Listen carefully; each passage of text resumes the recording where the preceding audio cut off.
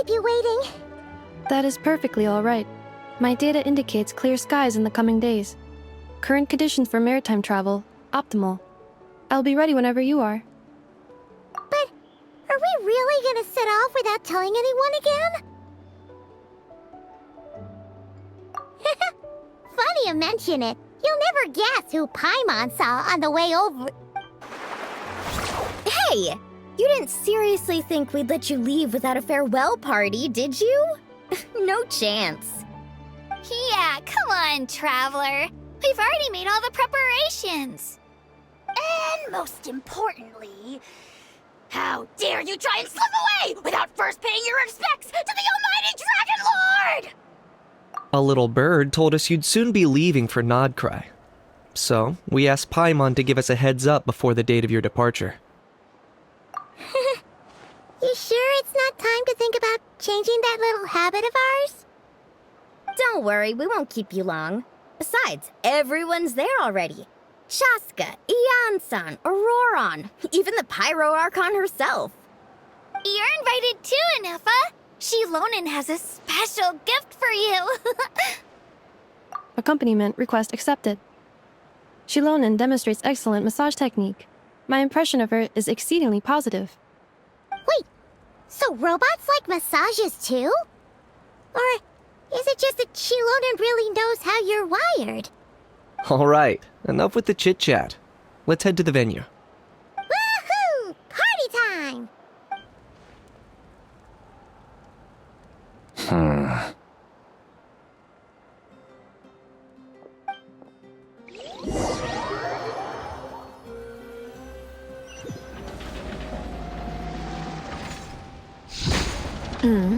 Spit it out, then.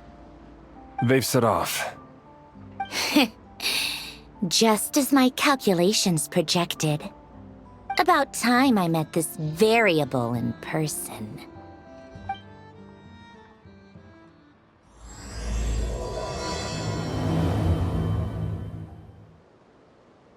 You know, every time we head to a new nation, there's always a point where it suddenly dawns on Paimon. This is it. The next chapter of our adventure has begun. This time, it was the moment she realized she just polished off the very last of her Saurus crackers. Should have stocked up better at the farewell party. In other words, Paimon has marked the geographic coordinates from 2 minutes and 40 seconds ago as the boundary between Natlan and Nod Krai. This deviates somewhat from the official coordinates stored in my database. Paimon meant more in terms of how it felt on a psychological level. Anyway, what about you, Traveler? When did it really sink in for you? Huh, that actually kind of makes sense. What about you, Anefa? Come to think of it, maybe we should be asking the other way around. So, when you came over to Natlan, what was the moment you felt like you'd left Nod Krai? In that case, probably when my sensors could no longer detect the moon's power. The moon? You mean, that one we can all see in the sky? Negative. I was referring to... Here we are. Paimon, Traveler, we have arrived in Nod Krai. Oh, wow!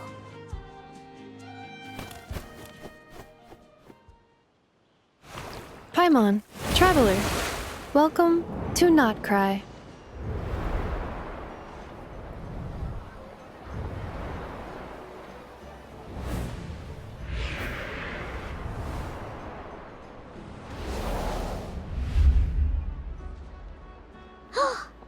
That must be Nasha Town up ahead! That's the place you were telling us about on the way over, right?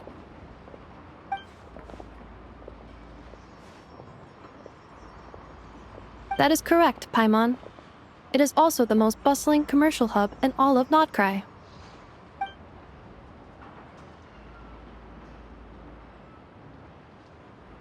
Oh, sounds like the perfect place to start trying out all the local specialties.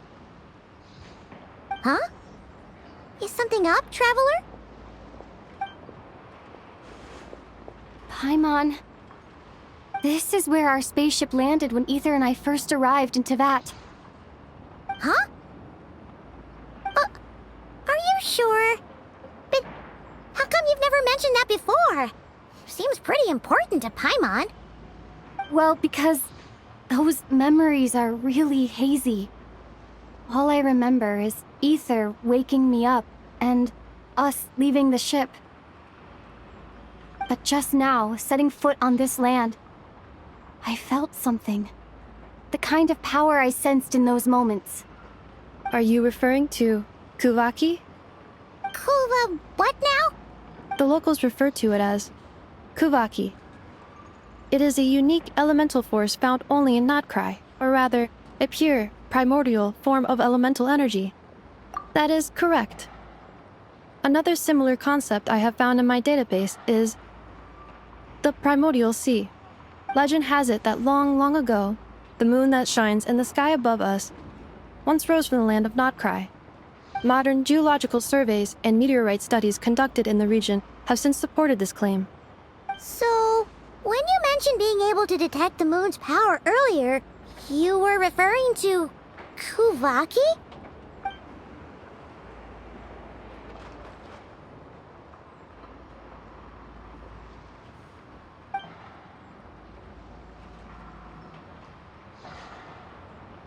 Wait, Traveler, you're saying we might actually find your spaceship here?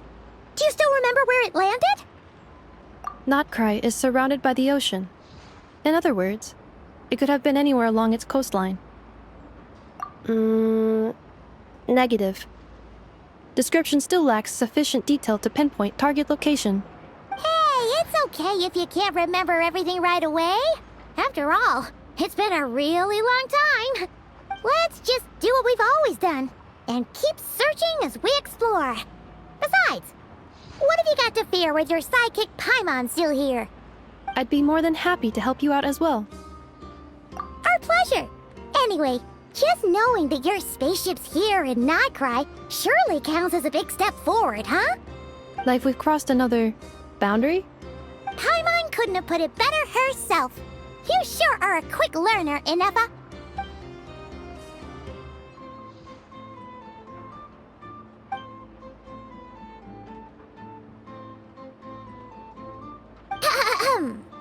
Well, as the best guide in the whole of Tivat, Paimon hereby does solemnly declare, Nod Krai, here we come! It just occurred to Paimon, if we were looking to put out a missing spaceship commission, or to learn more about Nod Krai, wouldn't it make sense to drop by the Adventurers Guild? The guild is located in Nasha Town. Simply follow this road, and you'll reach it.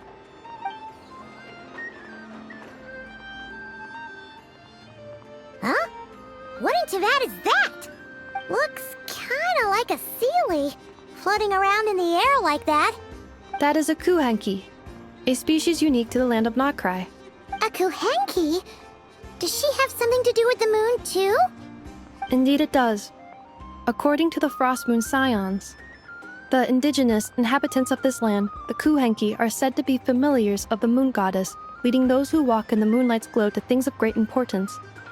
The moon goddess? Don't all people here worship the Tsaritsa? Although Nod Krai lies on Snezhnaya's border regions, the people here have held their own unique beliefs since time immemorial. As I mentioned, everything in this land shares a deep connection with the moon and the sky above. The beliefs of the Frostmoon Scions seem to date back to the civilization of the angels. According to the documents in my database, even the 7 Archons did not exist at that time. Wow! So the origin of their beliefs goes back even further than the Archon War? Correct. At some point, you may come across some statues of their goddess. The Frostmoon Scions carved these as well. Hey! Looks like she's floating away!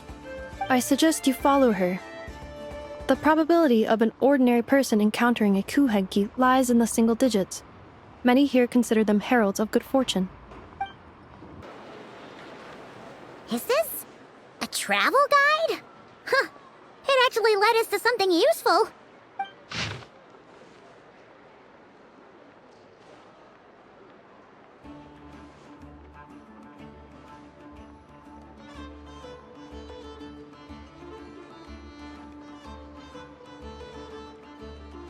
Are there any particular points of interest?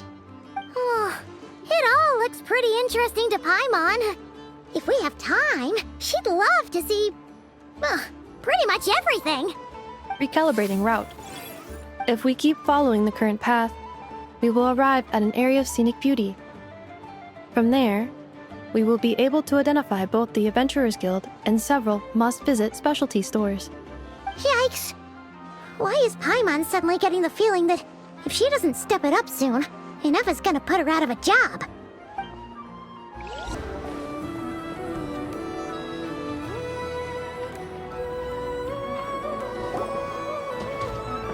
Wow! Nasha Town actually looks pretty big from here. Feels a bit different than Paimon imagined, though. Which aspects in particular deviated from your expectations? Well, Paimon keeps hearing people describe Nod Krai as an adventurer's paradise. So she kind of thought it'd be a bit more picture perfect somehow. According to legend, there was indeed an era of peace in Nod Krai's past, the age of the Fae. Tales of those ancient heroes are still told today. One of the most well-known is that of the Lantern Fae. This individual performed many good deeds for Nod Krai. The present-day Lightkeeper's nightly lantern patrols are, in part, a tribute to their memory. But then, one day... What happened? There came a devastating abyssal calamity that swept across Nod Krai, and for a time it was left desolate. Heartbroken by what had become of the land they had so cherished, that Fae extinguished their light, just as the abyss had extinguished all hope. Nowadays, the paradise people speak of is more of an aspiration, or an irony, perhaps. An irony? Today, no official authority governs Nod Krai. In theory, at least, it is somewhere a person can do whatever they wish, and become whoever they want to be. The Adventurers Guild is just over there, in Nasha Town's central plaza, and the flagship tavern is over that way. Hey, what's that building over there? You know, the biggest, tallest one. That is Aino's Boom and Blast Kuvaki energy cannon. It gets activated when the wild hunt threat level outside Nasha Town reaches a certain threshold. But according to the scan I just ran, the energy cannon appears to be malfunctioning, likely due to a recent discharge. The Wild Hunt? Isn't that the abyssal calamity you mentioned that's specific to Nod Krai? It is a phenomenon that has been occurring for several centuries now. Yet the time and location of wild hunt attacks are seemingly random. At first, it was more of an old wives' tale that adults used to scare children. If you don't start behaving, kid, some night, the wild hunt's gonna come for you. Listen, do you hear that? That weeping in the fog? Those are the cries of a young woman being dragged away. You're saying people actually hear things like that? I have not witnessed enough wild hunt attacks to give a statistically sound answer, but the oldest legends say that all people saw was the ghostly shadow of a woman in the mist. It wasn't until later that it became a full-blown calamity. Abyssal monsters and all. Huh. When you put it like that, Paimon's really gotta hand it to Aino. Not only did she repair you, but she's even built a giant cannon to keep the wild hunt at bay. Absolutely. Aino is very impressive indeed. Anyway, according to my schedule, it is time I took you over to the flagship. Oh, sure. After all, we shouldn't keep Varka waiting. Well, Paimon's not sure if he'll actually show up at the bar this early. You're right about that.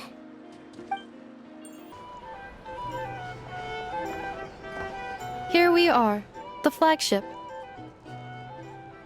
Varka told us to meet him here in his letter, right? Let's see. Varka? Varka! No matches, I identified. Huh. So he isn't here after all. Oh, guess we never did actually say we'd be arriving today. Hey, why don't we go ask the owner?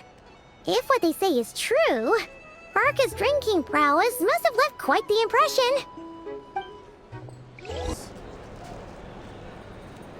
Huh? Well, well. If it isn't the ineffable Ineffa. Hello there, Demyon. You know each other? Of course! Inefa's a regular here at the flagship. So, robots are into booze too? Not at all. The energy conversion efficiency of alcoholic drinks is very low, and most of them are full of impurities.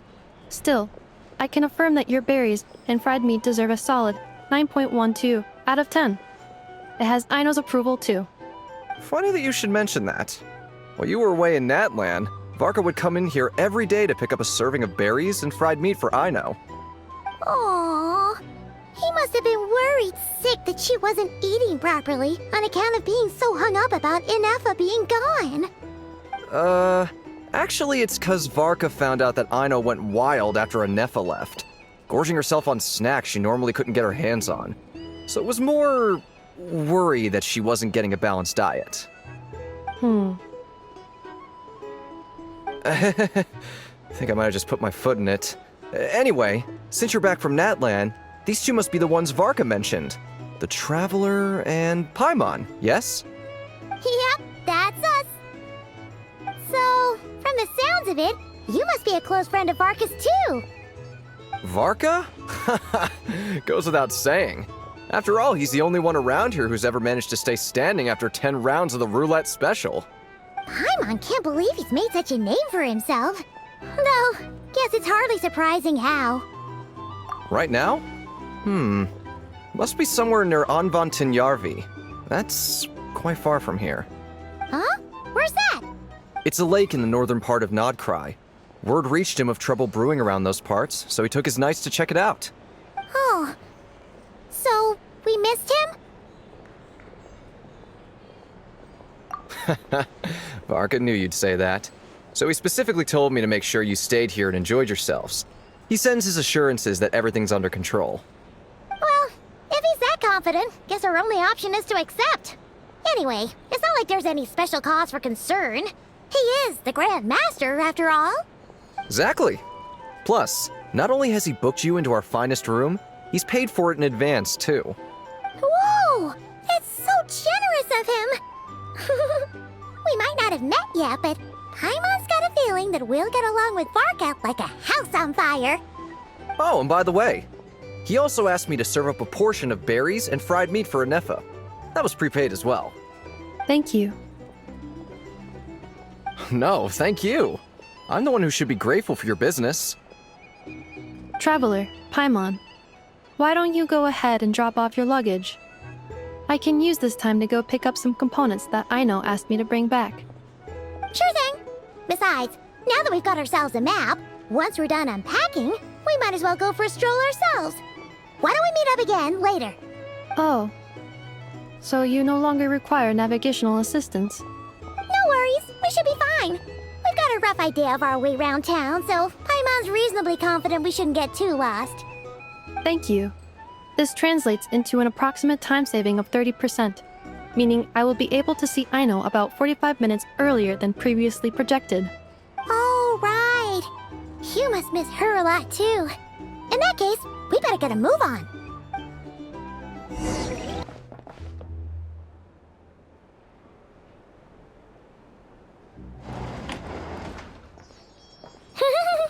Feels pretty nice having someone sort out our food and lodging for us, huh? But is this really the flagship's best room? It's pretty big, make no mistake, but it looks a little worn out, right? Though, to be perfectly honest, that feels right at home with everything else we've seen of Nasha Town. You mean it's got something to do with Nod Krai's history? Oh, that makes sense. But what exactly was this calamity?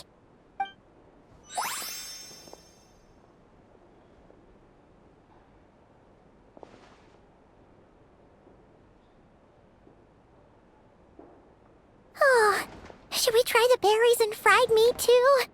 Paimon's getting hungrier and hungrier every time someone mentions it. Oh, sorry about that. Paimon wasn't watching where she was going. Please, there's no need to apologize. If anything, I'm the one who should be sorry. Clearly, I shouldn't have gotten lost in my thoughts in the middle of a hallway. Wait a sec. Are you staying in the room next to ours? Ah, quite the perceptive one, I see. First things first, allow me to introduce myself. My name is Kirill Chudamirovich Flintz, but please, just call me Flintz. Whoa, that's an impressively long name for sure. Ah, is that so? Names like mine ought to have been fairly common in Snezhnaya, at least in the past. Would I be correct then to assume that the two of you are travelers in this land? Yep, you sure would be. Paimon is Paimon, and this is the Traveler. We've been to a bunch of nations already, but we only just arrived in Nod Krai today. What a rare honor it is to meet such worldly travelers. Are you here for travel too? If only I had the time to spare. No, I'm just staying the night. Oh, so you're here for business? That's certainly one way to put it. I'm a Ratnik of Nod Krai, normally stationed near the burial grounds to the north. My sole cause for being here today was to repair this lantern of mine.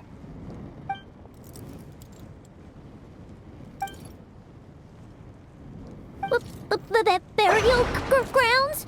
Your surprise is entirely understandable. Most people cannot even begin to fathom the idea of a life surrounded by tombstones and decay. But if you've heard of the calamitous abomination that is the Wild Hunt, you'll know that in their wake they bring a host of souls tainted by abyssal filth. That then is why we are stationed by the burial grounds, to hold the line where it is most vulnerable. Oh, so it's all about fighting against the abyss.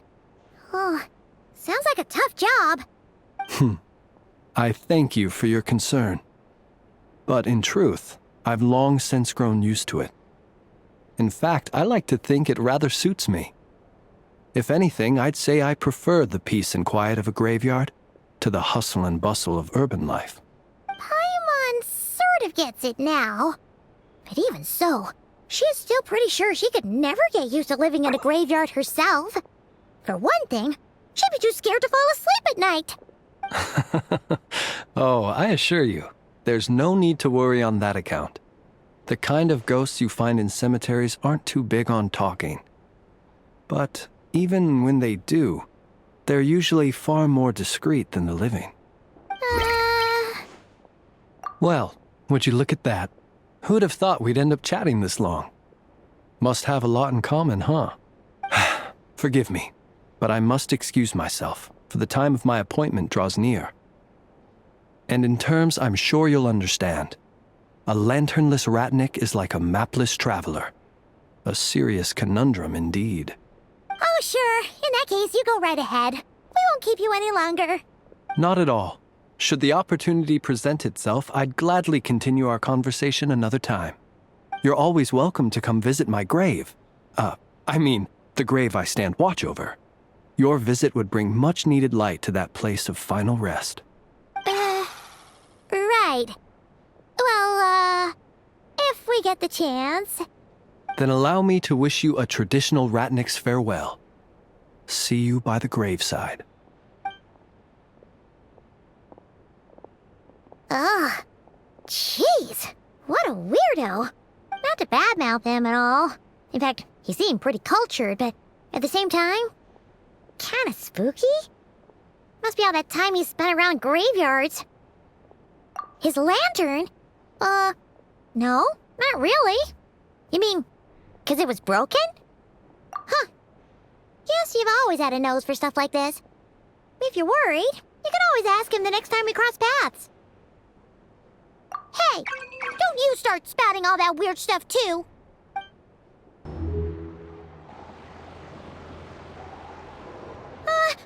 Paimon almost forgot something super important. Were we gonna go try out the berries and fried meat? But now, heading all the way back to the flagship feels like such a waste. Please, accept today's boon. Come night or day, may the blessings of the moon goddess shine down upon you. Huh? What's going on over there? Wait, free food? Wow, the people here are so nice! Quick, let's grab some too. Paimon's super curious what their food tastes like. Moonlight illuminates the path before you, travelers from afar. Huh? How'd you know we were travelers?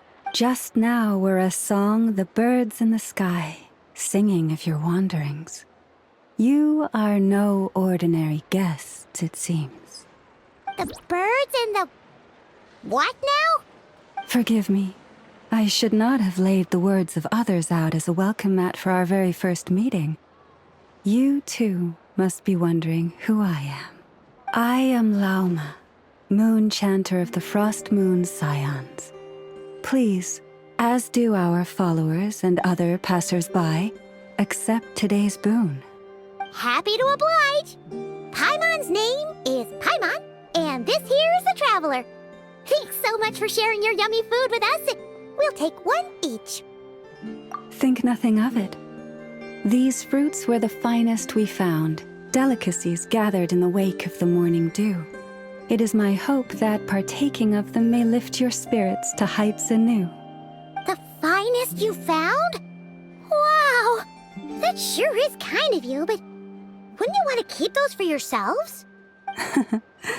The first fruit of the harvest must be placed upon the moonlight altar, not as an offering to the gods, but as a spark for lost hunters. For it is the blade of the starving that darkness most easily corrupts. As perhaps you have already heard, we Frost Moon Scions revere and worship the moon goddess.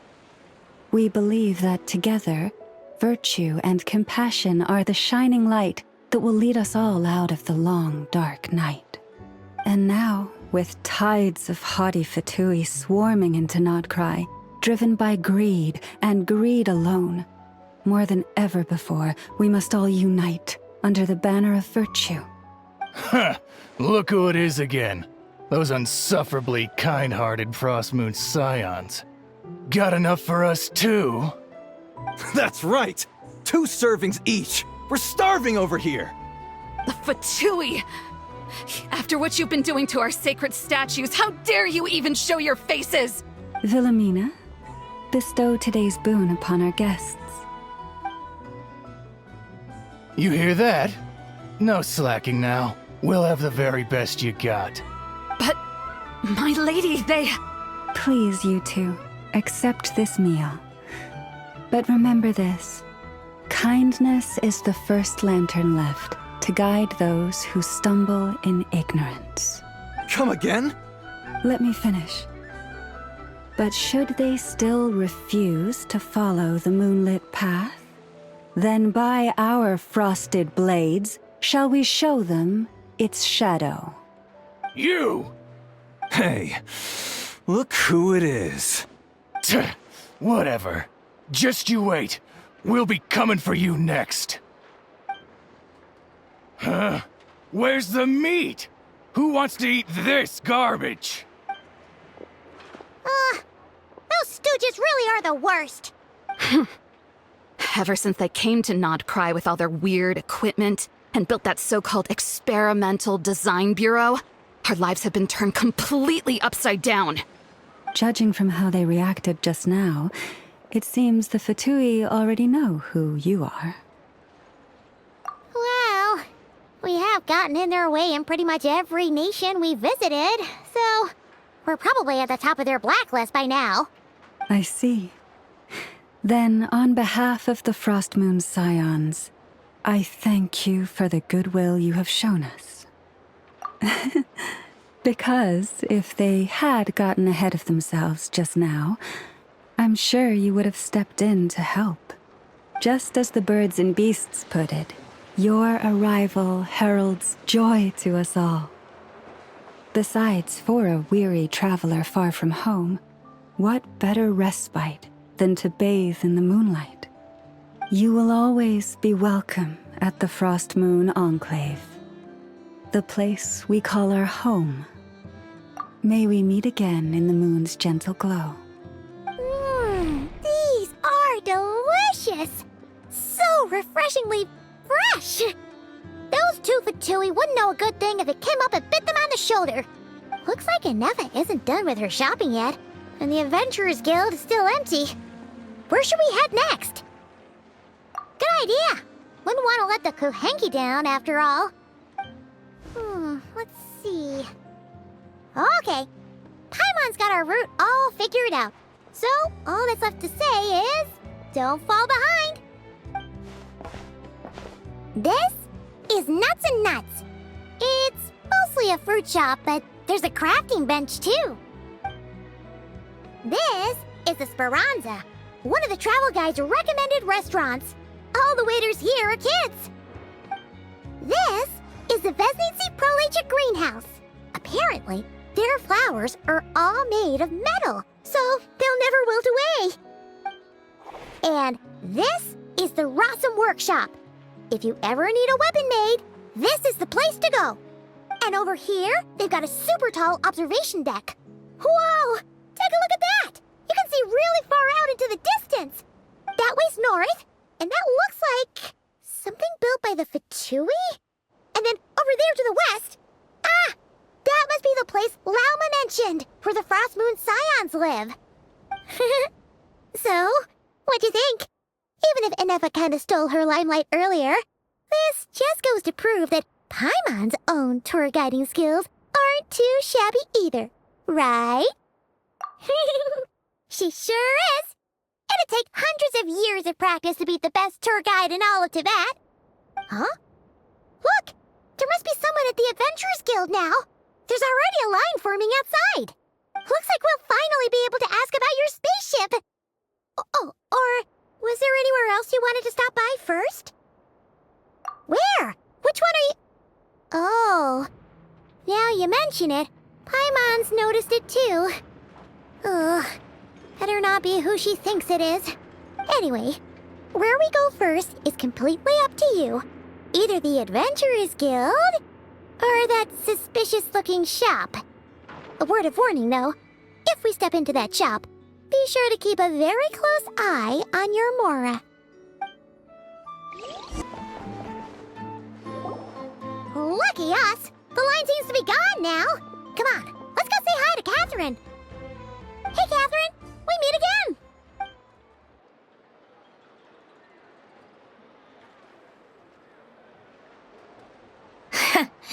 How ridiculous.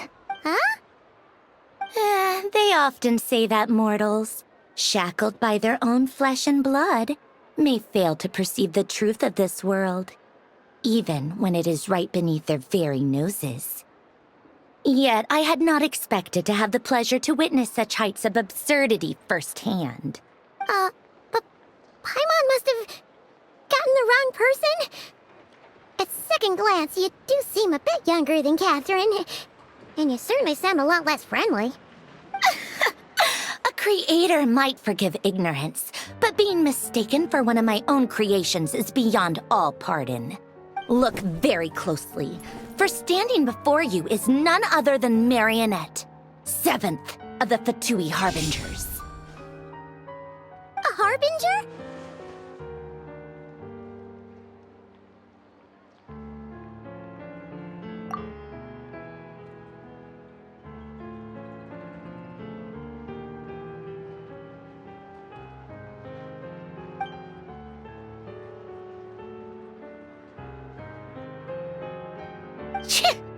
Today's encounter is merely a courtesy call. A friendly warning, if you will. You interfered with my work once before, with that little robot. I let it slide. After all, it was nothing more than a distraction, a side project at best. But we are in Nod Krai now, and as such, I strongly advise you not to stand in the Fatui's way. Otherwise, the next time we meet, I might just have to drop all this meaningless etiquette. Oh, please. You've got some nerve coming out with barely veiled threats like that. You're the one stirring things up here. Oh, perhaps you have misunderstood. Just because Nod Krai lacks a ruler at present, that does not mean it should not be ruled. We Fatui are simply establishing a new order. Yeah, right. More like shady experiments, judging by your massive, creepy research facility. I've said what I came to say. What you do next, only you can decide.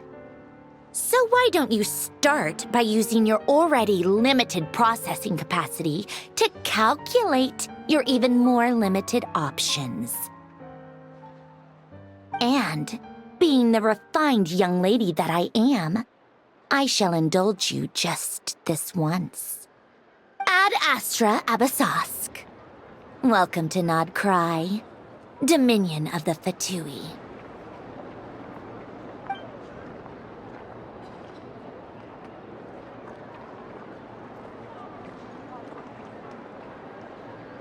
Ugh!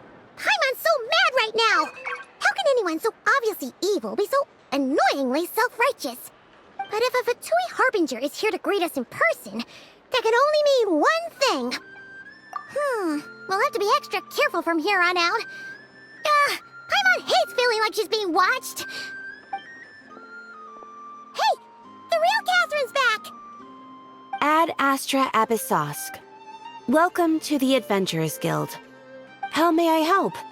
I will do everything I can to assist you. Oh, you're so much nicer to talk to, Catherine. Please don't leave us again, okay?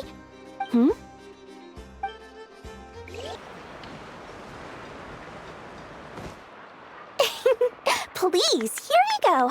And if you ever need anything else, don't forget to make the great Lord Sangama Bay your first port of call. Oh dear. So it is the real deal. Of course it's the real deal. Everything you'll find here is 110% real, meaning every one of my deals is as real as a deal can... Wait a minute. Well, if it isn't my two most valued clients! And with no small thanks to your munificent patronage. Come, how could you just sneak into Nod Krai like this without telling your dear Lord Sangama Bay? If I'd known earlier, I would have made an absolute pulled out all the stops to ensure that your boat ride over was as comfortable as humanly possible. Thank the Archons we didn't tell you. Oh, come now. You know as well as anyone how impeccably and conscientiously above board I am when it comes to doing business. Well, regardless of whether that's true or not, the main issue here is that we had no idea you had a branch in Nod Krai. A clever merchant always has a backup plan, or two, or three up their sleeves. As the saying goes, a rabbit with many burrows fears not the hunter's arrows. A merchant with stores galore hears no debtors at the door. Since you're both here in Nod Krai, would you care for some of my finest local souvenirs? Whatever you're looking for, I have it. Or if it's Sumeru you're missing, I've got that covered too. We literally just arrived. Do we look like we're on the hunt for tourist trinkets to take back for our friends? My, your high-minded tastes never cease to impress. In that case, I know just the thing. You must be on the hunt for something like this? What's that? Your hat? Information, of course. Information about Nod Krai, locked securely in the otherwise impenetrable vaults of the Lord Sangama Bay's brilliant mind. I knew it! I just knew you'd appreciate the value of my wares.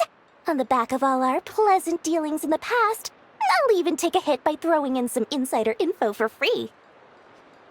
Wow. You sure are feeling uncharacteristically generous today. What do you mean by uncharacteristically? I am the most generous person forget it. Anyway, the long and the short of it is this.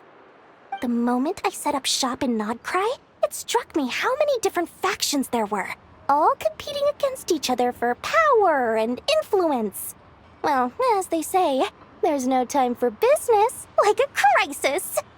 Things got even more turbulent after the Fatui pulled down two ancient moon's remnants. People began to catch a whiff of the coming chaos. And the more troubled the waters, the greater the potential profit. Not at all sorry to interrupt, but we're not here for Mora. Oh, really? But surely it was the tales of an adventurer's paradise that brought you here. The chance to take your very own slice of all the latest and greatest business opportunities? In that case, what would you like to know about? The Frost Moon Scions? You mean the people who believe in the moon goddess? They're not a bad bunch. It's just, well, they have such simple tastes. No luxuries, no indulgences, no nothing. Trying to earn a little more from that lot is like trying to squeeze blood from a stone. Still, things between them and the Fatui have gotten pretty tense. It's only a matter of time before the powder keg goes boom. And when that happens, that's when business will start to boom too. Oh, they're an organization set up to keep the locals safe. Apparently, they have a long and glorious history, and they're made up entirely of volunteers. But seriously, a volunteer organization in Nod Krai? This place is hardly a magnet for noble hearts. No pay, all work? That's not a business model, and it's certainly not for me. Everyone knows they're here for the Ancient Moon's remnants, but no one's sure why they pulled them down in Nod Krai of all places. Anyway, they've been acting mysterious enough, but if you ask me, that Kuvaki Experimental Design Bureau of theirs up north hides secrets wilder still. That bunch of booze-loving monstaters? Ugh, don't even get me started. As fellow Outlanders, I thought they'd be easy pickings, but somehow, every single one of our business negotiations wound up at the flagship. I've done plenty of deals with heavy drinkers before, but those guys? I never once made it to the contract signing before blacking out. I'm getting flashbacks of the hangovers just thinking about it. What now? A spaceship? Nope, never heard of anything like that. Don't you two get involved in any big business here without so much as a heads up, you hear me? At the very least, consider letting me in as a key investor. Oh, I almost forgot to mention. Sooner or later, you'll no doubt end up doing business with some other merchants in Nod Krai. And someone's bound to mention a place called the Curatorium of Secrets. Listen to my advice. Do not, under any circumstances, go there, no matter how much trouble you're in. The Curatorium of Secrets? What do they get up to there? Just a place that handles all kinds of disputes. But the owner will charge you an absolute fortune, and she has a temper to match. Nothing like your friendly neighborhood, Lord Sangama Bay. You're not just saying that to stop your competition from undercutting you, right? When did that little pipsqueak get so sharp? And after I gave them all that info for free just to win them over. What do you mean? Of course not. I'm only thinking about your wallets. I mean, on behalf of your wallets. You're really not convincing anyone, you know. All right. Business is a cutthroat business. I won't argue with that. But I'm not lying about that boss lady. Not only did she make it into my top 3 people not to mess with in Nod Krai, she's also in my top 3 people most eager to trade in favors. Seriously? It feels like you're just bad-mouthing your rival now. Fine. If you don't believe me, go see for yourselves. We might both be from Sumeru, but compared to hers, my conscience is so large, why, it could fill 3 whole palaces of Alcazar's array. But when you realize what I'm saying is true, don't say that good old Lord Sangama Bay didn't warn you.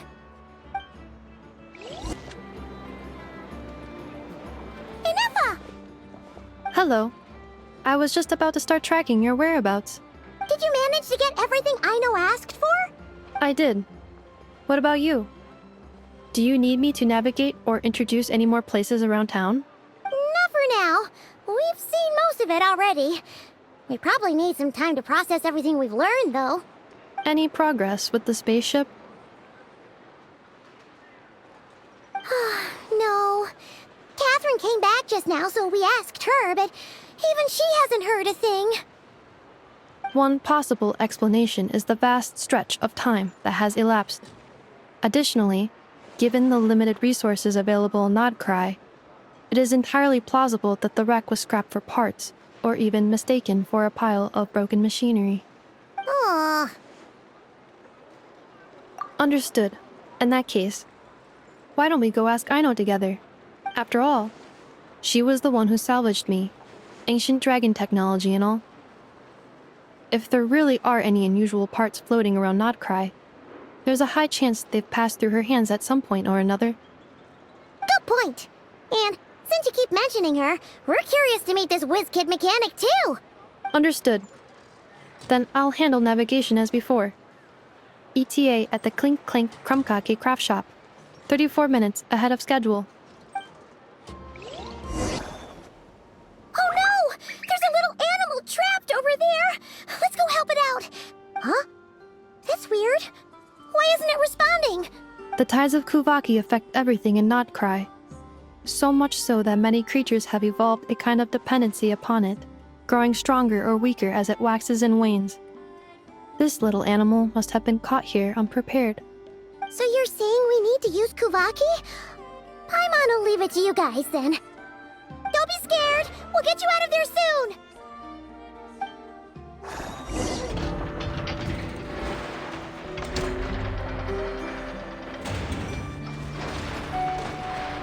Here we are. The place Aino and I call home. Whoa! So many machines that Paimon's never even seen before! And then there's all these little robots. Did Aino build them all? That is correct. It looks like Aino has created 3 more little bots since I've been gone. Aww. Well, you were gone for quite a bit. She must have missed you. I missed her too. I want her to see what I've become. Let's not keep her waiting any longer then. Come on!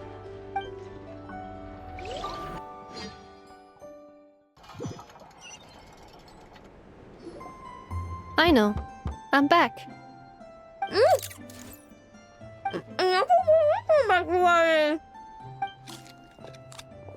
Hmm?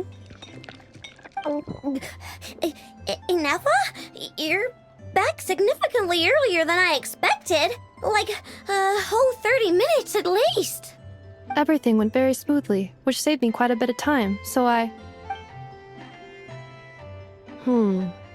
know. Could you turn around for a moment? I know. I've been on my best behavior the whole time you've been gone. She's got chocolate all over her mouth. I know. While I was away, did you strictly abide by my tailor-made snack intake schedule? Oh, of course I did.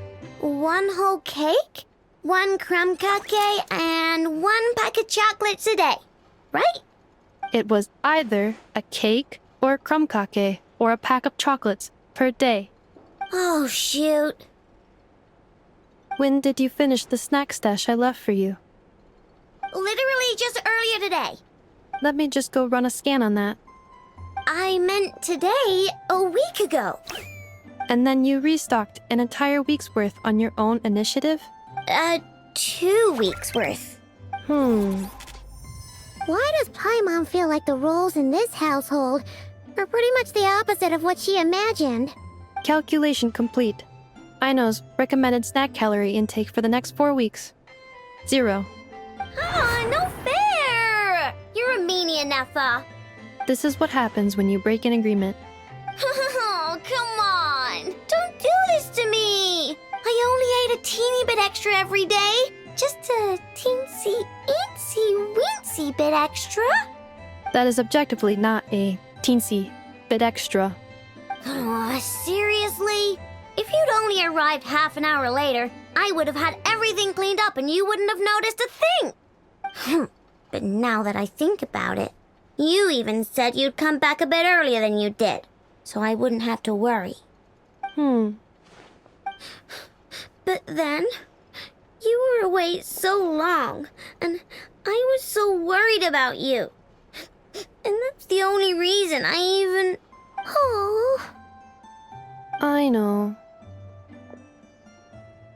I am very sorry to have kept you waiting.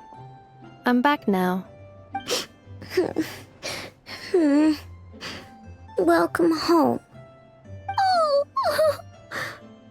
So, will I be able to keep eating snacks as usual now? Negative. Aww. Okay. Well, given that I am later than I initially projected, I'll let it slide. But just this once. Thanks, Ineffa! You're the best! I know. Allow me to introduce. It's the honorary knight and Paimon! I know. Uncle Varka talks about you guys all the time. Nice to meet you, I know. Inef's told us all about you, too. Huh? Really? She actually said that about me? Well, she's not wrong. Oh yeah, so, you're here to see Uncle Varka, right? A couple of days ago, he suddenly said he had to head out on business, and that he might not be back for a while. He asked me to let you know if I saw you. Yeah, we heard about that at the flagship. Did he say what he was doing? Nope. Just told me to take good care of you guys and make sure you feel right at home. Oh, shoot. Please, take a seat.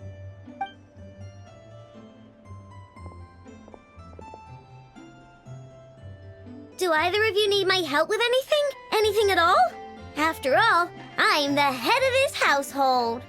Sure wouldn't know it from that snack tantrum she just threw.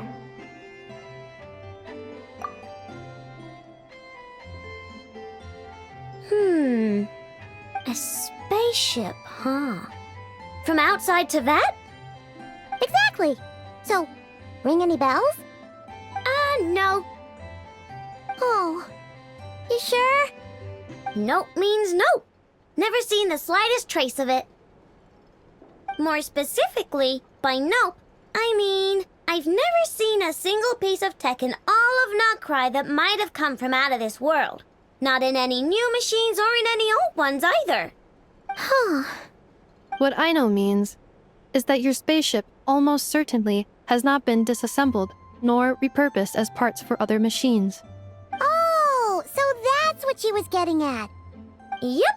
I've taken apart pretty much all the fun stuff in this city at one point or another, but I don't recall ever seeing any components that were anywhere near that special.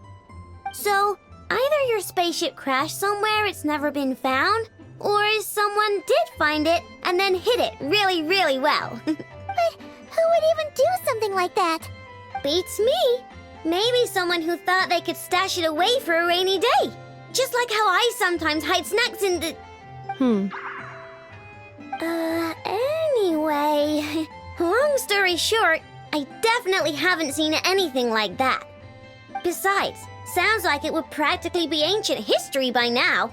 If anyone still has any leads on what really happened, it'd be the Frost Moon Scions. The Frost Moon Scions? Huh? Haven't heard of them yet? Didn't Inefa tell you about their rituals? There wasn't enough time to delve deeper into their history and traditions. What kind of rituals are we talking about? I've never actually seen them myself. Just heard bits and pieces here and there.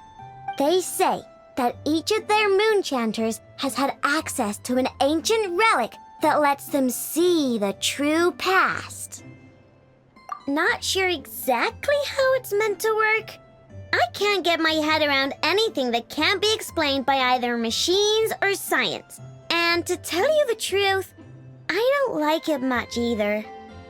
Looks like we'll have to try our luck with the Frost Moon Scions. Aw, leaving so soon?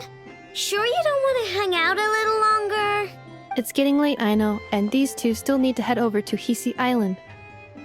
It would not be convenient for them to linger much longer. Aww.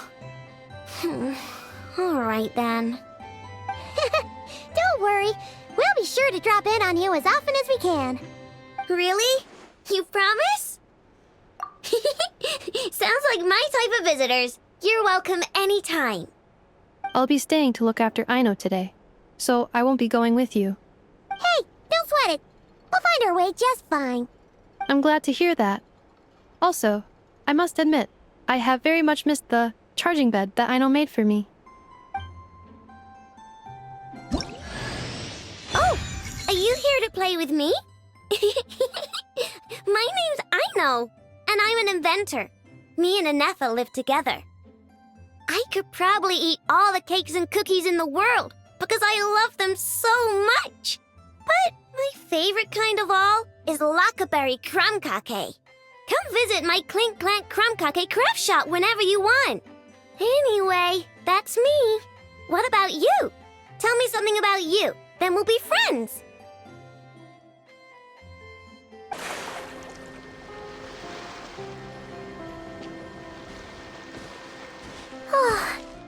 Anafa and Aino reunited like that sure was heartwarming.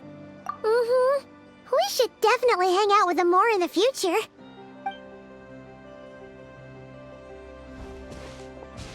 Speaking of homes, we must already be close to where the Frost Moon Scions live. The vibe here feels different, just like the scenery.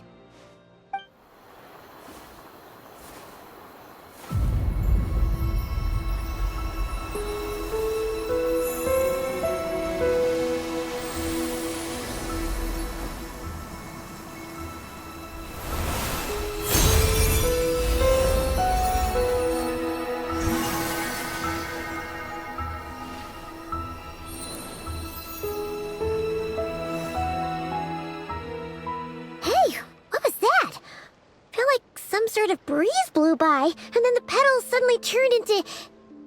Huh? Is that a Kuhenki? She looks different from the ones we saw before. Hey there! What's your name? Huh. Doesn't seem able to speak. No idea what she wants. Unless you want to stop, maybe we should just keep moving?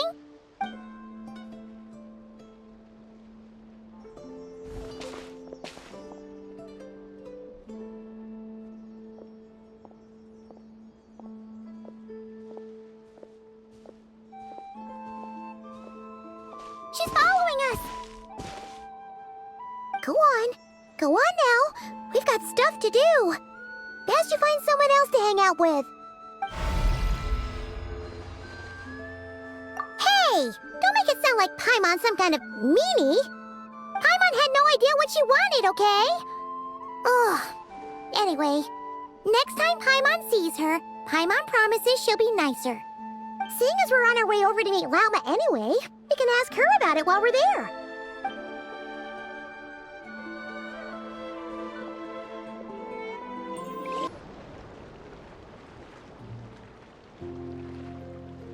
Huh? Hey, look! Isn't that Lauma? The moon chanter? Let me take a look at your wound. You must be more careful. Doesn't matter how much of a rush you're in, your safety always comes first. Oh, you're back too. How was your day? You what? Those two Fatui? The ones who were causing trouble in Nasha Town? You went to teach them a lesson? And you put that in their food? You naughty little thing! How could you do that?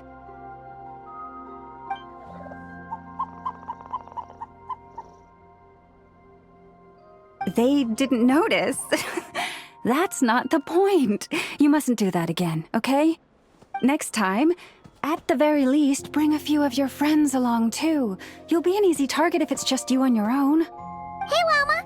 Still remember us? Oh, it's the Traveler and Paimon, isn't it? Welcome to Hisi Island. Not at all. Those who come with kindness in their hearts are always welcome with the Frost Moon Scions. Were you just talking to those animals? I was indeed. The Frost Moon Scion's bloodline is unique, for throughout our history, there have been many among us who could communicate with all living things. What was that? Oh, is that so? She says she was trapped in a plant earlier, and that you are the ones who rescued her. She wants me to thank you on her behalf. Oh, it was nothing. Barely lifted a finger. If you both are free, why don't you join us at the Frost Moon Enclave for dinner? Consider it a small token of thanks for your kindness. We'd love to! And actually, we had something we wanted to ask you anyway.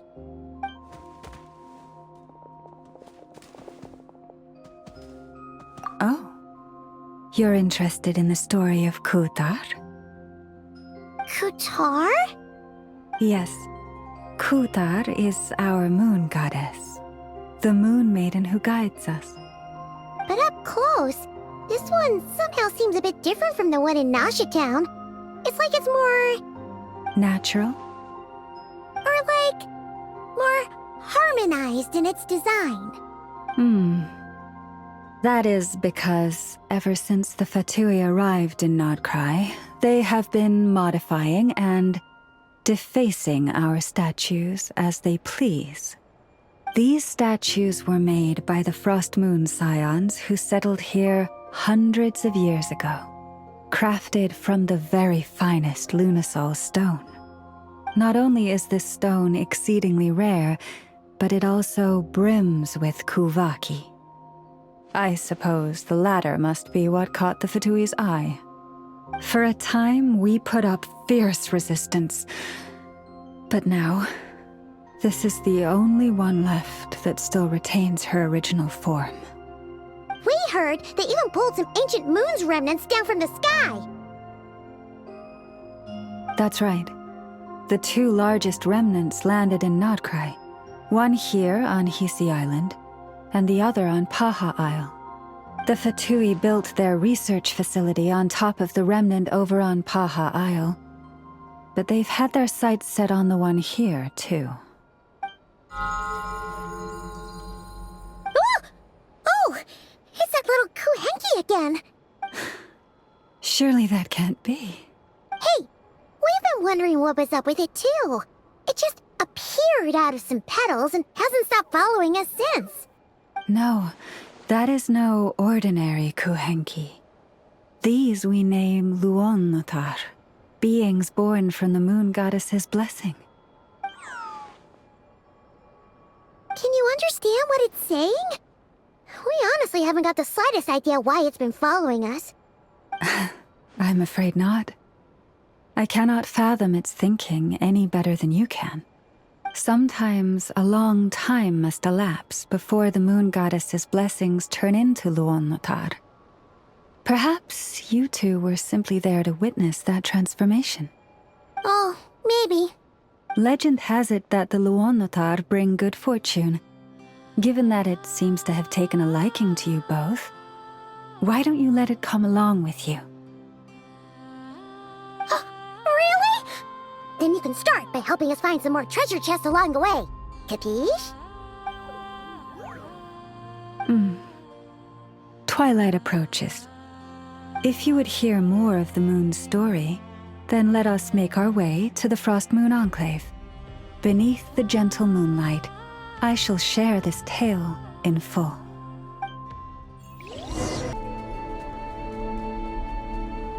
Lama, you have returned. Wilhelmina, this is the Traveler and Paimon. Kindly arrange for 2 additional dinner settings for our honored guests. Of course, my lady. Wow! Everyone along the way here pretty much saluted you. Are you, like, super important around here? I am but a moon chanter, one entrusted to convey the moon goddess's will. Nothing more. She's just being modest. The Moon Chanter holds the highest rank among us Frost Moon Scions. Lauma is our leader. Wilhelmina? I know. I'll send word to the kitchen. 2 meals coming up. Whoa! Paimon had no idea you were such a big shot. It is merely that the unique traits of our bloodline have manifested themselves especially strongly in my person. That is no accomplishment of my own. Please, follow me this way.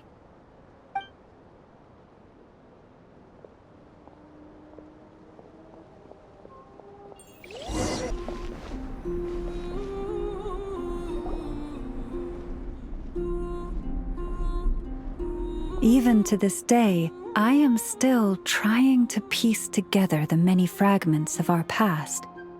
It is a story not only of the Frost Moon Scions, but also of the moons themselves. A story of the moons? Yes. We Frost Moon Scions are the last descendants of the ancient golden realm of Hyperborea. Its former glory may have faded, but what remains is a memory uniquely ours. In the distant past, Tivat had not just one moon, but 3. It is said that they were created by the primordial master of this world, cast into the firmament to keep peace in the land below. Firstborn was the eternal moon, largest of the 3. Legend has it that it was her immense kuvaki that gave rise to the ocean tides. Next was the frost moon, smaller than her big sister, yet brightest in radiance. Her glow became the cold, undying lantern of the night. Finally came the iridescent moon, smallest of the sisters. Most of the time, her light was barely visible to the naked eye. Yet when she shone, her fleeting halos were all the more mysterious for it. Wow! Sounds like it all happened so long ago. So, what happened to them afterwards? Afterwards, well, as you have seen, the 3 moon goddesses perished. This happened in a war triggered by the Descenders, and of the 3 lunar husks, only the frost moon survived unbroken, while the others were shattered to pieces. Oh, so that's why there were ancient moon's remnants in the sky. Yes. It is also said that when the moons shattered, most of their fragments rained down upon this land like stardust. That is why Nod Krai is blessed with such an abundance of kuvaki. As for the remnant that the Fatui recently pulled down, that belonged to the eternal moon. Wait a sec. But you just said that 2 of the moons were shattered, so where are the remnants of the iridescent moon? The iridescent moon's remnants were never found. What happened to her after the war remains a mystery. Some say she vanished in an instant, while others believe that her remnants are simply too delicate to leave a trace.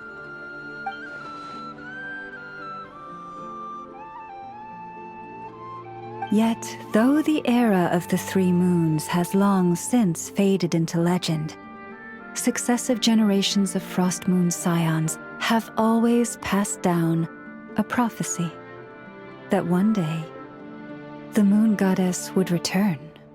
And in the end, that prophecy did indeed come to pass, though not quite. Lady Lauma! Lady Lauma, are you there? Cappy, what is the matter? Lady Lauma, it's my daughter, Karina. Her illness. Take me to her, right away.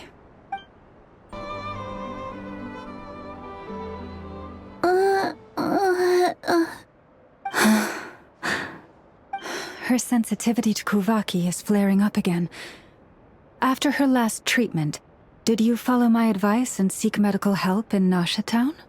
But those doctors are all Snezhnayan. They're outsiders, compatriots of those brutes who invaded our homeland. How can we possibly trust them? Not all outsiders are enemies, Cappy.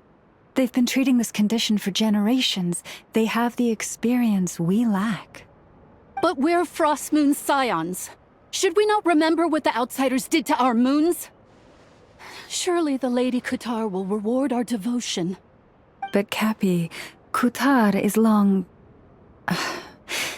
This isn't the time for a debate. O lost child, snow-swept and buffeted by the howling winds of the frigid night, let not the silver flame within you fade. By the frost moon's grace, I shall warm you, curled up as a fledgling in frozen soil. Praise be to the moon goddess, my Karina.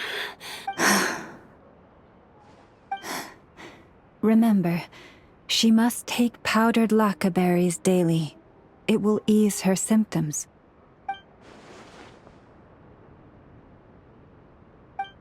Lama? Philomena, what is it? Dinner is ready. I see. Cappy, let her rest here for the night. I'll have someone bring her a blanket. All right. Thank you so much, Lady Lauma.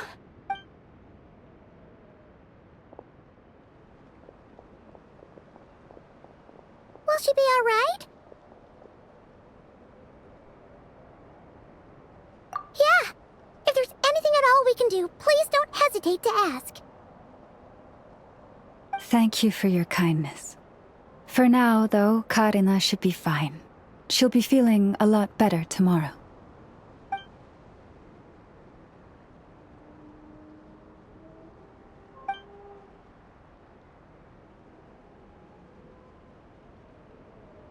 Please do not be worried. Come, let us head to dinner. I believe you still have some questions for me.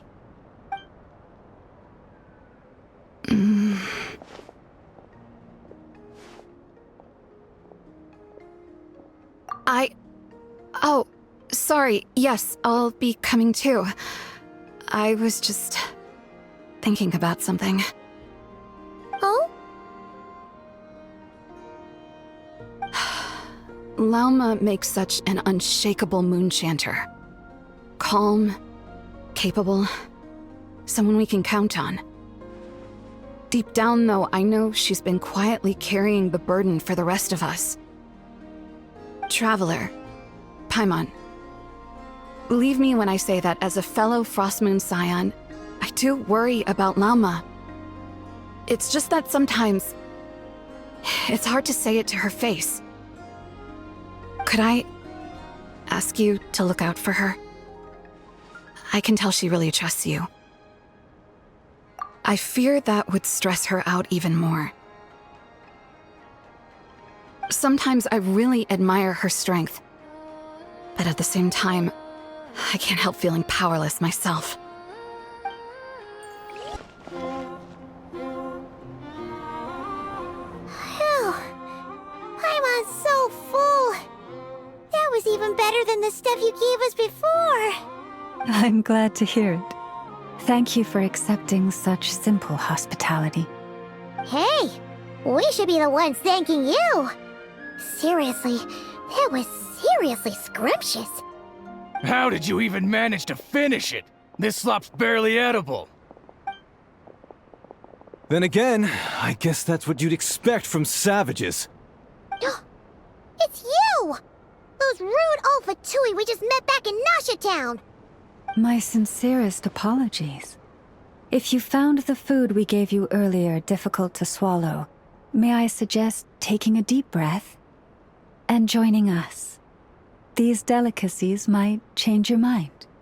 After all, I suspect that your previous meal may have been tainted with something most unpalatable.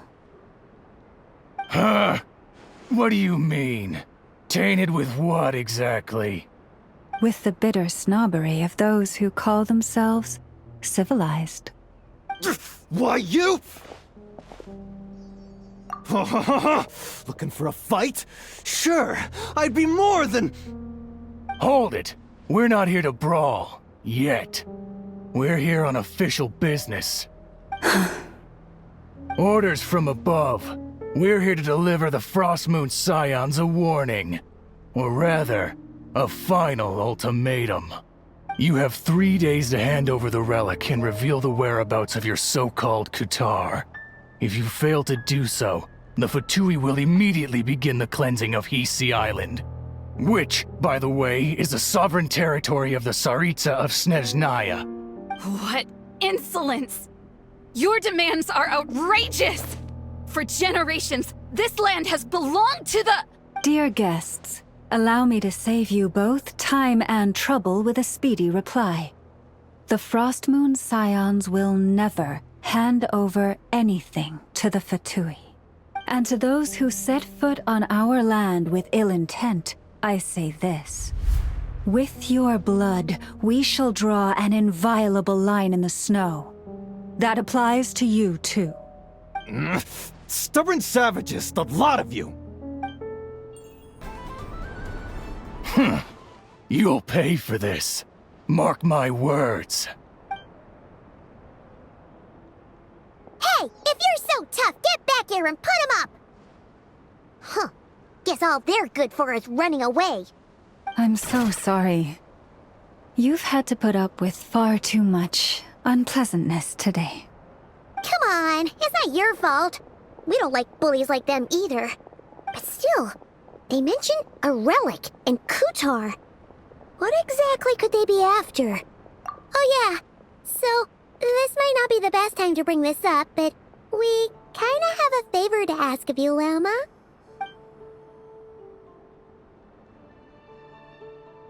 I see. So your questions concern the sacred relic too.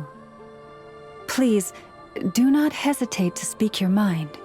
Unlike those insolent intruders, you walk in the moonlight with open hearts. You stood by us when we needed your help, so it's only right that I return the favor. But let us continue this conversation somewhere more fitting. As it happens, there's something I'd like to show you, too. Wow! It's spectacular! Kutar was born here on Hisi Island around 500 years ago. As it just so happened, a priestess of the Frost Moon Scions witnessed the moment of her birth. Instantly realizing that this was the prophesied rebirth, she quietly recorded the event and carved this statue to honor that miracle. According to legend, Kutar's birth was accompanied by the sudden appearance of many Kuhenki, who wove the moonlight that bathed her into silken vestments fit for a goddess. Hey! It's like it knows we're talking about it. From that day forth, the Kuhenki have been regarded as Kutar's familiars. Some believe that their habit of guiding travelers to hidden treasure stems from an instinct. The same one that not only drives them to protect the moon goddess, but also to make her smile. After all, according to the records, Kutar always looked lonely as she gazed up at the distant moon. Kutar left Hisi Island before I was even born. According to the previous moon chanter, the goddess was angered by our people's greed, and that is why she left us. Where did she go? No one knows what happened after she left. But just a few months ago, after those 2 ancient moon's remnants fell from the sky, she was spotted on Hisi Island once more. And the Fatui have been harassing and threatening us ever since. Judging from what they've said, our moon goddess is actually their missing harbinger, Columbina, the damselette. The damselette? But isn't she number 3 amongst the Fatui harbingers? So she's actually the moon goddess. Why would she join the Fatui then? That too is a question I've struggled with. But even at the best of times, understanding other people's choices is difficult, let alone those of a goddess. Plus, forgive me, there I go again, rambling on about our history. But you came here to ask about the sacred relic, didn't you? Honestly, Paimon's not sure which part she's more curious about now. Since ancient times, the Frost Moon Scions have had in our possession a special fragment of the ancient moon's remnants. A piece in which I sense a power unlike any other. Successive generations of moon chanters have all detected a divine presence within it. We call this unique remnant the Moon Marrow. We heard you can use it to see what happened in the past. What is it in particular that you seek from the past? Well, basically, to cut a long story short, the traveler here is actually from outside of Tibet. Oh.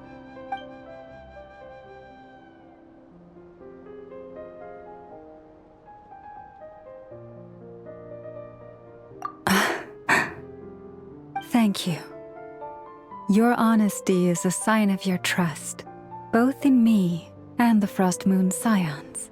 Unfortunately, though, I won't be able to use the moon marrow to shed light on your past just yet. Our people revere the moon marrow as a sacred relic. I'm only permitted to retrieve it from the secret chamber in which it is hidden once a year, on Moon Prayer Night. Oh, really? So, when's the next Moon Prayer Night? Judging from the tides this evening, a little less than 2 months. Huh? Does that mean the date changes every year? The ceremony is held on the night when the moon is closest to Tevat. This is also when Nod Krai's Kuvaki reaches its peak. Only then can the seal on the secret chamber be lifted. Oh, guess we've got no choice but to wait. I am truly sorry that I cannot help you sooner. But, as the Moon Chanter, I swear that I will do everything I can to help you find the answers you seek. Think nothing of it. After all you've done for us, you deserve nothing less. Who'd have thought today was only our first day in Nod Krai? Feels like so much has happened already. If I may be so bold, what does family mean to you? If you are aware of something, a secret that could hurt your family, would you be honest with them? Or try to hide it?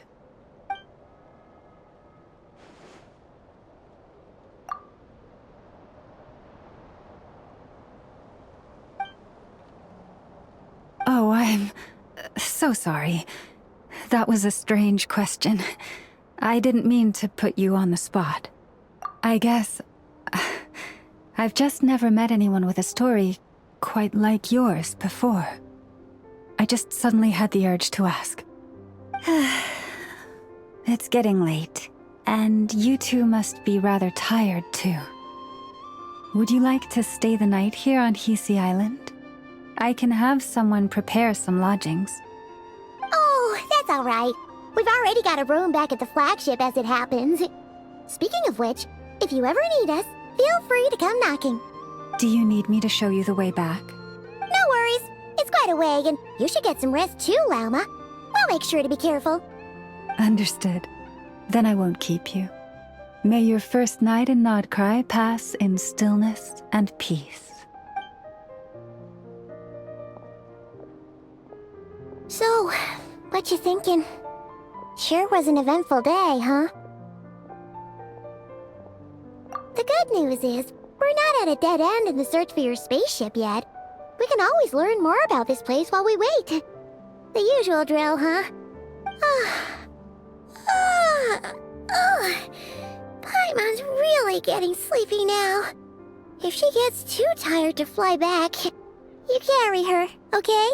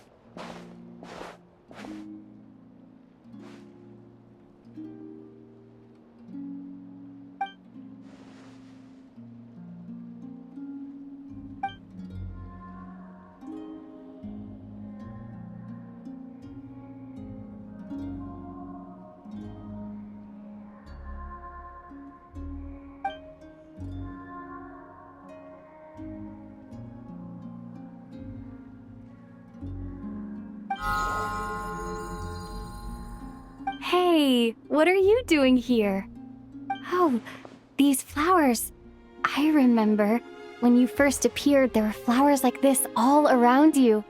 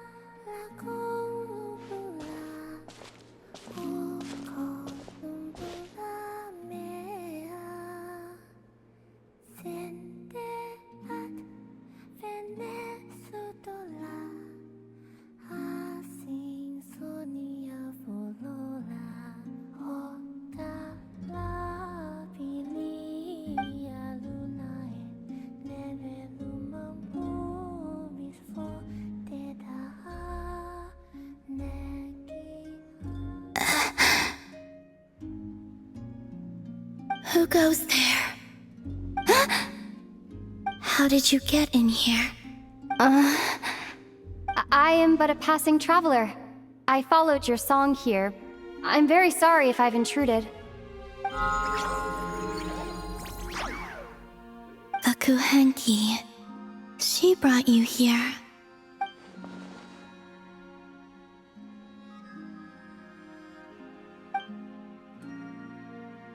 May I ask, are you the one they call Kutar? And the harbinger that the Fatui referred to as the Damselette? The Fatui?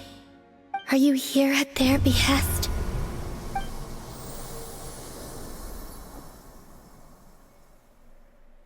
Please don't get me wrong. I have no intention of doing anything for the Fatui. I just wanted to ask you about Nod Krai. And the moons. The moons? Do not believe in what you can see. What truly matters is what you cannot.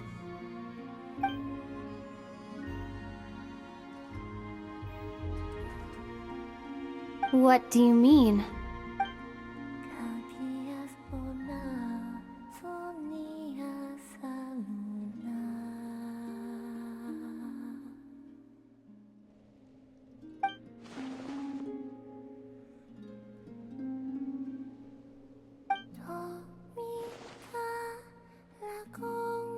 Listen, I'm the Traveler.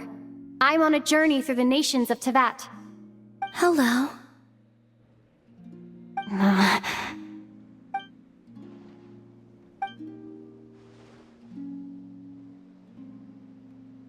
Could you tell me your name? Columbina. Kutar. The Damselette. The Moon Goddess. Pick whichever takes your fancy. I do not know my own name.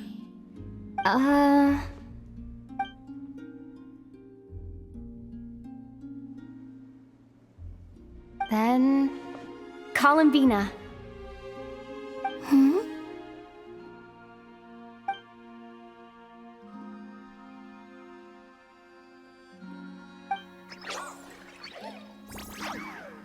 This Kuhenki, this Luanatar, did you bring her into being? Come here, little one.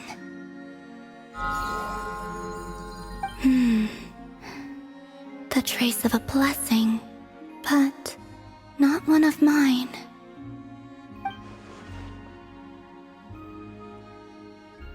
People always assume I can do many things. Assume I have done many things. But I haven't.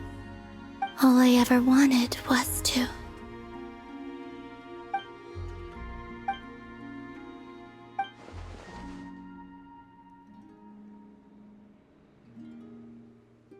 It's about time I got going. I'm very sorry for disturbing you today.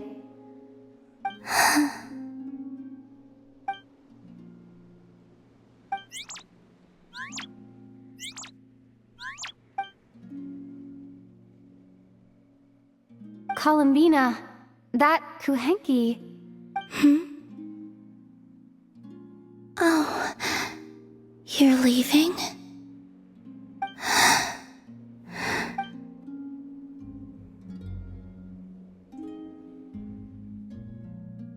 Go then.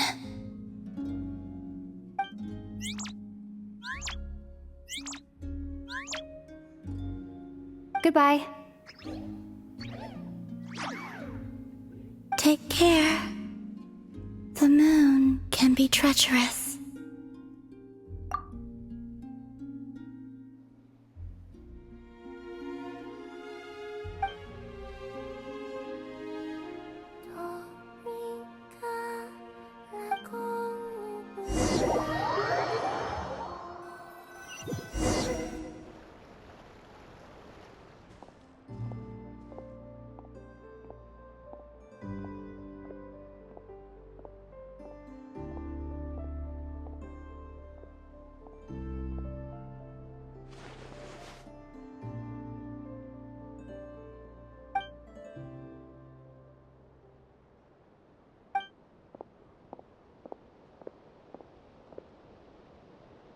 Wait, is that... Ether?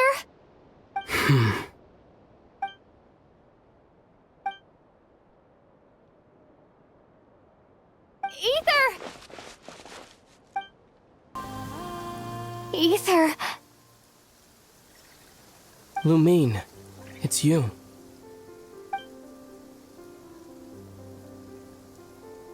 Why are you here on Hisi Island?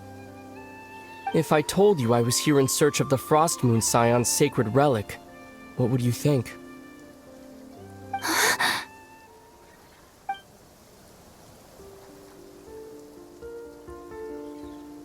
Are you also here to uncover the truth about our past? That's right. What happened to us in the past? How we came to Tevat? Why our spaceship crashed here? There are things I want to know too. But I'm not about to sit around waiting for another 2 months to find out. Wait! Wait? But I still have unfinished business.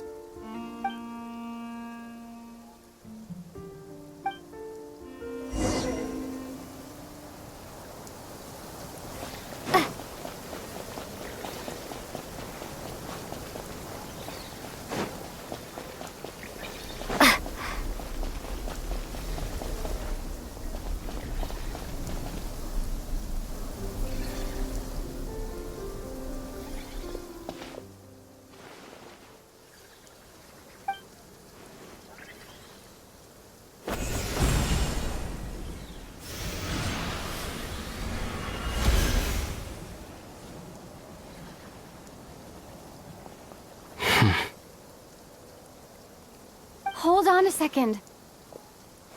What's wrong? That's the Frost Moon Scion's sacred relic. We can't just... Use it to get to the bottom of all this? We should at least get their permission. You barely even know her. Yet already you hold that moon chanter in such high trust. What do you mean? She told you that the seal can only be broken on Moon Prayer Night, when the flow of Kuvaki is at its peak, yes? You heard all that? Watch this. Huh? But... Get it now? She's been stalling for time. As long as the statue's base is imbued with sufficient power, the secret chamber can be opened at any time.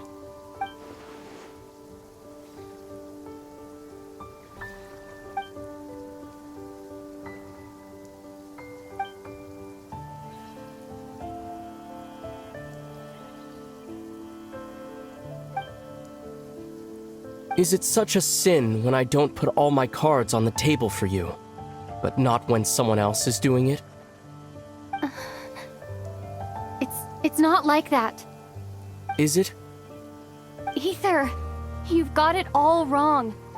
This whole time I've wanted to ask you, what happened to make you like this? I admit, I've been having trouble accepting it. But after all this time apart, I've finally come to terms with who you are. Willful side and all. I trust you. I still do. Through all the worlds we've traveled, you've always been there by my side. If there are things you can't explain yet, I can wait while the journey goes on. I'll wait as long as it takes, until the day you're ready to talk. Lumine.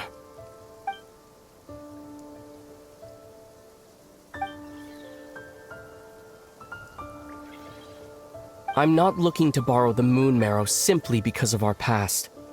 It holds answers about the very origins of Teyvat. I've always believed that if you want the truth, you have to see the whole story for yourself. I'm not asking you to trust me, Lumine. Just don't try and stop me. If this choice weighs on your heart, then let me go in alone. Forget this meeting ever took place. A bit late for that now. But maybe this is the chance I've been waiting for all along. Even if it fades with the morning light. I want to go with you. You sure? Yeah. Then let's go. Ether. It's been ages since we went on an adventure together. I can't wait. Really? You think I'd lie to my little sis?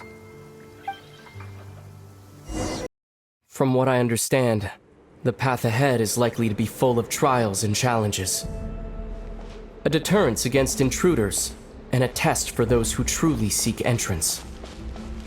Nah, I doubt the two of us will have any problems. I agree. Still, if we get separated, things could get tricky. Best we move together and watch each other's backs. Even the sound of your footsteps takes me right back.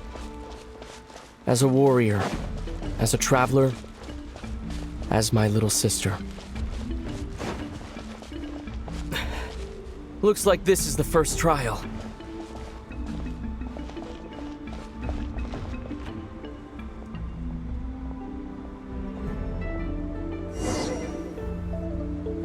Lumine, do you understand how Kuvaki works? How it exacts force through push and pull? Let's see. How about this? I'll temporarily neutralize the Kuvaki on the cliff face and move the platform into the center. Once it's in place, you'll need to utilize the repelling force of Kuvaki to reach the other side. Okay, I'll leave it to you then.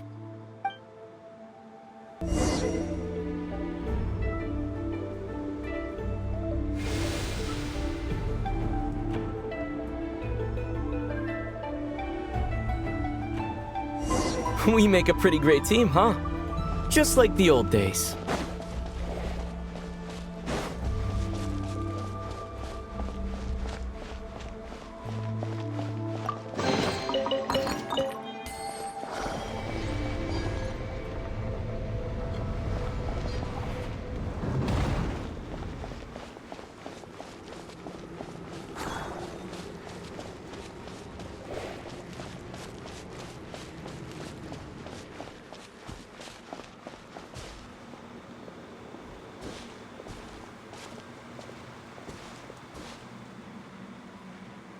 A wide open space.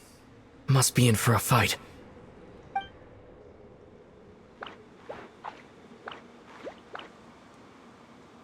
Was that it? What a letdown.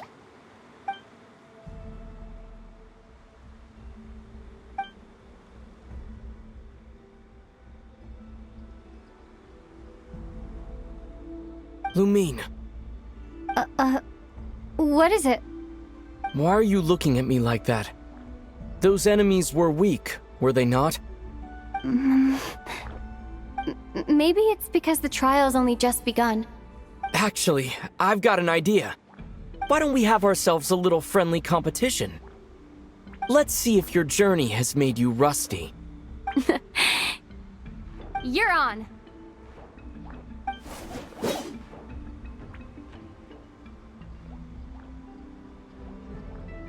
I won't lose to you, Ether.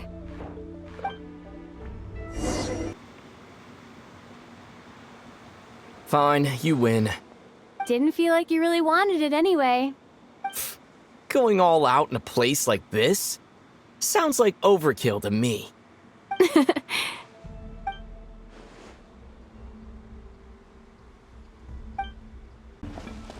Let's keep moving.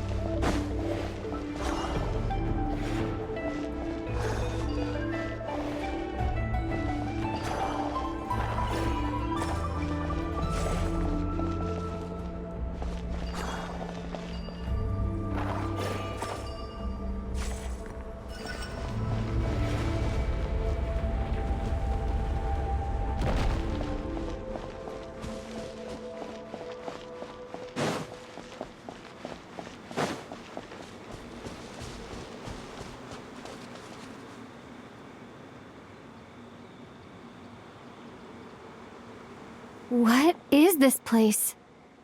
No sign of any monsters. Feels like a ritual site, but something's missing. It's ahead, inside that thing that looks like a mirror. I can feel it. But maybe it's sealed within?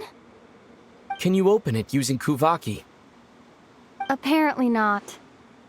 Do you think it might have something to do with the Frost Moon Scion's bloodline? Ether? If this is about strength of blood, what could possibly stop us?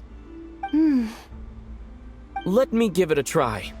Why don't you check around for other clues? Sure.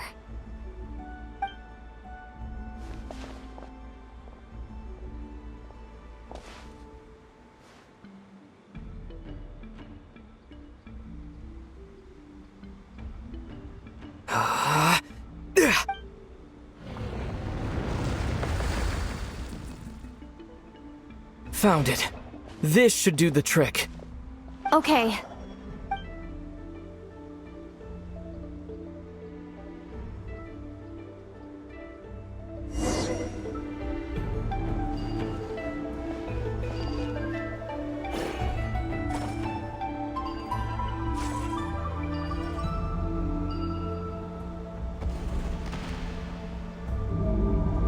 Yep, that got a reaction. That's one down.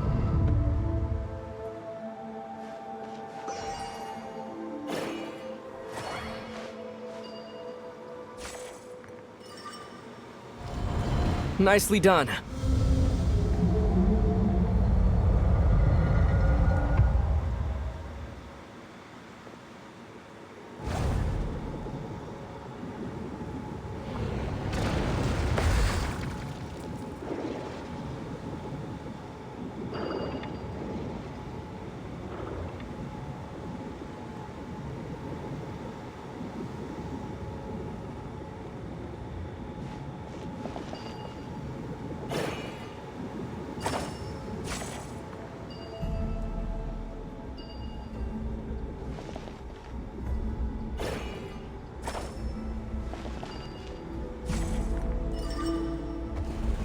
You've got this. One more to go.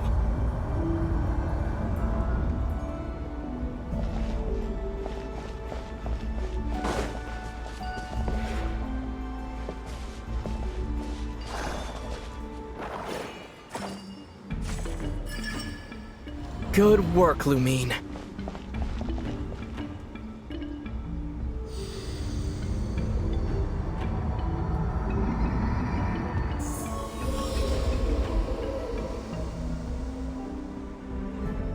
The door's open. Come, we must be close.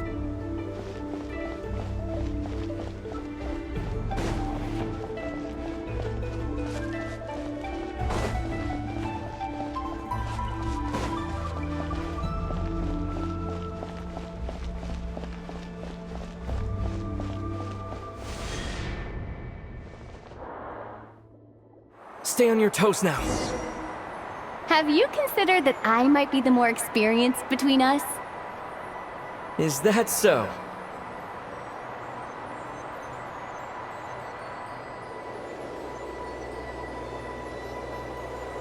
So, will you be heading off again after we're done here? Maybe. Maybe not. Another cryptic response. Don't worry about things that haven't happened yet.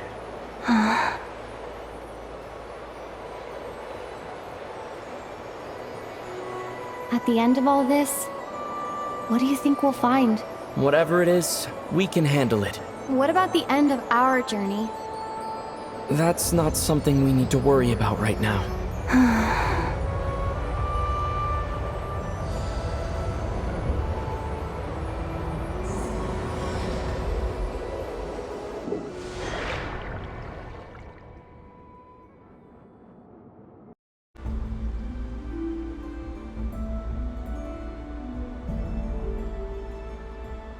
Looks like the final trial is just up ahead.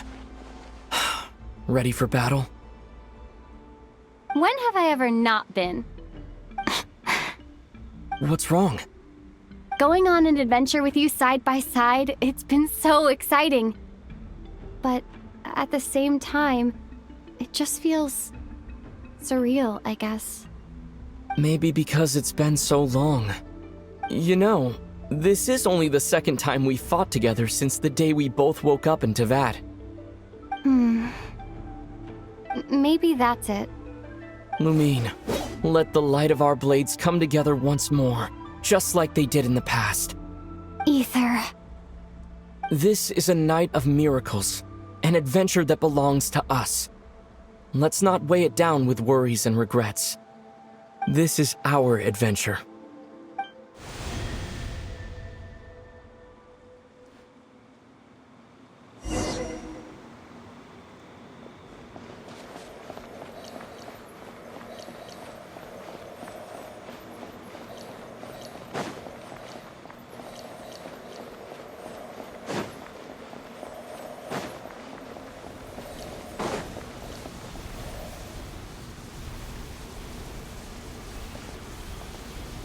Here goes nothing.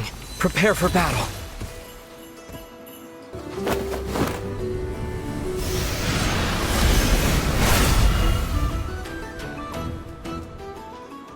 It's over. Nicely done. Flawless execution. Couldn't have pulled it off without your backup. Not too shabby at all. As for what you were saying, yes, I should have come to see you earlier. Or at the very least. Spent more time with me, going on adventures like this? Something like that. Instead of just running off and expecting you to follow my trail. Wait a sec. That's not an official apology, is it? That goes without saying. Come on, time to claim the treasure we came for.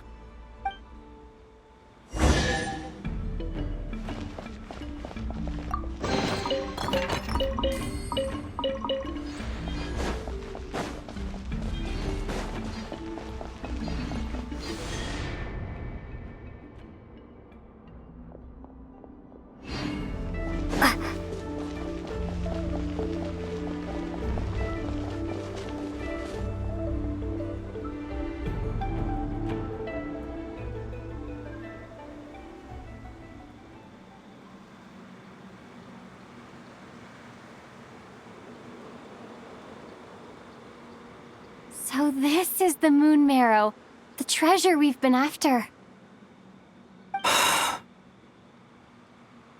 All right, go get it for me, Lumine. It belongs to me.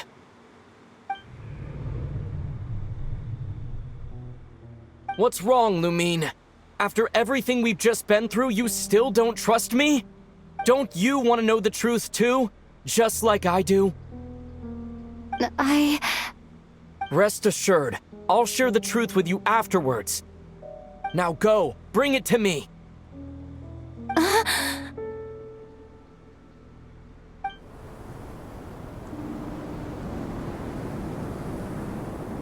What's going on?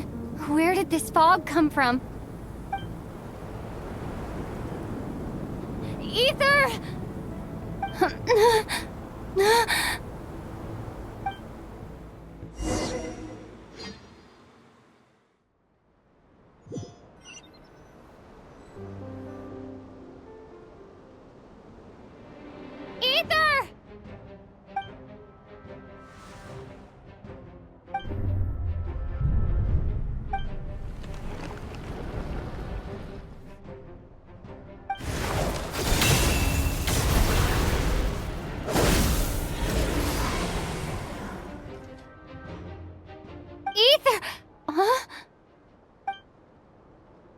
Huh? What are you doing here? Yes, we ran into each other at the flagship this afternoon. I'm honored you still remember. Are you looking for something here?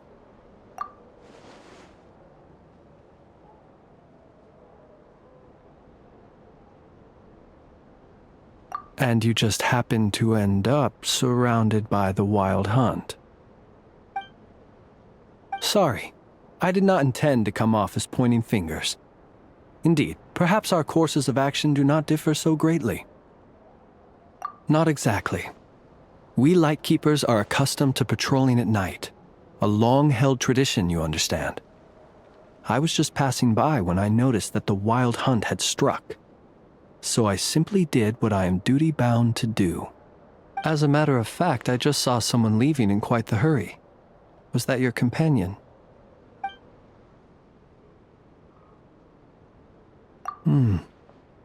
Perhaps I should take my leave now. After all, my patrol isn't over yet. Nod Krai is a dangerous place to be at night. I'd advise that you head back soon as well.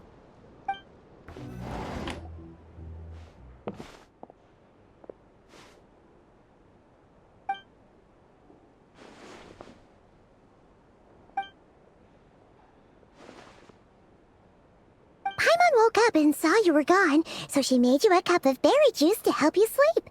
Her own secret recipe. When you get back, drink it up and go get yourself some rest.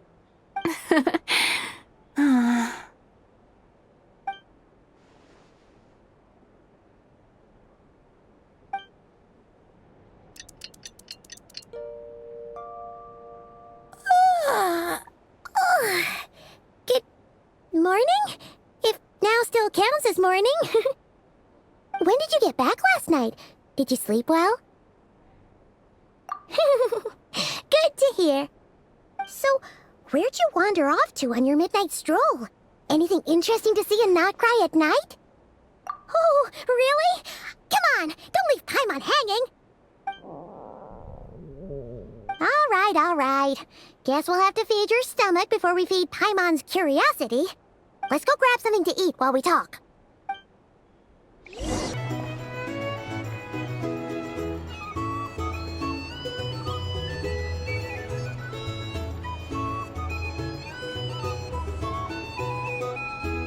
Phew!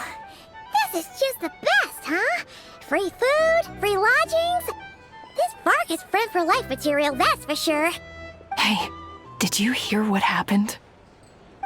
Hear about what? You know, all that commotion over at the Frost Moon Scions.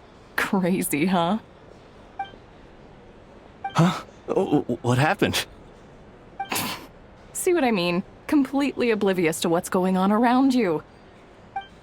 The sacred relic of theirs. It's been stolen. Hey,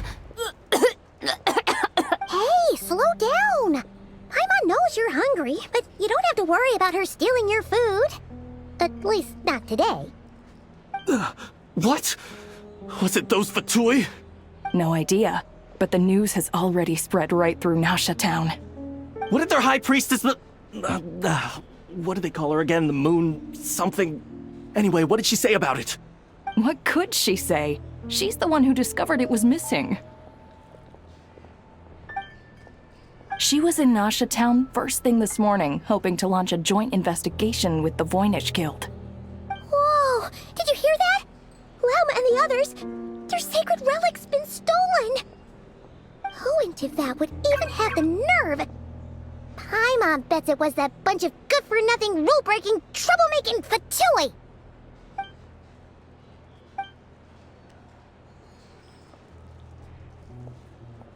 Huh? What's wrong? You feeling okay? A joint investigation? Good luck getting any takers. Unless there's some reward or business opportunity to sweeten the deal. Same thoughts here. So just a few minutes back, she switched gears and headed over to the one place that might actually be able to solve this. The Curatorium of Secrets. You scared, Paimon! What is it? Huh? Okay, just... Hey! Paimon's not a baby, you know. Quit pulling her arm. Sorry to... Huh? There's no one here. But didn't they just say Lauma came this way a few minutes ago?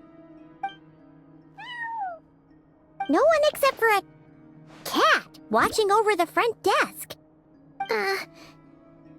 Excuse... Meow? Are we supposed to check in here? No idea what that means. Is this Lauma's personal receptionist or something? Pretty sure she'd be the only person who could actually understand it.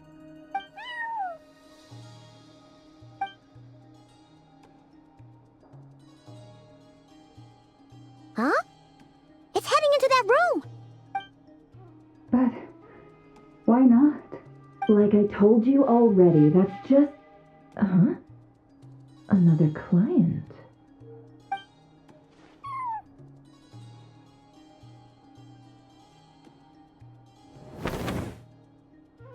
Ah! So, you were in this room the whole time? Something I can do for you? Traveler. Paimon. Oh, you're acquainted then? Yes. They visited Hisi Island yesterday. We had dinner together. Allow me to introduce you. Traveler, Paimon. This is Nefer, boss of the Curatorium of Secrets. Pleasure to meet you. They are travelers who arrived in Nod Krai just yesterday. Greeted by the birds and beasts of this land, they are kind-hearted souls who walk in the moonlight's glow.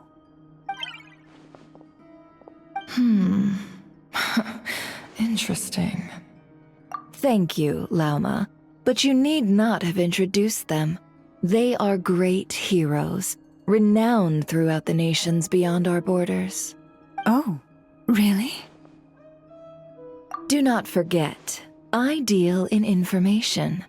Just because most people in Nod Krai pay scant attention to foreign affairs, that does not mean the same goes for the Curatorium of Secrets. They're the heroes everyone was talking about before. The ones who saved Natlan during the Abyss crisis.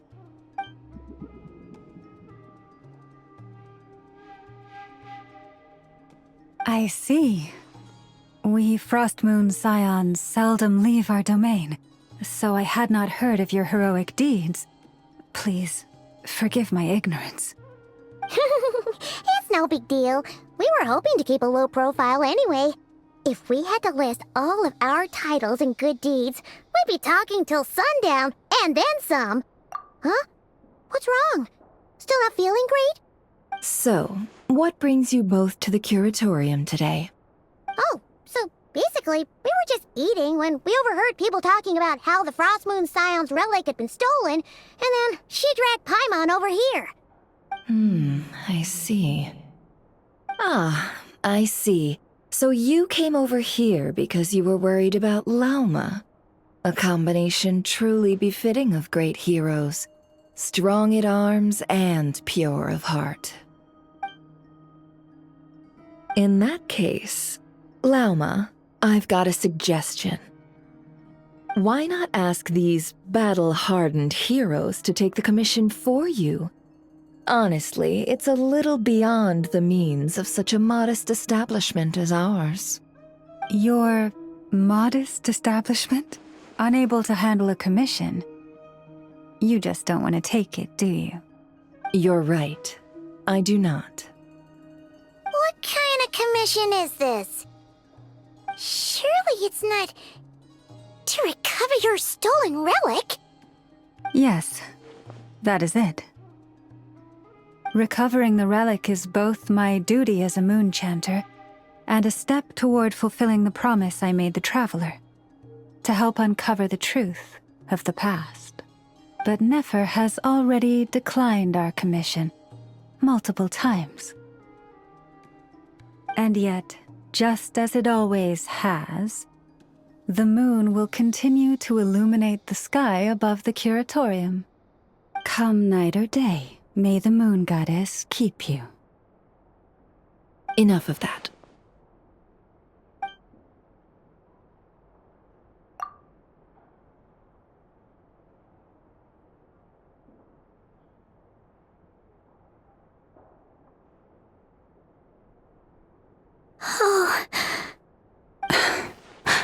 So, according to her, she never came into contact with the relic. So she suspects her brother may have taken it. I understand.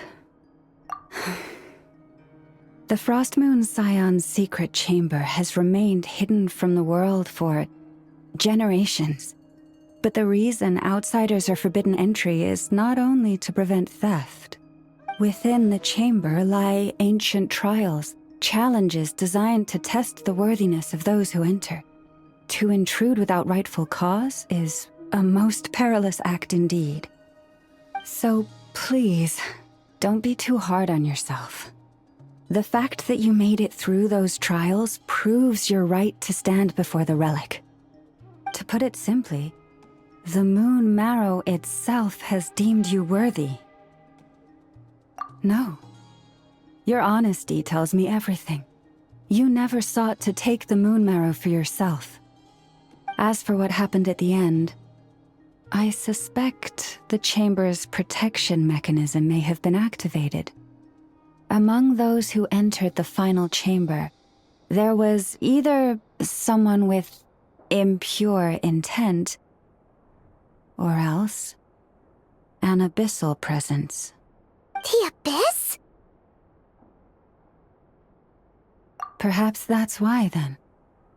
Either way, the moon marrow was taken. And I believe you. So the problem remains the same. I need to recover our relic. See?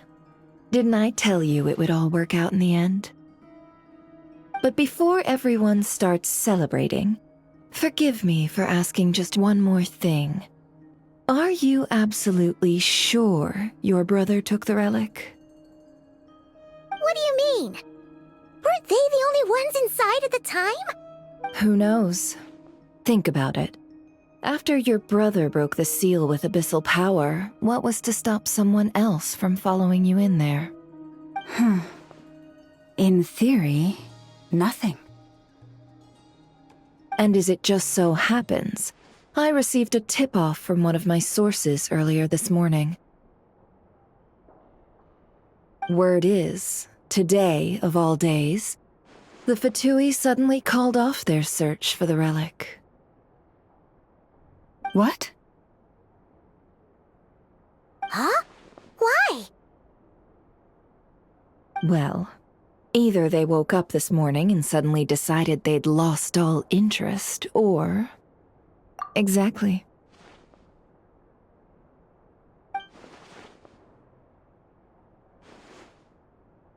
Are you wondering if your brother might be in cahoots with the Fatui? Which is why I asked, are you absolutely sure your brother took the relic? Or to put it another way, do you really know your brother?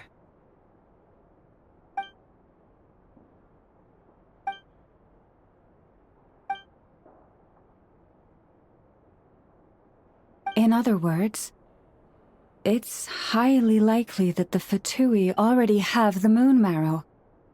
So, basically, all we need to do is find our way into that Fatui research facility, and we should be able to get to the bottom of this, right? Congratulations, you've found your answer. Looks like the curatorium won't need to lift a finger this time. Well, Lauma, there we are. On behalf of our long-standing cooperation and the great hero by your side, I'll waive your consultation fee, but just this once. You're really not planning on helping us? I think I've helped more than enough already. If we're to stand any chance of infiltrating that facility, we'll need the help of a specialist. Just so you don't get the wrong idea, let me make myself crystal clear. The Curatorium of Secrets has always striven to abide by a policy of strict neutrality. We do not take sides with any faction in Nod Krai. I cannot help the leader of the Frostmoon Scions sneak into a Fatui facility. That would make me their enemy. When one of their harbingers asked me to help them infiltrate your territory, I gave them the same answer. No. All right, I understand. But I do have one final request. I promise it's my last. It had better be. No matter who it is, I want you to help us persuade the next person who walks through that door to join us. What is she up to? You're that desperate for help? What if it's a member of the Fatui? It doesn't matter. You're welcome to tell them everything, even about our plans to infiltrate the Experimental Design Bureau. All I'm asking is for you to say one thing, just one thing to help persuade them. If you do that, I promise I won't ask you for anything else. Made up your mind? Fine. Fine, I'll play along with your little game. Besides, as long as I'm not personally involved, no one can accuse us of taking sides. Boss, I'm back!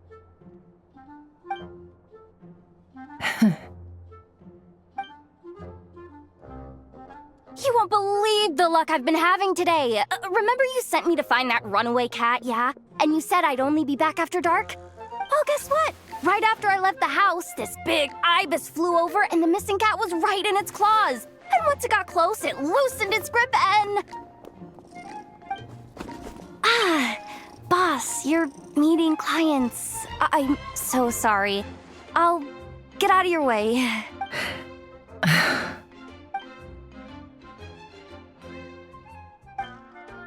Yehoda, dear, come here. Huh? Me? Is something the matter? Oh, hi there. My dear Yehoda, I have a request. Yikes! Why does the boss sound so scary? Did I do something wrong? Would you be so kind as to accompany these 3 delightful clients of ours and help them infiltrate the Fatui's Kuvaki Experimental Design Bureau? What is going on here?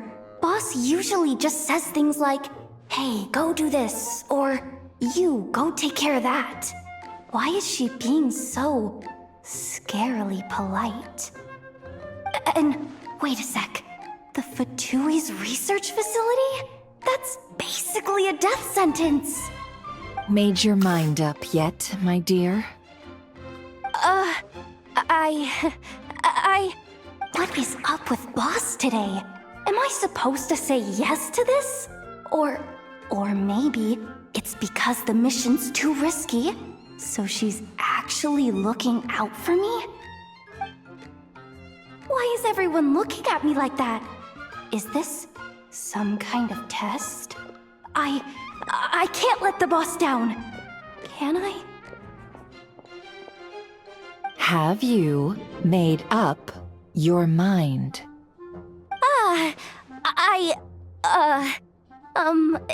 That's... Sure, why not? Really? You really don't mind helping us? Huh? Oh, yes. I mean, no. Of course, I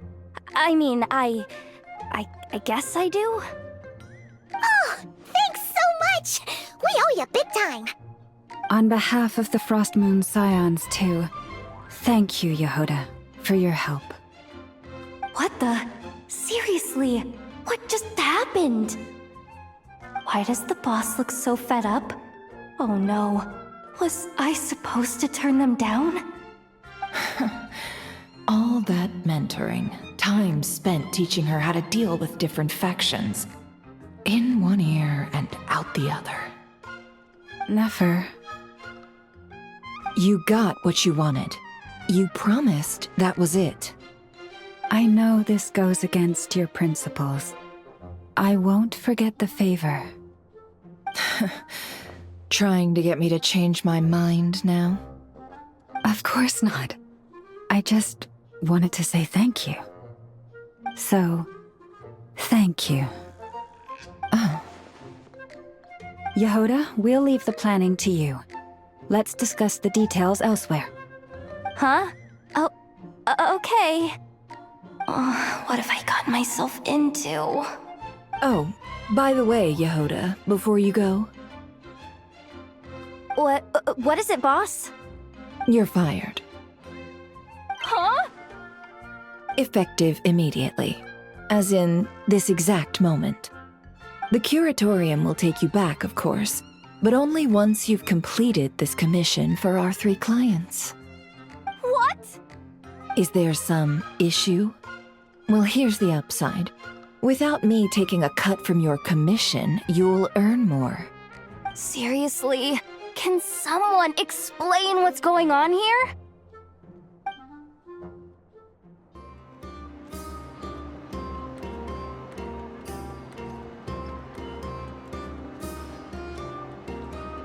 Are we sure Yehoda's alright? She looked totally crushed just now. She'll be fine, she's just in shock. But one thing's for sure, the curatorium's professional standards are beyond question. The fact that she only requested 1 day to prepare says it all. As an apology, I'll ask my animal friends to help her out more often in the future. Also, thank you for being honest with me. It means a lot. Was it really, though? As far as I see it, trusting your family is never wrong. In this case, let's call it a misjudgment. But the truth is, we all make mistakes every now and then. What matters is how we deal with the consequences. So, in return for your sincerity, there's something I'd like to share with the 2 of you as well. Oh? What is it? Perhaps it is something best said under the moon's gentle light. Would the 2 of you meet me on Hisi Island tonight? Oh, it does sound important. You're right, there's too many people here. Somewhere quieter makes a lot more sense. Thank you both for understanding. Then let us meet beneath the moonlight.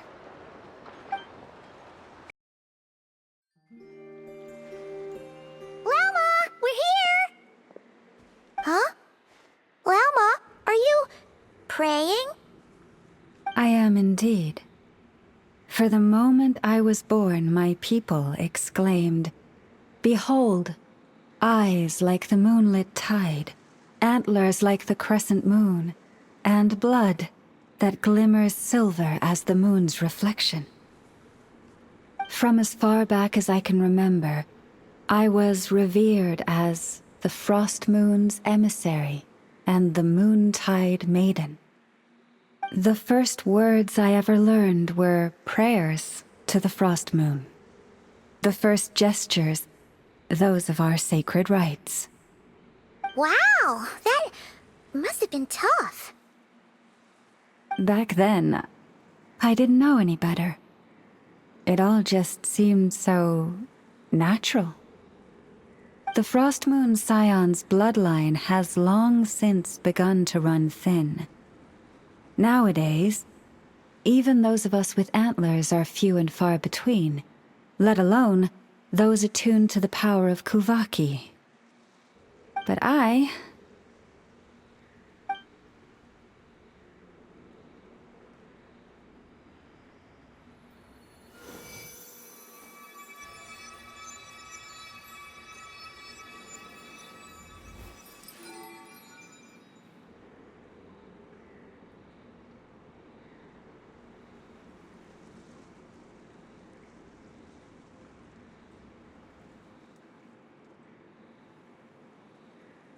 Whoa! Your antlers are so pretty. They say it's an extraordinarily rare condition. Once in a century, if that. I am unusually sensitive to the moonlight, as well as to the Kuvaki's ebb and flow. As a child, I could barely sleep because of it. Oh no! It was that serious? To others, fluctuations in Kuvaki are something you easily get used to, like a gentle tide lapping away at the shore. But to me, that same tide is a towering tsunami, a surging swell crashing against me. Of course, as the years went by, I learned how to suppress my senses and my power, enough to keep it all from overwhelming me. But because of that, I also had to walk the path of concealment. Concealment? From the moment I was first taught to pray, my kin would point up to the night sky telling me, that Lauma is the frost moon, the last of the moons, the sole surviving truth. But I would ask them in response, why? Why can't I feel anything from it at all? Later, I came to understand that they simply could not tell where the real tide was coming from. They couldn't sense it. The true moon beyond the sky's veil.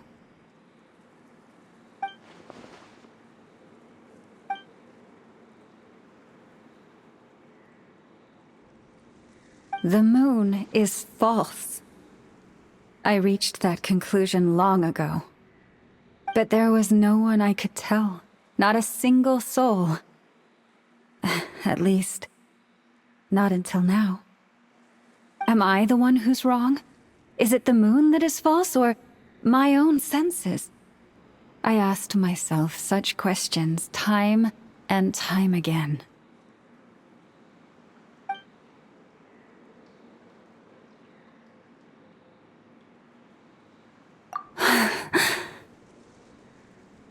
Thank you. When you called yourself a descender, I had a feeling you might be able to confirm what I had always suspected. And now that you have, it's exactly as I imagined. I feel relieved. Oh, Paimon kinda gets why you couldn't tell anyone now. It's not easy to change people's minds on something they've believed for hundreds of years. That's what I meant by concealment. I knew too much, so I had no choice but to keep my people in the dark. Every prayer I offer feels like a lie to keep myself going.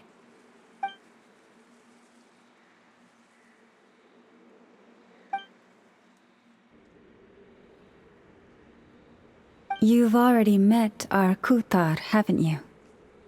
Huh? When was that?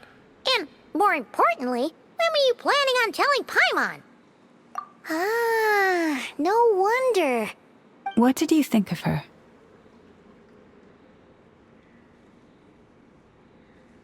What exactly do you mean by up in the clouds? I understand what you mean. She is quite indifferent to the world outside herself. But I find it hard to hold that against her. Yes, it was shortly after the fall of the ancient moon's remnants. I asked her what the Frost Moon Scions meant to her, and why she left in the first place. Yeah? So, why did she? Perhaps it's better if you ask her yourselves. Things tend to get lost in translation when you speak on someone's behalf. What I can say for certain is this. Even when I had no one to confide in, I still had a family. I still had the Frost Moon Scions. But that girl, born beneath the moonlight, perhaps she's never felt she had either. The truth is, though, she might have had it all.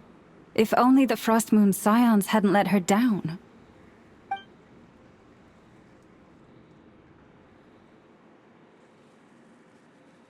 The Frost Moon Scions now walk a path of error. They offer their prayers to a false moon, and to a goddess who can no longer answer them. I want to change all that. But with the Fatui closing in on us day by day, the Frostmoon Scions must stand united, now more than ever.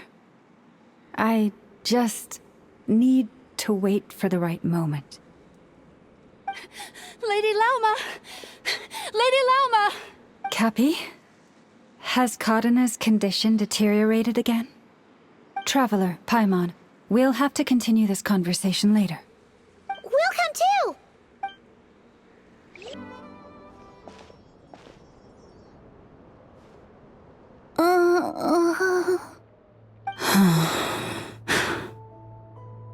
Why? Did I do something wrong? I've been praying to the moon goddess every day. Why isn't she getting any better?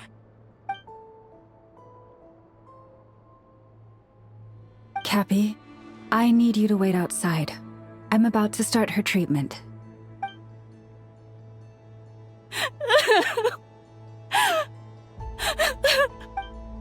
Is there anything we can do to help? Just don't be alarmed by what you're about to see. And please, don't let her mother see it.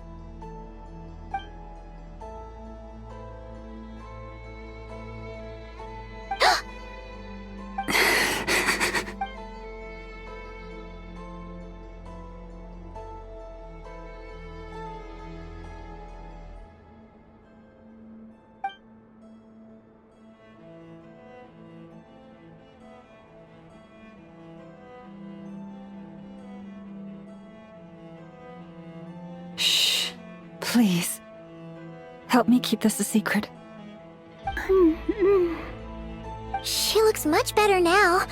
But, Lauma, was that?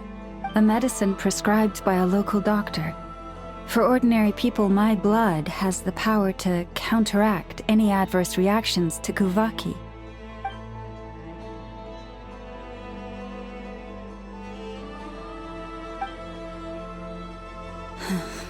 So, now you know another of my little secrets.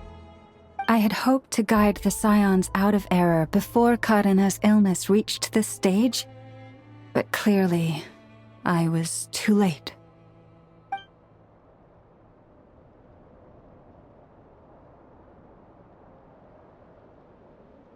My life is as hidden from sight as the far side of the moon. Yet people only look to the bright side for guidance. If the day ever came when the two sides were reversed, could they truly accept it?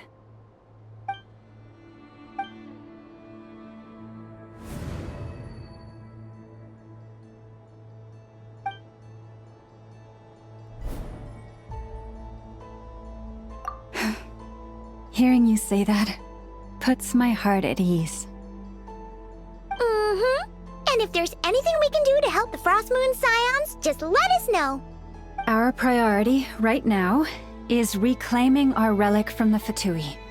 But I now understand that the day I will tell everyone the truth is no longer far off.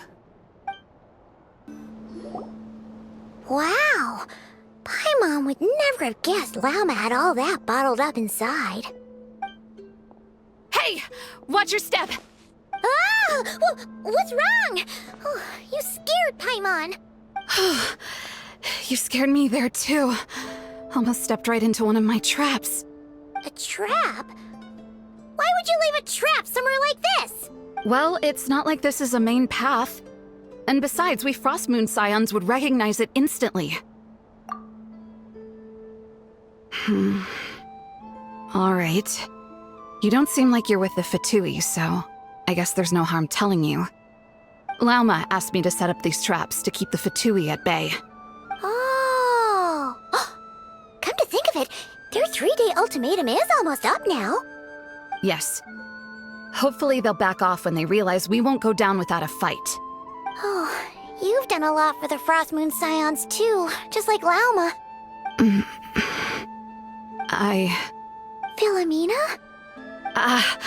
It's nothing. I was just wondering if any of this is really worth it. What do you mean? Our people. So many are stubborn, stuck in their ways. clinging to a truth they refuse to even question. Do they really deserve everything Lama's doing for them? Well, yes, but even so, no. I shouldn't be saying this. Just forget it, okay? Bye. Huh? Why did I say all that? Or really, why am I still doing any of this? Either way, this will be my final night with the Frost Moon Scions. Wow, she sure took off fast. So, are we heading back to the flagship for a break, or what? Wait, you're not thinking of visiting that damsel light up in Cloud Cuckoo Land, are you? Huh, given who she is, pushing her won't get us anywhere. Hey, why don't we... Let's bring her something tasty! If she doesn't want to talk, we'll have to win her over with food. Hey, no harm in trying. At the very least, it shows we're trying to be friendly. Let's see. How about Ineffa's 9.12 out of 10 berries and fried meat, the Frost Moon Scion's boon of the day, and one of your signature dishes? Your choice. Should be a good mix of meat and veggies. There's bound to be something she likes.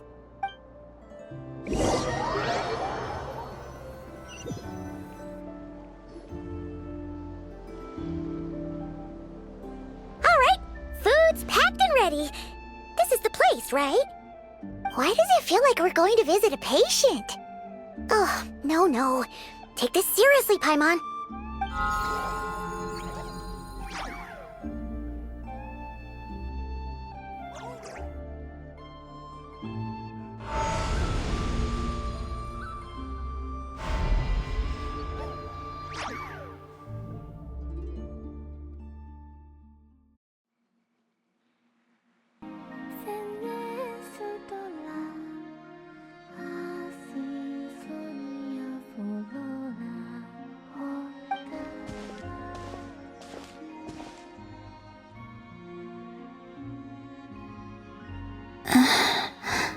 Remind me, who are you again? A different one floats by your side today. A different one? What's that even supposed to mean? Ugh, there goes Paimon's perfect conversation starter. Hi there! Paimon is Paimon, and this is the Traveler.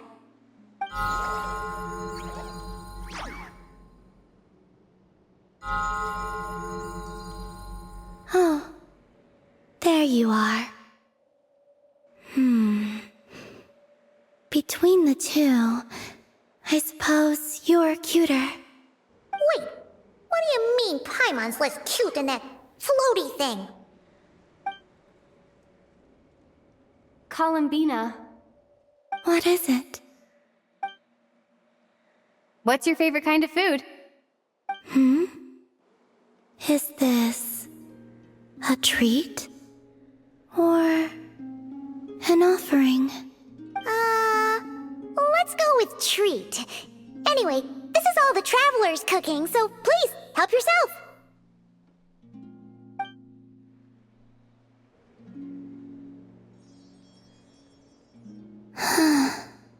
Oh, that wasn't exactly a yes, but she didn't turn it down either. What could she be thinking?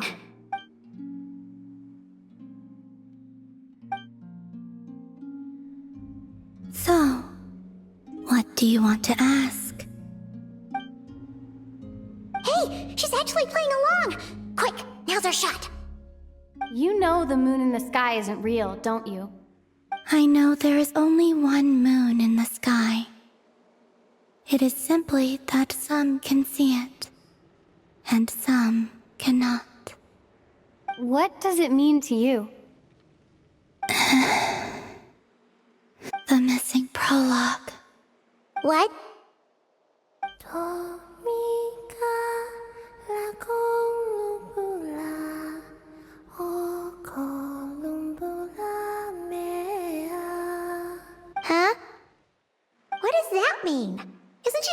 explain herself?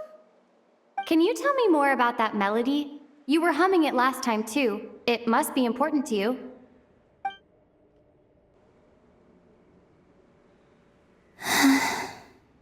It is all I remember from the moment of my birth. A melody. A few lines of lyrics. Like a lullaby from a foggy dream. Oh, so who was singing it? I do not know. I have nothing else. Just that song. Huh? And the Frost Moon Scions who found me. They had nothing either, but hope. Before I even knew what was happening, they were already calling me their goddess. And I had no reason to decline. Like two lost infants unknowingly exchanged, I adopted their faith, and in return, they adopted me. But my adoption drops you into the story halfway through. What came before was scribbled onto the wrong pages, never even bound into the book. That sense of something missing only served to nurture their greed and doubt. And thus, I came to realize that this place was never truly my home. Greed and doubt? Oh, Moon Goddess, forge weapons for us, drive out our enemies, and expand our lands. Oh, Moon Goddess, heal our wounds, ease our suffering, grant us strength. They asked for everything, and I obliged. Until the day came when no answer could be given. If mortals can turn to the gods when they are powerless, then who do the gods turn to when they have nothing left to give? You've got Paimon there. In those days, the Frost Moon Scions cared more for faith than for truth. Reality rewrote the sky in words I could not understand. I did not want to read a tampered version, so I simply stopped looking. The real beginning of my story lies up there, on the moon, forever beyond my reach. Like a message carved for blind hands, sealed away where no fingers can find it. Huh. So that's how it is.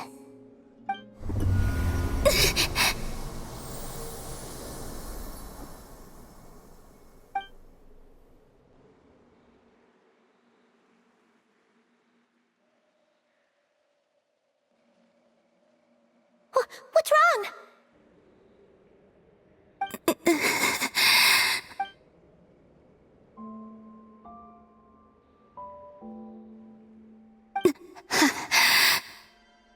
You should go. What, now? But you really don't look well. Did something just happen? Is there anything we can do to help? No. Aside from answers, I have nothing else to give you in return. This is the price of running away from home a second time. Running away from home?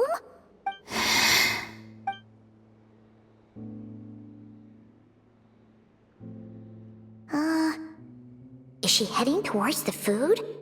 Did all of Paimon's questions make her hungry? Do you still have many questions? I know I should offer more in return for your kindness, but I'm feeling a little worn out.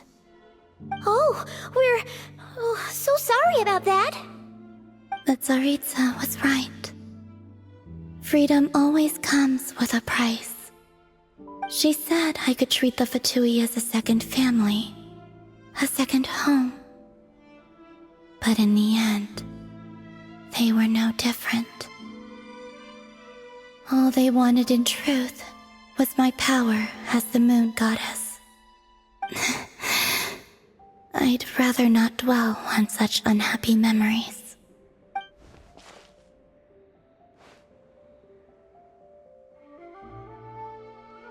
I have fulfilled my promise to the Tsaritsa, though it has used up much of my power. So you see, this has nothing to do with betrayal. So, you're just staying here for now, resting and recovering your strength? Yes. What about these flowers? They have grown in Nod Krai for many generations. They're highly sensitive to the ebb and flow of Kuvaki.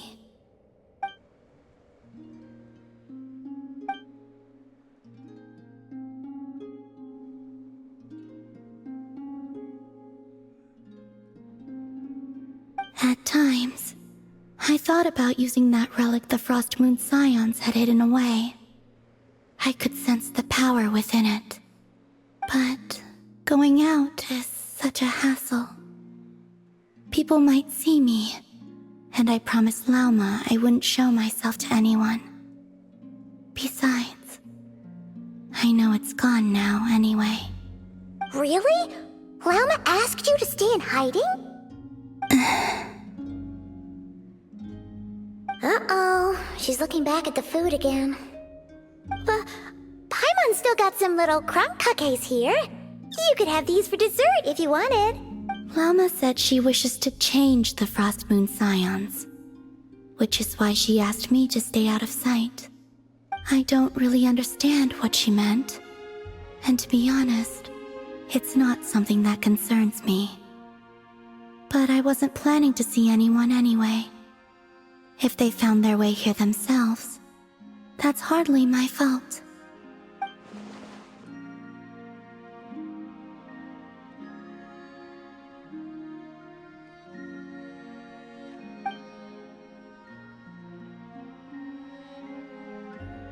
Lauma, the Maiden of the Grove. She is quite unlike any Frost Moon Scion I have ever met before. After hearing my story, she actually apologized for how the Frost Moon Scions treated me back then. She told us she feels like she's been living on the far side of the moon. Is that so? I actually got the opposite impression. She's been keeping her true power hidden away, afraid that people might be dazzled by its brilliance, and that they'd no longer be willing to look her way.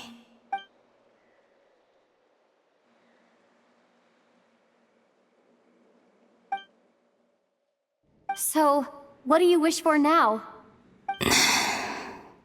I wish to return to the moon, to the home where my story is written. Right now, that is all I wish for.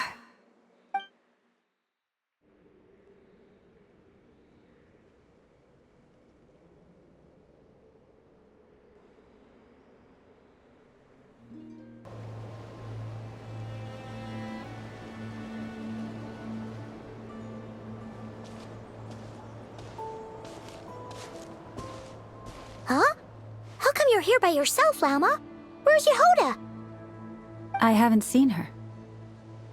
Seriously? Don't tell Paimon she's ditched us on our first mission together. I don't believe so. Nefer and I have our differences, but that shouldn't interfere with our shared objective. Recovering the relic is my duty. But as far as she's concerned, there's plenty to gain here too.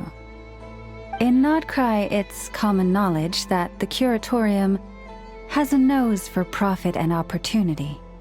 The same way aphids flit from flower to flower in a never-ending quest to make honey. Huh. Sounds like you know her pretty well.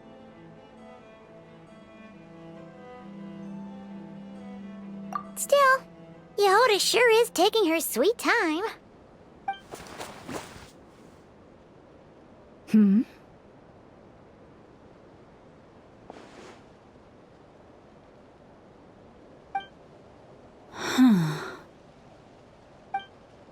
I believe we may have misjudged and underestimated Miss Yehoda. Huh? What do you mean? As a former employee of the Curatorium, I'm confident that she possesses both professionalism and integrity in ample measure. Huh?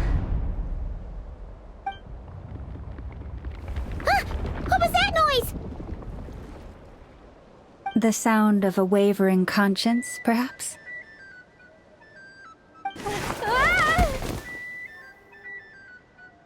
Whoa! Something just fell down! Hello, everybody! What kind of an entrance is that? Wait a second. Have you been hiding nearby this whole time? Yeah. I was just, scouting things out from up high. Darn it. How did Jane Doe even notice me up there?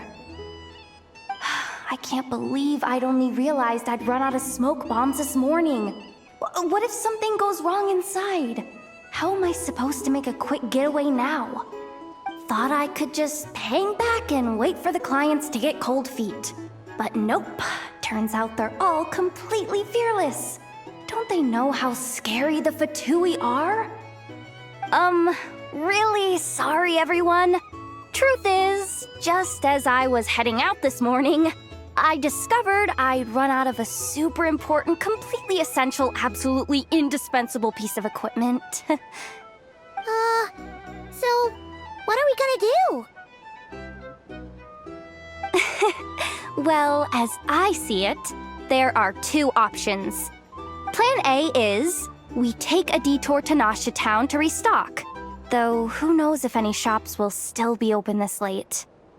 Plan B is we call it quits right here, disband the team, and I'll go home. My place is only like a 10-minute walk from here, so... Personally, I vote Plan B. Bada bing, bada boom! Maximum efficiency, minimal effort. Don't try to solve your problems by running away.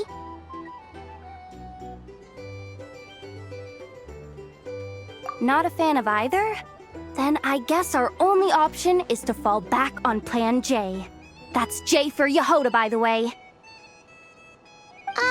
Why didn't you just tell us that was an option in the first place? Come on, that would have totally ruined the surprise. Boss pulls this trick all the time, and it's always the clueless ones who end up praising her to the skies. Feels like you just threw shade at a whole lot of people. I have faith in your professionalism, Yehoda. You don't need those flashy tricks. Your abilities alone are more than enough to earn our respect. Huh. This Jane Doe sure has an eye for talent. Speaking of which, maybe it's time I started calling her something nicer? You really mean that, Jane? Laumado? I do. I'll tell you what, it's not every day you get to work alongside such considerate clients. I have a feeling we're gonna make a great team. Plan J is this.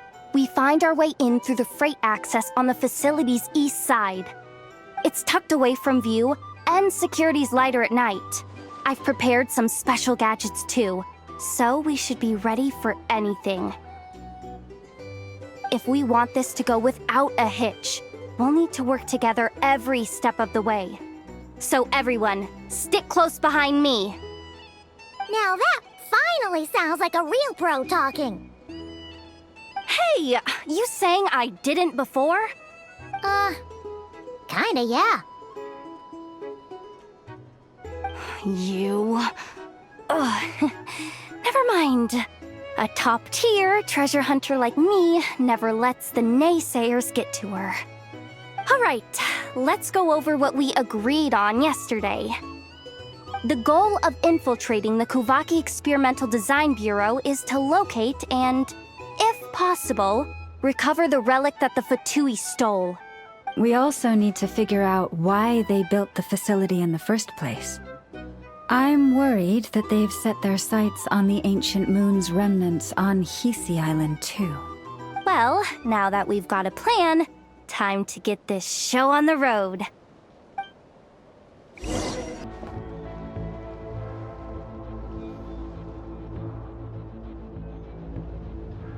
Just as I thought. There's a gate controlling access from the outside. Good thing I brought this keycard, huh? Well, technically, I stole it. But no need to tell them that, right? Blame that chump who thought it was a good idea to get wasted at the flagship during work hours. Ooh! Is it top-level clearance? Of course, that goes without saying. Let me read it out loud for you. Fatui Experimental Design Bureau number 183574, maximum clearance, maintenance intern. That doesn't sound very top-level to Paimon. Never underestimate interns. Even the most legendary of thieves started out as rookie pickpockets, you know? Besides, if it wasn't for this person's selfless generosity, we wouldn't be able to just waltz in like this, would we? Feels like you're trying really hard to change the subject. Allow me to teach you the first rule of treasure hunting. First and foremost, use every resource at your disposal.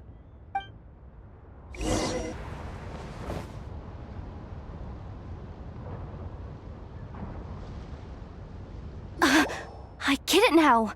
It's like a pair of light bulbs just lit up in my head. What did you just get?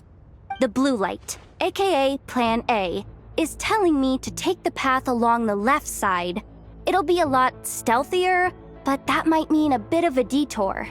The red light, aka Plan B, is saying, just charge straight in. But that'll mean dealing with, like, a dozen sentry bots already powering up. Although, I might be able to switch them to training mode. Their attacks will be weaker, but we'll still be in for a fight. Can't you just put them in sleep mode? Hey, I told you, I'm just a maintenance intern. Give the new recruits some time and space to blossom, will ya? We're still pretty close to the entrance. Surely they'll call the whole thing off once they see what these bots can do. Anyway, I say we go with Plan B. Either way, I won't be doing any of the fighting, so the shorter route sounds good to me. If we can avoid fighting at this stage, we should. Plan J is to call it a night so we can all make it back to bed before sunrise. After all, the deeper we go, the more dangerous this is gonna get. So we might as well give up while we still can. Well, all right then. Just don't forget, whatever you do, don't let those recon bots spot you. Let's see. No kidding. Enough told me about something like this before.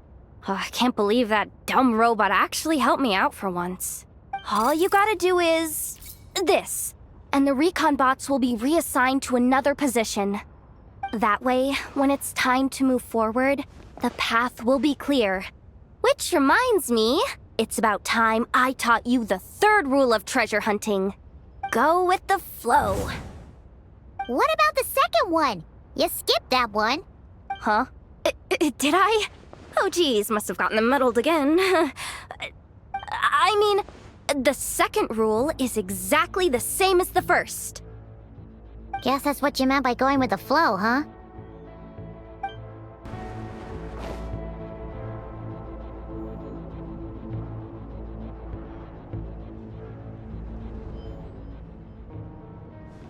Shh! There's someone up ahead! Has the lockdown been initiated? Move it, soldier! The cargo has already been transferred. The lockdown procedure is complete, Commander. That sector is now fully sealed. The night shift. Just our luck. Don't they usually handle deliveries during the daytime? There's not supposed to be anyone here. We've come this far already, and they're really trying their best. If I suggest backing out again, it's not gonna look good. Come on, brain. Think!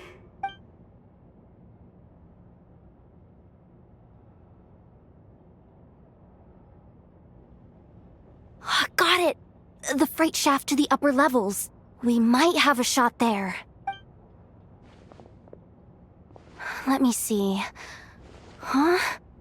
The recon bot in the middle's not responding? A double lock failsafe? We've been outfoxed. Stay calm. Stay calm. One step at a time. Let's just find a way across first. What do we do now? There are guards here, too. Don't worry. Bots are way easier to deal with than people. At least their behavior is predictable. First, let's find a safe spot to land. Good. That spot shouldn't draw their attention. Let's go. Let me just try something. Maybe I can use the terminal to command them to move out of our way.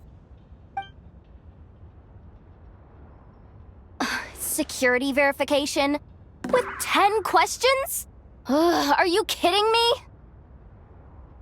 You really trust me that much? Fine. I'll do my best. But just to be clear, if I can't answer a question, I'm backing straight out of the terminal. No way I'm risking triggering any sort of alarm. Come on, Yehoda. You can't give up now. Question 1. What is our motto? Oh, I know this one.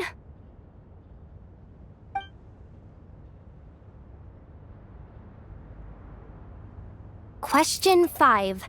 The name of the harbinger in charge of this facility. Let's go with, Sandrone.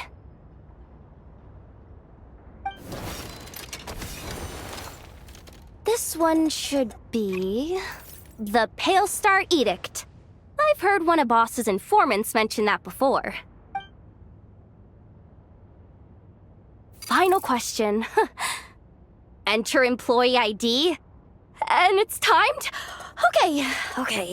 183574. Confirm.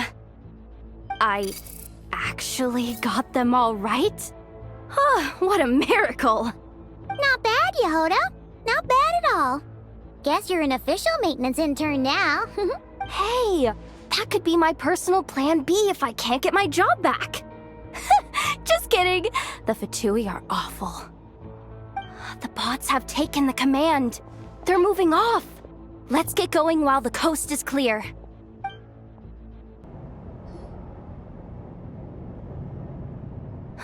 Didn't think they'd even cut off the supply of Kuvaki.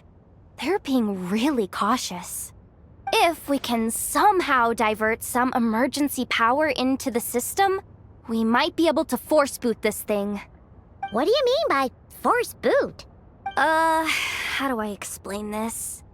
It's like dumping a whole bucket of water into an empty pool so that the little ducky gets to swim around again. You should probably just ask Aino instead. So, we just need to find that bucket of water, right? Paimon thought your explanation was great. Kinda adorable. In a childish sort of way. Hey, you could have just skipped that last part. Here, bucket, bucket, bucket. Where are you hiding? Judging from the concentration of Kuvaki, over there. Wow, you can sense that, Laumado? That's incredible.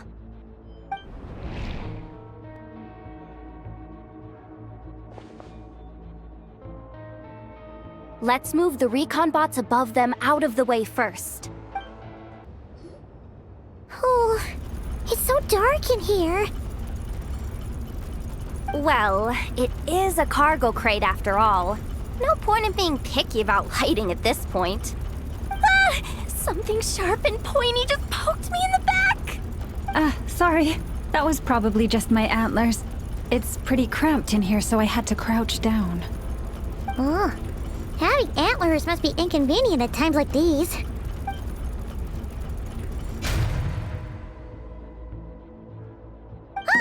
What's going on? Don't tell me something's gone wrong already. Looks like there was only enough juice in the emergency power supply to lift us this far up. Ugh. Awkward. Am I gonna get docked for this? Based on the boss's policy of docking pay for every screw-up, No, wait a sec. I've already been fired. Doesn't look like it's moving again anytime soon. I think we can get through if we follow the ventilation duct along the outer wall. The entrance has gotta be somewhere. Don't worry, this was totally part of the plan.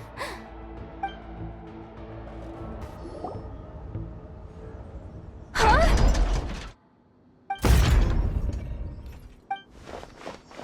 Yehoda? How'd you end up outside? Looks like she slipped out at the very last second, just before the gate shut. Impressive reflexes, I must say.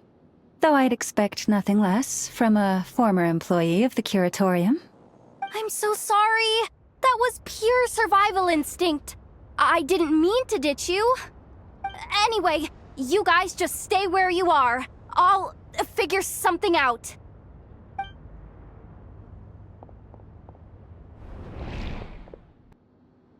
Hey, there's a terminal nearby. Hang tight! Can you hear me now? The duct security protocol has been triggered. The gate must have dropped when it detected a living presence. Wait, so we're trapped in here? I'm checking what I can do from this end. Watch out for the laser up ahead. What laser?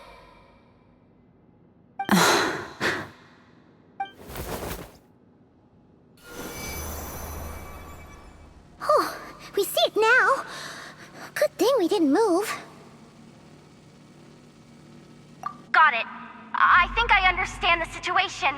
Hang in there. Just one moment.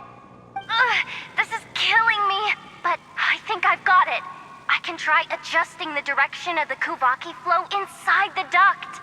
If I've got this right, you might just be able to dodge the lasers by utilizing the Kuvaki's pull in reverse. Oh, Paimon thinks she gets what you mean.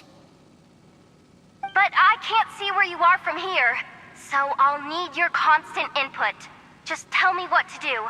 I'll follow your lead. Oh, we made it to the other side. And all thanks to Yehoda. Well, but the gate hasn't opened. How's she gonna meet up with us? Yehoda! No irregularities detected in the duct. Confirm. Confirm. Confirm. Just confirm the command already, you useless excuse for a terminal. You piece of robo-junk, you mindless pile of scrap! What the? Insufficient clearance? Of course, I don't have the clearance! You oversized... Ow! Go with the flow, Yehoda. Go with the flow. If the others make progress, that's great. But you can't bank on it. You've never been one to depend on others. So it's about time you stepped up to the challenge. Deep breaths. Stay calm. My priority right now is getting my hands on a high-level access card. That way, I can override the security protocol. Senior maintenance staff. Only they can access the core sector. But hey, there's always someone careless enough to hide a spare key under the flower pot by the door. Which means there's a good chance there's a duplicate lying around somewhere in the control room. Even if I can't get into the control room myself, doesn't mean I can't rely on some external help. If I can take control of one of those guard bots, maybe I can use it to search for the access card. This is crazy, Yehoda! You're all alone. You've got nothing. And yet, you're charging ahead like fear's a foreign concept. Maybe that's exactly why. 'Cause I've got nothing left to lose! Confirm! Am I a genius?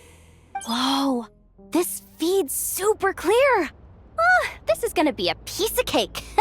Wait a second. This thing's not a guard bot. It's a janitor bot. Let me see.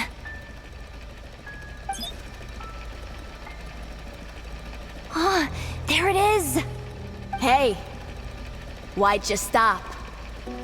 You haven't finished sweeping that corner. But, I can see the card from here. Guess I have no choice but to swallow my pride and stay in character for now. But will Yehoda be okay? Paimon? She said she'd use every resource at her disposal, so let's have some faith in her abilities. Besides, when it comes to surviving in Nod Krai, she probably knows more than any of us. So, they really do believe in me. But how long are we gonna have to stay here?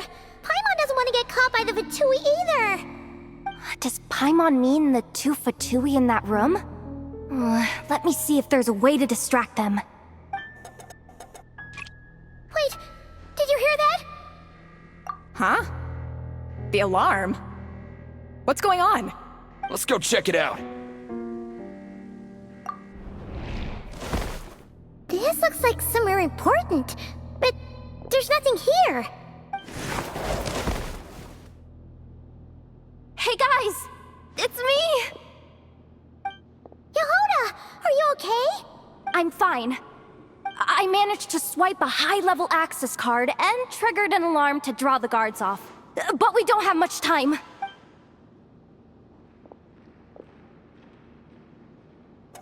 Alright, looks like we can control the elevator. Come on, hop in. Let's take it further down.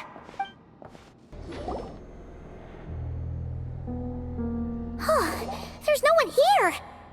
That's good news for us. Let's head inside. Looks like a rest area for the Fatui's Aprishniki. Huh? The terminal's still on?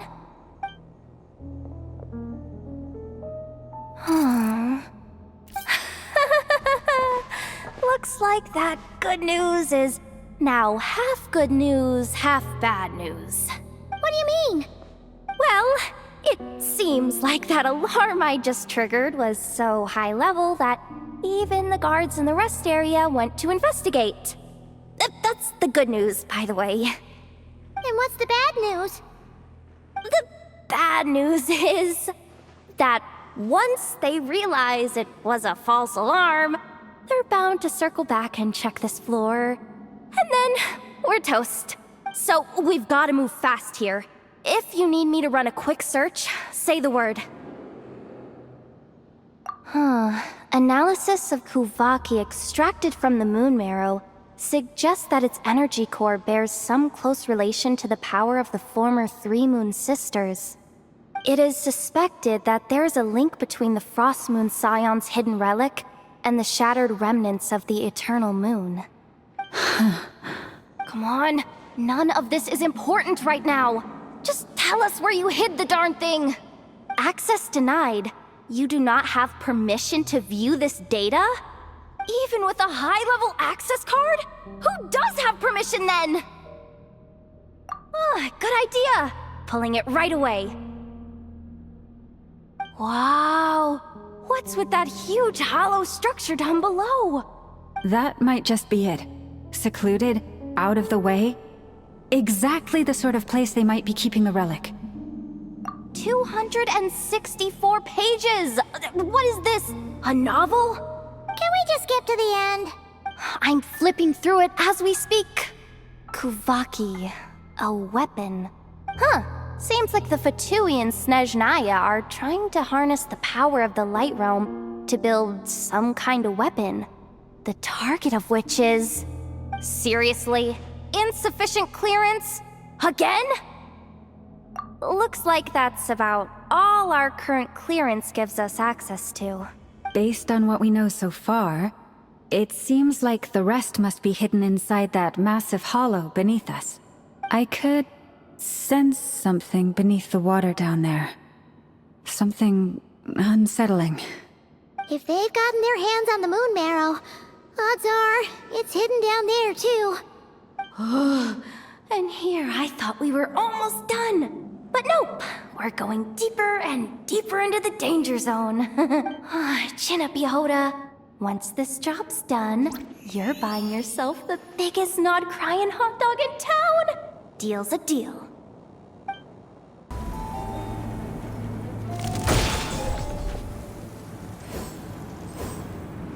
It's finally down.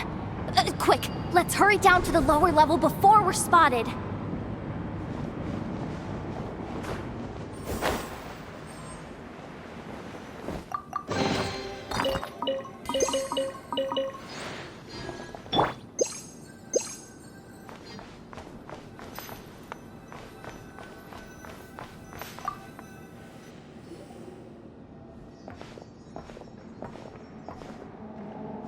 That switch looks suspiciously obvious. No way I'm pulling that. But you guys, go ahead. Hey, you spotted it first. Shouldn't you be the one to pull it? Not a chance. I'm just the guide, remember? At most, I'll help you look for an escape route. They don't seriously think pulling this thing's gonna lead to treasure, do they? I'd be amazed if it doesn't set off an alarm. Besides, I didn't even bring my smoke bombs. Which reminds me of the actual second rule of treasure hunting. Better safe than sorry.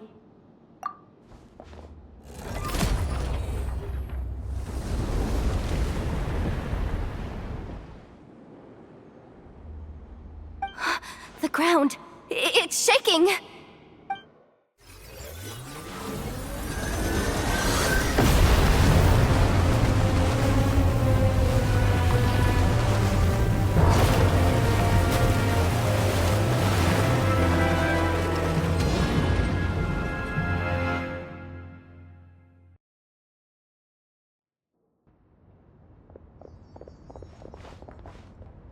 Wait, did the surface of the water open up?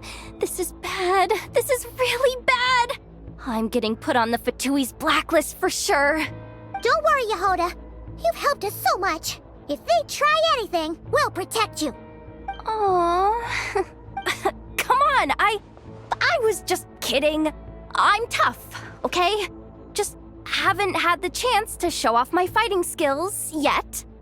Me, afraid of the Fatui? Ugh, not a chance. I suspect the relic is hidden down below. Yehoda, your commission ends here. I am truly grateful for everything you've done for us. You don't need to put yourself in any further danger. I'm coming with you. This has nothing to do with the commission or the danger or whatever. This has already gotten way out of hand, so I'm coming too. End of story. Ah, she's blushing. Hey, zip it. Why'd you keep staring? You looking for a knuckle sandwich or what? Come on, move it already.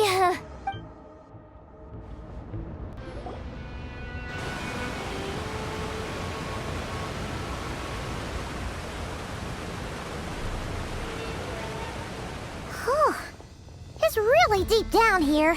What is this place?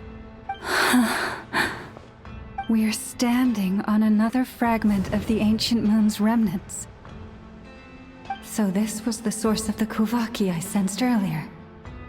Wait, what? So the Fatui had it hidden underwater this whole time? This gigantic thing?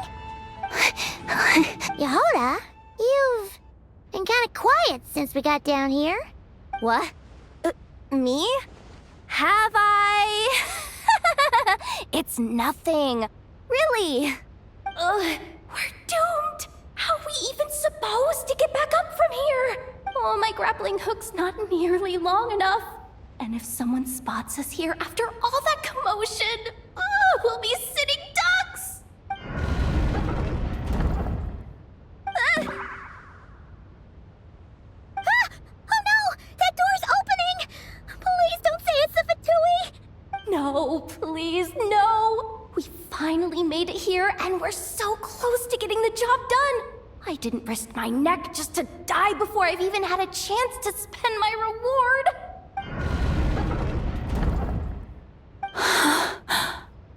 What happened? Why did the underwater barrier open? How could this be? Huh? Lauma? And... you guys...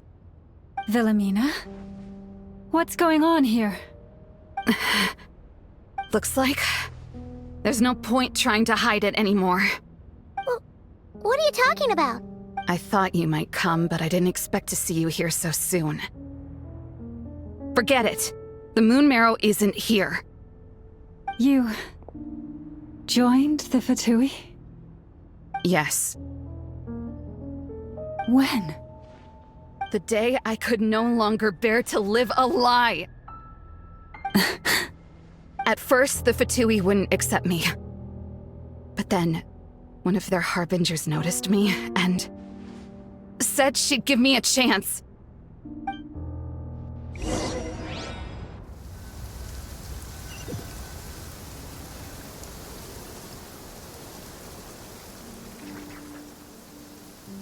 Ugh. Lost them again. That harbinger told me to follow the blonde traveler who might visit the Frostmoon Scions.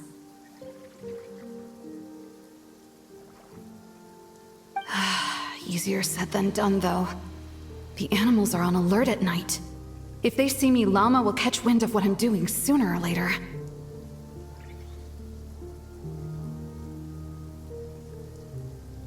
Am I really doing the right thing?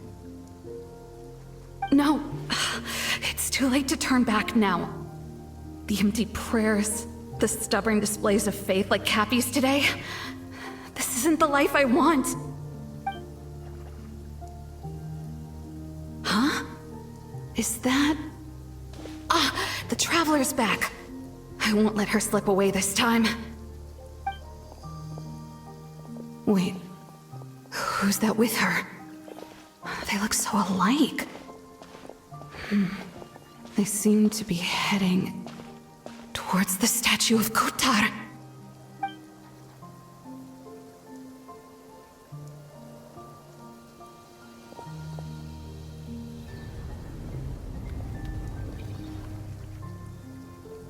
They've opened the secret chamber? But wasn't it meant to be sealed? Wait a second. The Moon Marrow! Surely they're not after the Moon Marrow. I'd better go report this straight to... Hold on. If they do actually make it to the final room, then maybe I'll be able to get my hands on the relic. The one thing the Fatui have been after this whole time.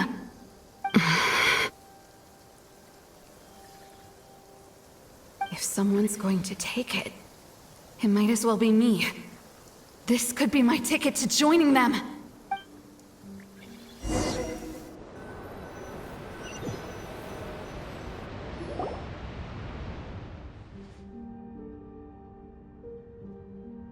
Yes.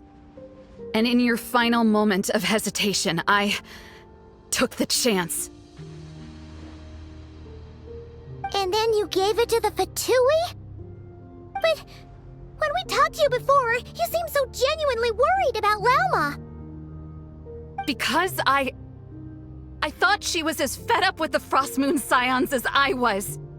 We grew up together, Llama. I know you were chosen to be the next Moon Chanter when you were just a child. They never gave you a choice in that. I saw the look in your eyes when you were treating that child. That sense of helplessness. Surely you too must see that this blind, inherited faith of ours is simply holding us back. If our prayers are never answered, then why keep praying? Do they really deserve all of your devotion? Or are you trapped by the responsibilities they imposed on you?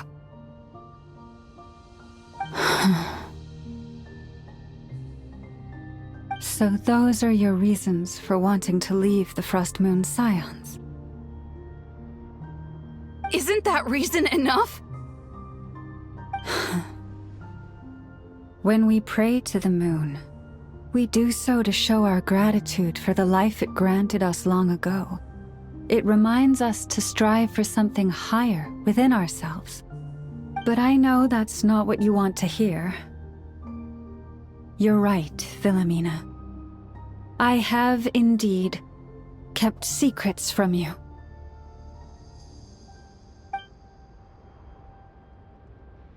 I knew it. You don't want to be the Moon Chanter, do you? No, that's not it. I'm talking about the fact that the moon in the sky isn't real. What? You're saying... Huh? I've completely lost the thread now. Oh, do we really have to do this here? What if a Harbinger shows up? Oh, I'm not cut out for fighting big bosses! The pain you sensed in me was the pain of hiding this truth. If what you're saying is true, then you already knew that the Frost Moon Scions wouldn't believe any of this. Why didn't you just leave like I did? You don't understand, do you? That's the difference between us, Philomena. I care about the Frost Moon Scions. They're family to me. It hurts because I care. And that's why I chose to hide the truth. But now I understand that was a mistake. My family deserves to know the truth. I shouldn't have tried to hold it all together with empty prayers. Are you trying to say that I only ever cared about myself? There's nothing wrong with that in itself. No one would have tried to stop you from leaving. But you did not have to stab us in the back like this. We've been spotted! I knew it. I just knew it. Oh, what now? If a Harbinger shows up, I'm out of here. No darned relic is worth dying over. Looks like I misjudged you, Llama. I didn't think you had it in you to stand up to your fate. Turns out, you are a great moon chanter after all. But you were right about one thing. I haven't considered Hisi Island my home for a long time now. Bosses, time to go. I will change the Frost Moon Scions, Philomena, as soon as the new moon rises. Then I guess I won't be around to see it. Say, Llama, what happens to those who betray the Frost Moon Scions? May their antlers be shorn with silver blades, and let them be cast into the long night of unknowing.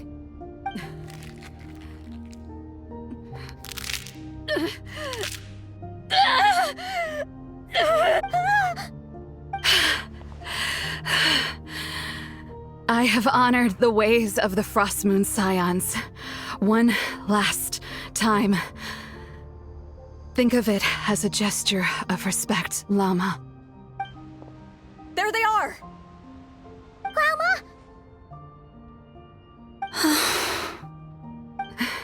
Marionette has the Moon Marrow. She went to Starsand Shoal. Don't flatter yourself now. I'm not trying to atone. I just don't believe you'll actually be able to change them.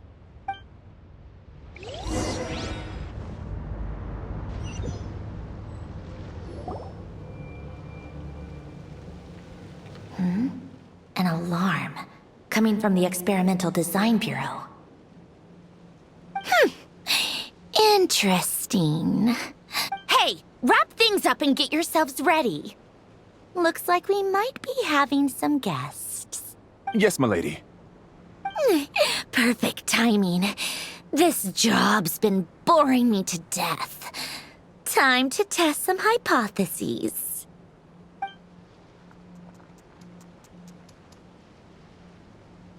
Bosses! I mean, esteemed clients. I mean, generous benefactors. Wait up! Come on! Sure you don't want to consider heading home first and coming back another day? Nasha Town's that way. You are aware that this is the way to... A little ahead of schedule, aren't you? Oh no, it really is a harbinger this time. Marionette. So you are here after all. Hand over that relic right now. It belongs to the Frost Moon Scions. You mean that thing your antlered turncoat brought us? Huh, I have never much cared for trophies given up without a fight. But watching you tear each other apart over it? Priceless. I'm not in the mood for warnings today. Ooh, how frightening. Had I a Trimble function, I'd have rattled off at least a dozen screws by now. Or perhaps I've just set my sense of humor parameter too high. Were you trying to be funny just now? You don't honestly believe you're a match for me, do you? Go on then. Let's serve our guests a little appetizer. Hey, didn't you hear me? I said let's serve our guests a little... What's going on? Oh no. Watch out. It's the Wild Hunt.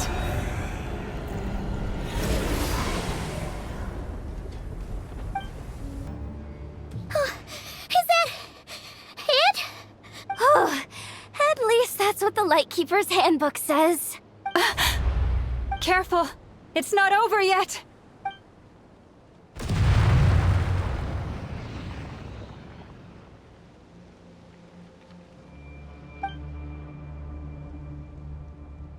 Paimon! Lauma! Yehuda!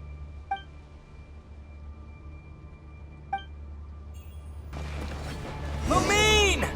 Wait, what was that?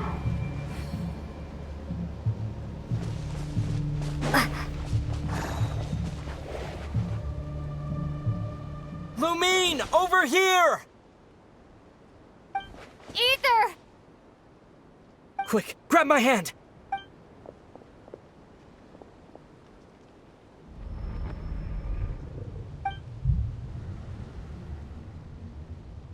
Lumine, what's wrong? Why are you here at all, Ether? What do you mean? If I may be so bold, what does family mean to you? Why were you after the Moon Marrow that night, Ether? Among those who entered the final chamber, there was either someone with impure intent, or else an abyssal presence. We can talk about that later. Tell me why, Ether. You know, this is only the second time we fought together since the day we both woke up in Tevat. No. Lumine! But when I found you, you were still in hibernation. Even the key to the chamber was still secure on your person. We didn't wake up together. What are you talking about? We don't have time for this, Lumine! Look at me, Lumine! Don't you want to explore this world with me?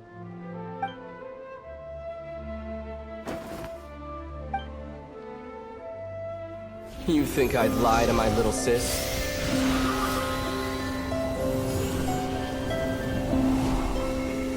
What a letdown.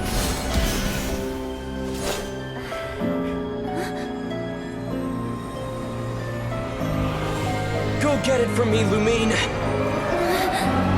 It belongs to me! I never believed it. I didn't want to believe it. That strange feeling that something was off. I wanted it to be real so badly. Even if it only lasted a moment. But you're not my brother.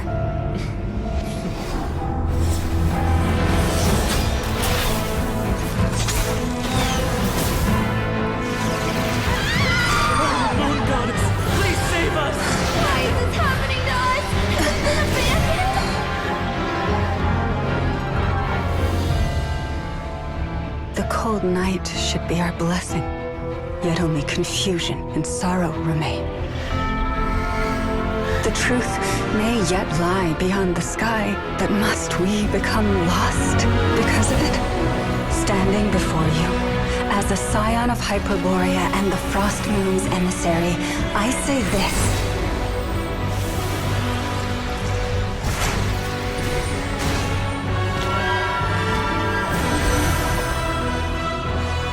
Should the false sky above dim the light of the moon, then from silver blood that flows as rivers, let us weave moonlight anew.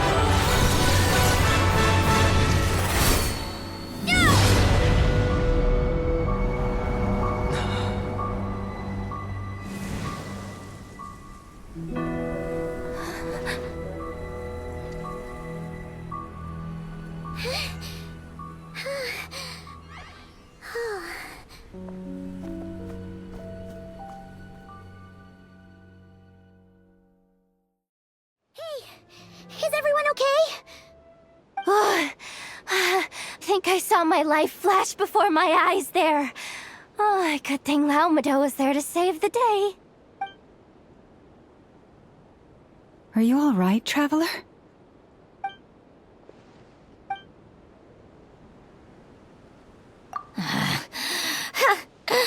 Well, that took you long enough. Seriously, how many of you are there? Pathetic. Oh no. Oh, I spoke too soon. Totally forgot we still have a Harbinger to deal with.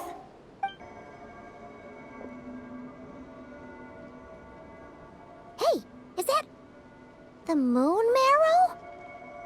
It was hidden inside that big robot of hers all along. But that robot... That's Polonia to you, not just some robot. Take it and get lost. Huh? You're just giving it to us? Well, I wasn't the one who put out the order to find this thing in the first place. So if someone wants it, they can help themselves. Maybe even choke on it. See if I care. So, are you waiting for me to change my mind or what? I'd be more than happy to pick up where we just left off. But I should warn you, I'm in a bad mood right now. Let's go. Fine by me. Totally, completely, absolutely on board with that. It's finally over. If that doesn't make the most thrilling commission of the year, I don't know what will. Looks like the Fatui are all gone now. Lelma?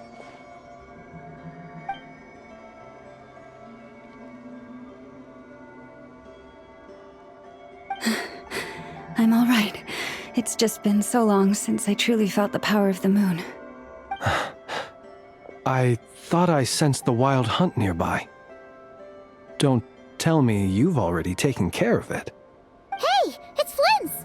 Hey, he's that Ratnik. Unless I am mistaken, you are the Moonchanter of the Frost Moon Scions, are you not? May I ask, what is that in your hand? Please, don't get me wrong. I've been tracking the wild hunt lately, and I've come to suspect that its actions aren't as aimless as they might seem. When I saw what you were holding, I could not help but start connecting the dots.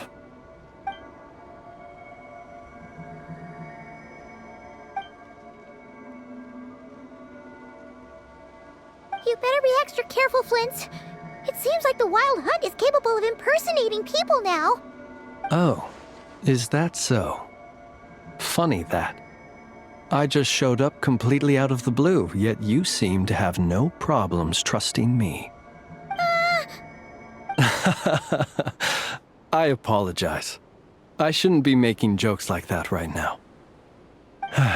Anyway, I understand. Thank you for the tip-off.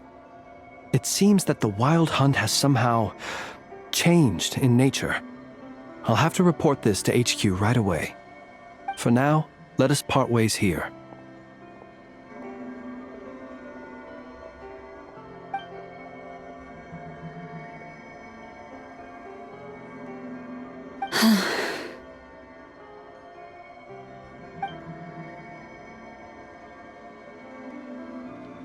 That little joke of his just now sure scared the bejeebies out of Paimon. Are all the Red Nikki and Nod Krai like that?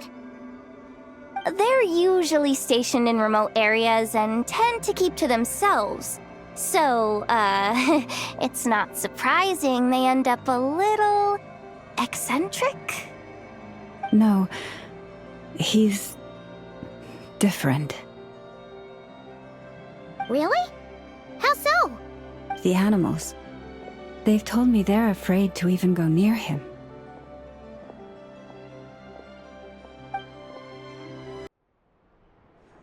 Oh, you're back. I just made you all a pot of tea. Better drink it while it's hot. Boss Neff, you wouldn't believe how scary our day has been! Seriously, I am never, ever taking random jobs like that ever again! You hear me? Oh, come on now. You even faced the wild hunt and lived to tell the tale. What's left to be afraid of? Wait a sec, how did you? Oh, right. Like you told us before, your business is dealing in information. Huh? Boss Neff? The teacups. Why is there one missing? Did you think I wasn't coming back? My. How could you think that of me?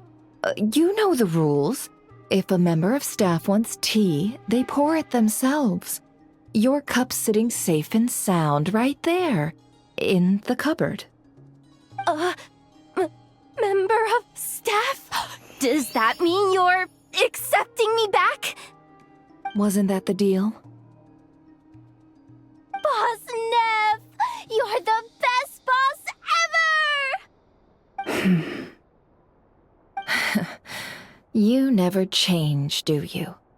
Everything turned out fine, no? You found exactly what you were looking for. Yet there you are, sulking away as usual. Nefer, that medicine we discussed before, the one for congenital Kuvaki sensitivity, I need you to get it for me. And how do you expect me to find something like that for you in the middle of the night? You'll have to wait till morning, at the very least. I need it right now. All right. I'll see what I can do. But you know urgent means extra charge, right? Thank you. You know what? You do seem a little different. In a good way? Or a bad way? Who can say? I'll take it either way, so long as you don't start making a habit of asking me for ridiculous favors.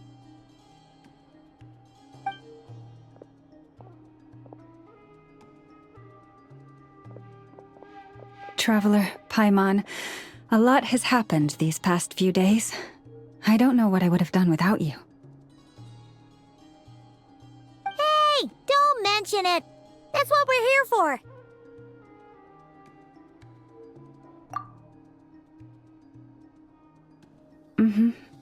You're right.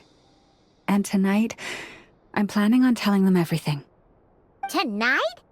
Isn't it a bit late already? The moon shines brightly this night. What better time for the Frost Moon Scions to usher in a new dawn for truth? Thank you for your kind words. But before I do, there's one more thing we need to deal with. Oh yeah! Now that we have the moon marrow... You'll have to forgive me. I used too much of my strength in the battle earlier. I fear I won't be able to help you uncover the truth of the past. Not right away, at least. That's fine. We're gonna be in Nod Krai for a while anyway, so there's no rush, right? Thank you. But there's another problem. How to keep the moon marrow safe now? Huh? Can't we just return it to your secret chamber? The seal has been broken. Even if it were restored, now that the wild hunt has gotten in once, there's no guarantee that it won't happen again. Oh, right. Yeah, that makes sense. Back when the Frost Moon Scion's bloodline still ran strong, in special circumstances, a moon chanter could act as a vessel, safeguarding the relic within their own body. But it is a grueling trial of will and endurance. The moon chanter who did this only lasted 2 days. As for me, I might be able to last 5, at most. Hold on. You'd be using your body as a vessel? Yes. You can think of it like dropping a red-hot ball of iron into a bucket of water. How long the water lasts depends entirely on the bucket's size. Pardon? Hey! That's not a bad idea! You've always held up pretty well against the abyss. Surely the moon mirror can't be any more dangerous than that. It's not at all that I don't trust you, but it's too risky. But we're out of options, aren't we? Might as well give it a shot.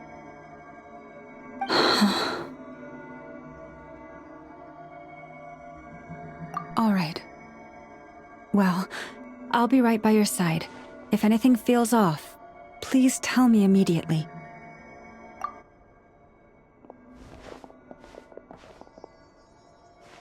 Here, hold it in your hands.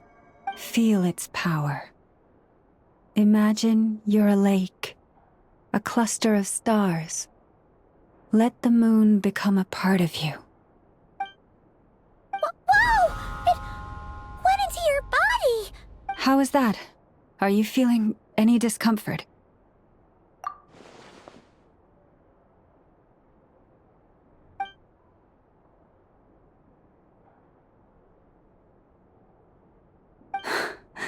Astonishing. Not even the slightest hint of lingering fluctuations. It's as if all that power just sank to the bottom of the ocean. Well, looks like we won't have to worry about the wild hunt catching its scent now. Phew! Paimon knew you have special abilities, but still, you never fail to amaze. Did I miss something just now? Yes, and it was nothing short of a miracle. Not something I'd be interested in then. Anyway, here's the medicine you asked for. This is all I've got for today. I'll have someone send the rest over when we have it. Thank you, Nefer. I really appreciate everything you've done for me. Please stop being so nauseatingly friendly. It's creeping me out. So, what exactly did you all go through during that wild hunt attack? I'd prefer to hear it straight from you.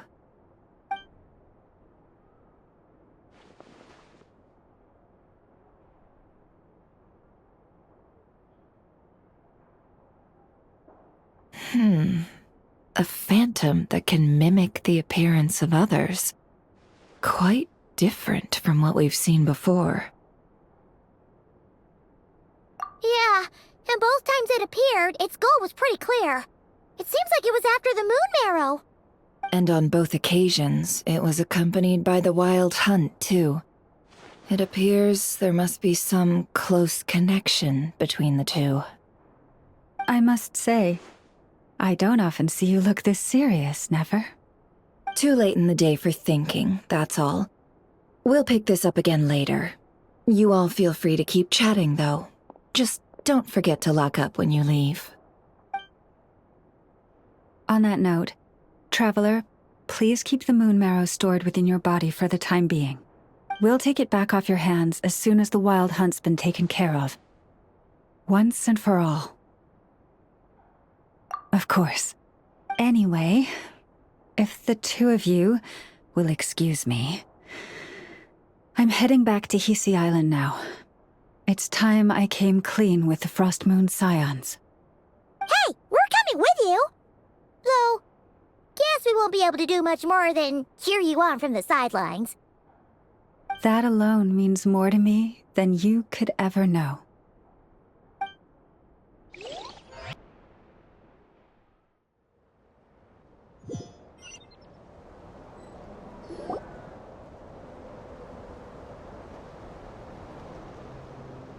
What's going on? I'm not sure.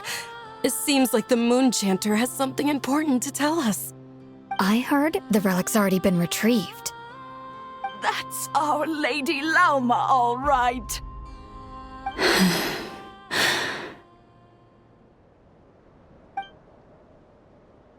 Noble scions of the Frost Moon, my kin beneath the moonlight, I hereby declare the truth to you. Long have our ancestors looked up to the Frost Moon, guided by her serene light. Yet now, she lies hidden beyond the limits of the sky. And so, Lauma began to reveal to the Frost Moon Scions a truth long hidden within her heart. A story of a false moon and the death of gods. Kutar was indeed born of the moon. But that does not give us the right to reap without sowing, nor clothe ourselves without the toil of weaving. As she spoke, some who listened were stunned into disbelief, while others seemed to awaken as if from a dream. From this day forth, the road shall be paved with truth, and we shall pave it ourselves.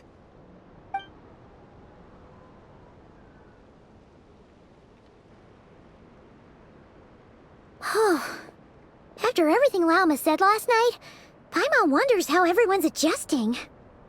Still, judging by their reactions at the time, it didn't seem as intense as Paimon might have imagined. Says a lot about how much trust she commands, huh? Hey look! It's Lauma! Welcome, both of you. The animals were most lively this morning. They told me of your coming.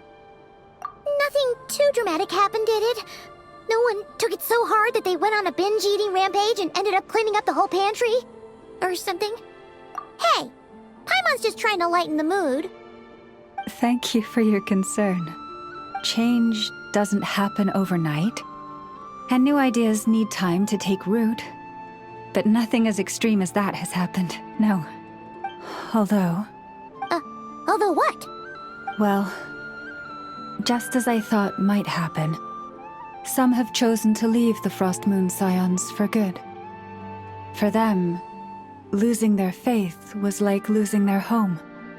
Confusion, frustration, helplessness. I saw it all, reflected in their eyes. Oh. I respect their choice. May they carry the Frost Moon Scions' blessings far and wide, should they be willing to do so. If we meet again someday, perhaps we will be able to sit together and share stories once more.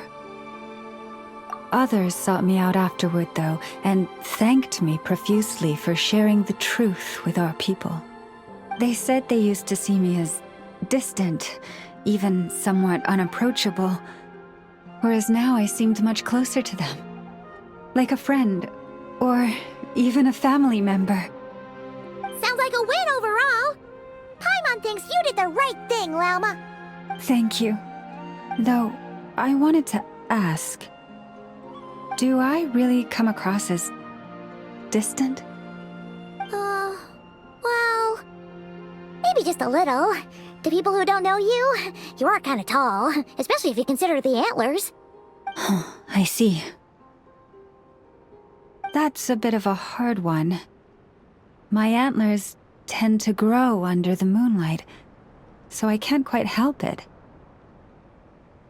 It brings me comfort to hear you say that. By the way, how has your body been adjusting to the moon marrow? I'm glad to hear it. I've also suggested to Nefer that we meet within the next few days. We need to figure out how to counter this new manifestation of the Wild Hunt. But for now, let's just relax. I want to enjoy this feeling a little longer, of finally living on the bright side of the moon.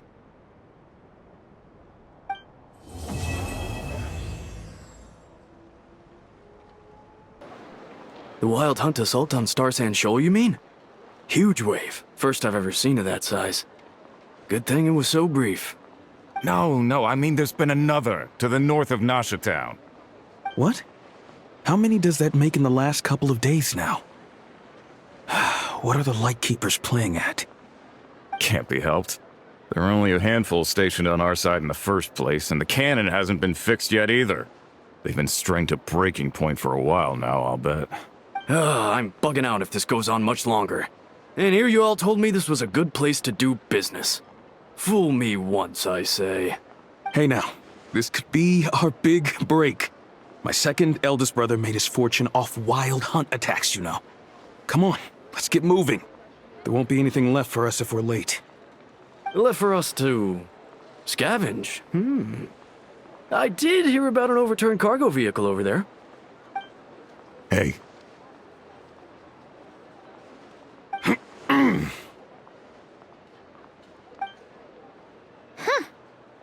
Should have told him that those are dangerous thoughts. Guess you're right. Even if we solve this Wild Hunt problem, they'd probably just jump headfirst into some new danger if they thought they could earn some quick mora. Paimon will have you know that when it comes to staying out of trouble, greed and cowardice make the perfect match.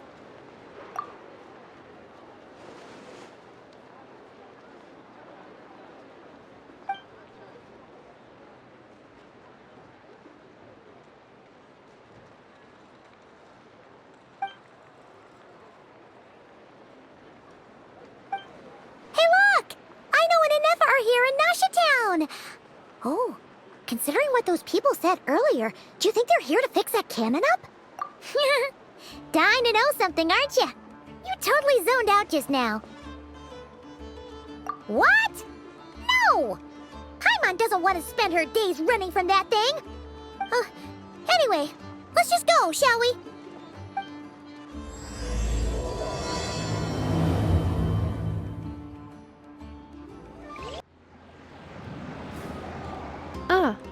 Familiar faces identified. Our good friends, the Traveler and Paimon. Whoa! Free manual labor detected! Those evaluations could not be more different. This is Sosi, Sergeant Major of the nearby Lightkeepers. He's stationed here in this town. Wait, that means... He is Flynn's superior, as far as position is considered. A pleasure to meet you all. This is the Traveler and Paimon, friends of ours. They're experienced adventurers who are new to Nod Krai. Hi there! Indeed. The sooner we can get it firing again, the quicker we can ease our current predicament. 2 more Wild Hunt incursions have come sweeping in at different locations after the last one at Star Sand Shoal. Our manpower is already stretched as it is. This is more than we can handle. Hasn't Flint's gone back to your HQ to ask for reinforcements? When will they arrive? Huh. Has he now? Yeah. That's what he said he was gonna do anyway. He hasn't contacted me about that yet. As per standing orders, he should be leading a team to root out the Wild Hunt. But I haven't received any reports for a while now. Well, he does act outside the remit of his orders sometimes. I'm a superior, yes, but I wouldn't say I have much control over his actions. So, he made the call for backup on his own initiative? Hard to say. Contacting HQ is a tricky business. I should know, I've tried. They either refuse my requests outright or end up dragging their feet. And all the while, we're the ones who have to deal with the Wild Hunt, which, by the way, can strike anywhere in Nod Krai without warning, sweeping across vast swaths of land. This has been a real test of our endurance, to say the least. We need to send our personnel where they're needed most. A single missive will not do much to change HQ's attitude, I fear. Flynn's understands this well enough, I'm sure.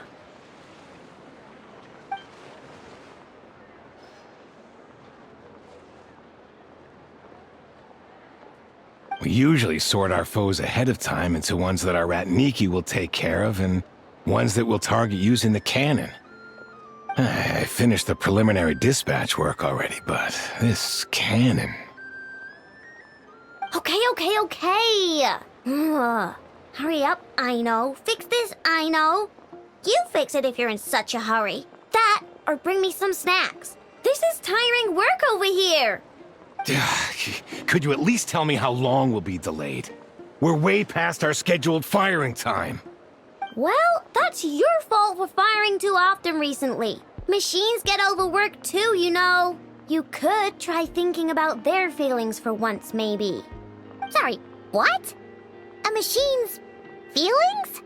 In layman's terms, this refers to wear and tear. As such, a machine is more liable to fail the unhappier it becomes. The exact probability here would be... All right. I'm not good at this stuff, I know that. But let me stress that we Lightkeepers are the primary financial backer of this cannon. And our backing does cover the fees for subsequent repair and maintenance. And I'd say that was a good deal for you. You should thank the Krumkake craft shop. That means me, by the way, for making you such a huge and powerful weapon for such a measly price. Do you even know how much it would have cost you if you bought all the parts legit and fresh off the assembly line? Reminder, your future snack budget will have to be halved without the long-term commission payment, I know. Calculating a viable and cheaper option. Lavender melon candy. What? No! Absolutely not! Let me think, all right? It should take maybe 3 more hours? Wouldn't this place be crawling with more monsters than there are fungi and Sumeru by then? That might not be the concern you think it is. The monsters of the Wild Hunt are only active in the immediate vicinity of its attacks. They will not spread any further, on their own initiative at least. We Lightkeepers will also keep an eye on those areas, both to monitor the monsters and to prevent people from entering the cannon's blast radius. That said, I'm afraid I can't wait 3 hours before dispatching manpower to the locations that the cannon won't be firing on. And here's where my need for manual labor comes in. There are some checks I haven't finished yet, but with your help, I can get the repairs done sooner. Wait, but we don't know a thing about this stuff. How much help will we be? You'll be fine, trust me. Just take this. Oh, and this. Whoa! This book is so heavy! And what is this? You can use Beep Boop Pizza to run diagnostics on the cannon. It'll tell you what to do. And this book will help you understand Beep Boop Pizza. This cannon was built using more than 50 components from different factories and manufacturers. Aino has bound the manuals into one volume. Also, please note, the device's name is Birgitta. So, it's manuals all the way down, huh? Yup, and if you're quick about this, we might just cut our time to fire down by a whole 2/3. I'll go with you. Nice! So you'll check the outside and Anefa inside. Come find me in the control room once you're done. Cool. Instructions received. Please go about your work seriously as well, Aino. No snacking while I'm away. Hey! A little snacking will also improve my efficiency by 2/3.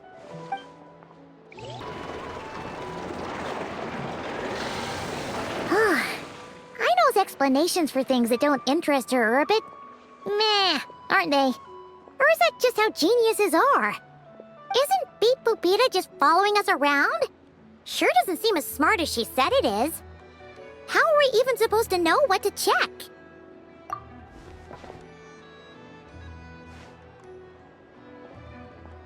I've watched Anefa perform routine repairs before.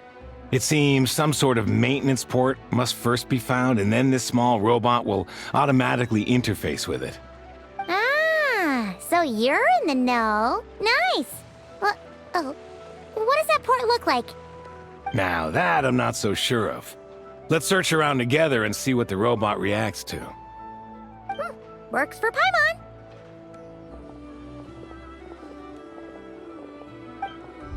Is this it? Probably not. Or this one? Oh, ew! Stinks of machine oil.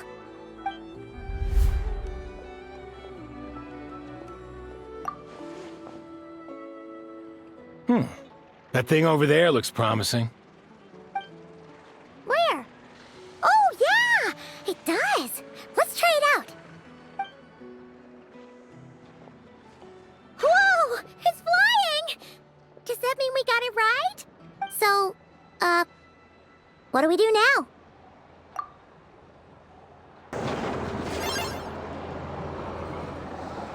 Wow, what do you know? I know what's right. We got this working without understanding a thing, Beep Boopita said. Still, it's impressive how you figured things out right away. Paimon's up next, along with this stupidly heavy book. Ugh. Let's see. Should be just like checking a dictionary, right? The matching result for this symbol is... check passed. All systems normal. Wait, is that it? Well, as they say, no news is good news. Yeah, guess you're right.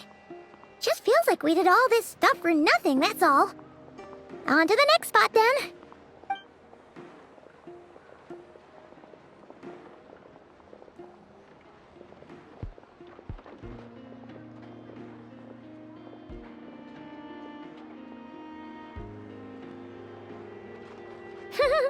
Paimon's getting the hang of this now. It's this thing, right? And this time... Huh? Why are you angry? Oh... Huh. Looks like its expressions are also prompts of a kind. Which page is that on? Oh... We need to take note of the order in which its eye colors change. Purple, red... Hey! Slow down! Paimon didn't catch that!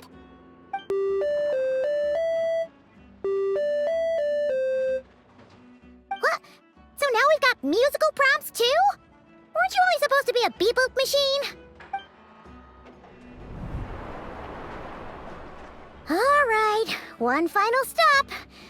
This was quite a trip, huh? Agreed. I must say, you two have a talent for maintenance work. A bit shaky at points, but not bad for your first job. Good eye. Paimon's the real deal when she deals for real, you know. Really, I'd have liked to share the load, but you were really getting into it, and I didn't want to interrupt. Ugh, couldn't you have mentioned that earlier?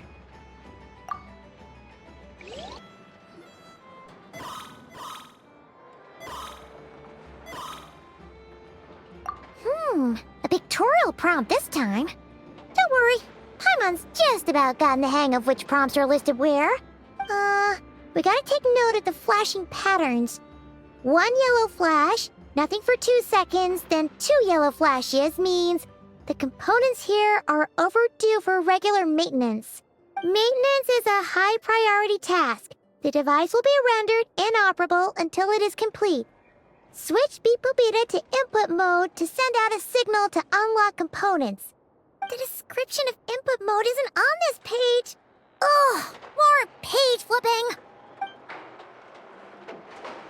Phew, that was a real struggle. Well, Paimon needs a break now. Yeah, good work indeed. But it seems this input mode requires some additional work to operate.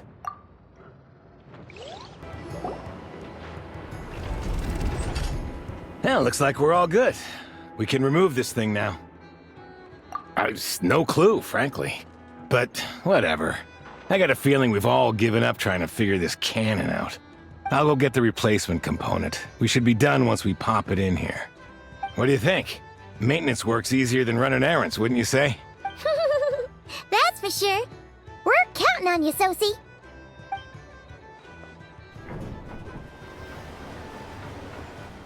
know what? Paimon took him for the stony type at first, but he's actually a pretty nice guy. Let's wait for him here, huh?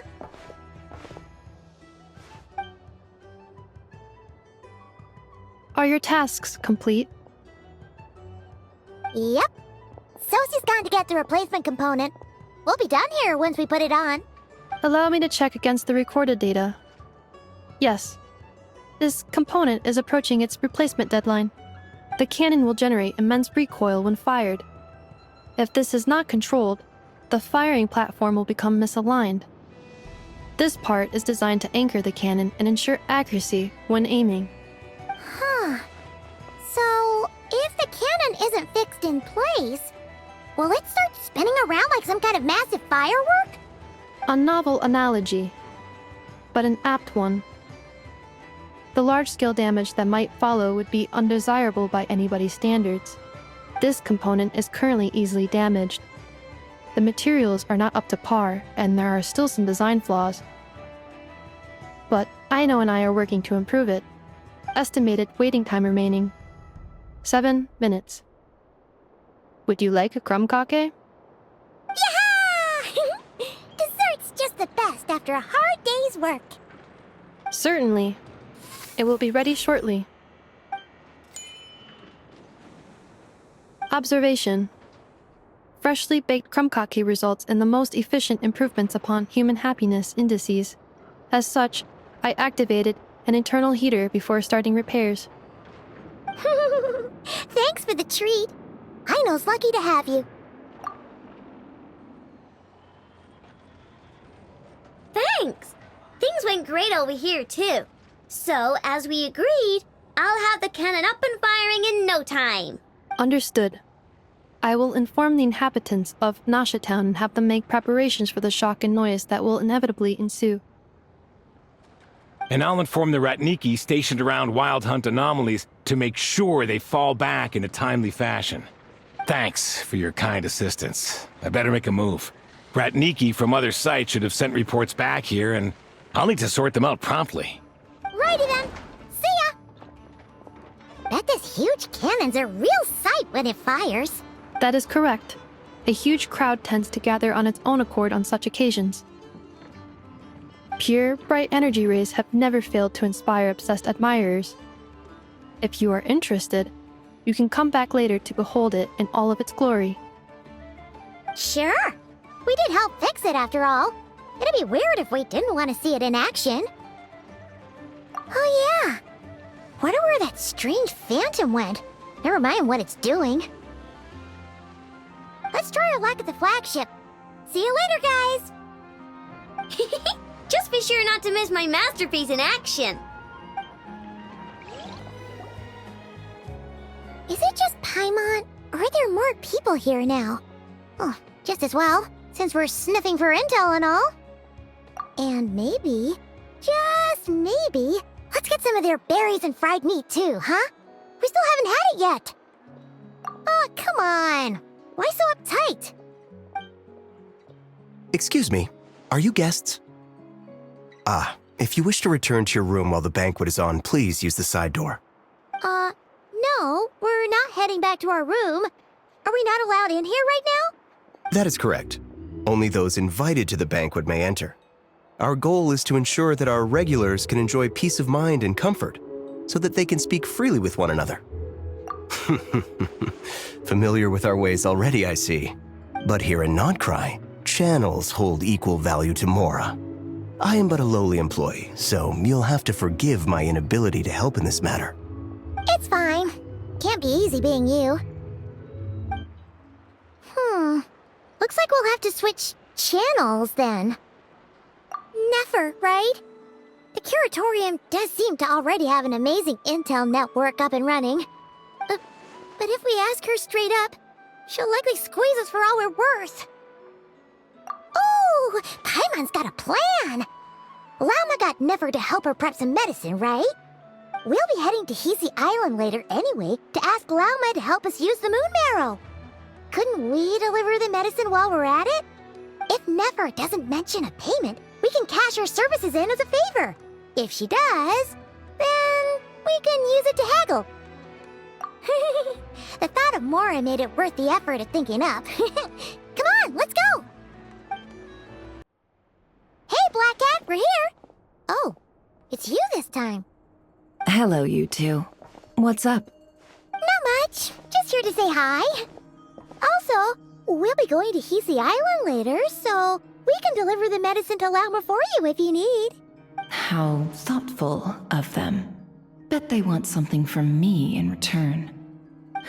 Well, the faster the delivery, the better, naturally. And we're lacking free hands right now, so that would be a great help. Yehoda's gone to get the medicine, and she should be back any moment now. If you have nothing else to do, feel free to wait here. I'll have someone bring you some snacks. Don't mind if we do then. Thanks!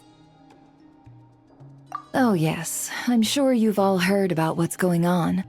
Nasha Town's in turmoil, and right now everyone wants intel. Whether it's to strike it rich, save their lives, or escape whatever predicament they've found themselves in. Ah, so you're busy making Mora. How nice. It's not all good news, I'm afraid. We're stretched so thin that our clients have taken to competing for our services via auction. The price for taking priority slots has all but skyrocketed. In other words, we've had to suspend free intel handouts for now. She cornered us right away! Did she guess what we really wanted from the start? If there's anything that worries me right now, it's the wild hunt. It affects everything we do, yet the number of people who can ensure cargo safety in the face of such a threat is vanishingly small. Huh? That doesn't sound too hard. If you need something delivered, hit us up and consider it sent. Is that so? But... no. Forget I said anything. I mean, you're great heroes. How could I waste your precious time on trifles like these? Is there now? You should have said so sooner. Far be it for me to extort you, of all people, for intel. But seeing as you so kindly made me an offer, I suppose I'll accept. What's there left for us to say here? More like our common perspective. Most who live here only wish to defend their own interests. But we are different, are we not? We both seek to resolve the chaos that the Wild Hunt has caused. More like make a profit off the Wild Hunt. Paimon doesn't believe a word she says. Dissatisfied, are we? The number of commissions over at the Adventurers Guild spikes during tumultuous times, too. Would you call taking those jobs for Mora a sin? Well, that's... We might squeeze some advantage out of chaos, but equally, chaos could uproot everything we've built at any time. Such is the threat of the Wild Hunt today. And what business would there be left should it end in some great slaughter, or put to flight many who call Nasha Town their home? And as I understand, the two of you are here in Nod Krai to follow a trail of clues yourselves, no? Well, yeah. In that case, we should keep Nod Krai the paradise people say it is. At least, until our respective goals have been accomplished. You must understand, no force exists here that would inspire unconditional unity amongst all parties. After that incident with Lauma, I'm inclined to believe you. Your selflessness is admirable, to be sure, and rare around these parts. Though it's rare for a reason, kid. Just a shame that our mysterious phantom has hidden itself well. Between that and its ability to shift shapes, it will no doubt be a most slippery customer. Really, I'd be all too glad to pass on any additional intel I gain. We make a good team, after all, don't you think? You front and center, me behind the curtain. That does make sense. Sorry, Nefer. Paimon took you for someone who only cares about profit. A well-placed only, indeed, Paimon. Nothing is wholly divorced from profit of some kind. Wait, so you were ready to work with us from the start? Why, of course. In fact, I was wondering when I might bring this up the moment you entered. But... Hey, boss, I'm back! Huh? Oh, you guys are here too? Indeed they are. In fact, they've volunteered to deliver the medicine to Lauma on our behalf. And totally free of charge. Such kind souls, aren't they? Really? Great! Oh, in that case, guess I'll be clocking out now. Got a few more places for you to visit right here, dear. Huh? Haven't I already worked a few days worth of overtime already? Well, guess the extra more is pretty nice. Well, we better get this medicine delivered pronto. Huh? Surely not. The special medication from before wasn't salt, was it? Wait, that can't be. Let me see. This isn't right. How could it be salt? It was raining back there, so could it have happened while I was resting at the store? Sorry, boss. I'll get it back right now. Trust me, I'm super fast. Hey! Slow down, you might get hurt! Well then, any plans? If not, what say we go into town and ask around about the wild hunt? We were thinking of doing that, but we didn't get much out of it. The townspeople are a bit wary of us, and we can't get into the flagship right now. Ah, yes, the banquet is on today. Perfect timing. That's where we'll go. Huh? Can you get us an invitation? Oh, come now. What are we, sticklers for the rules?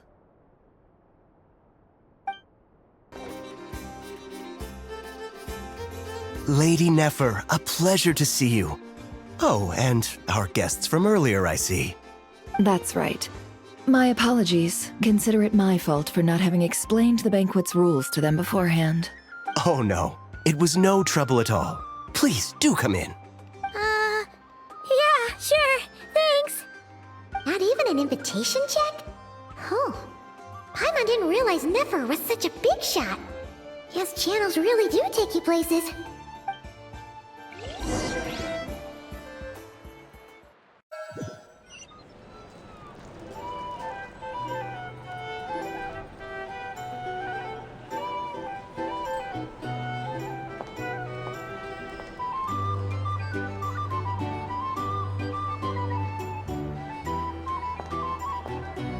Finally! Now, what do we...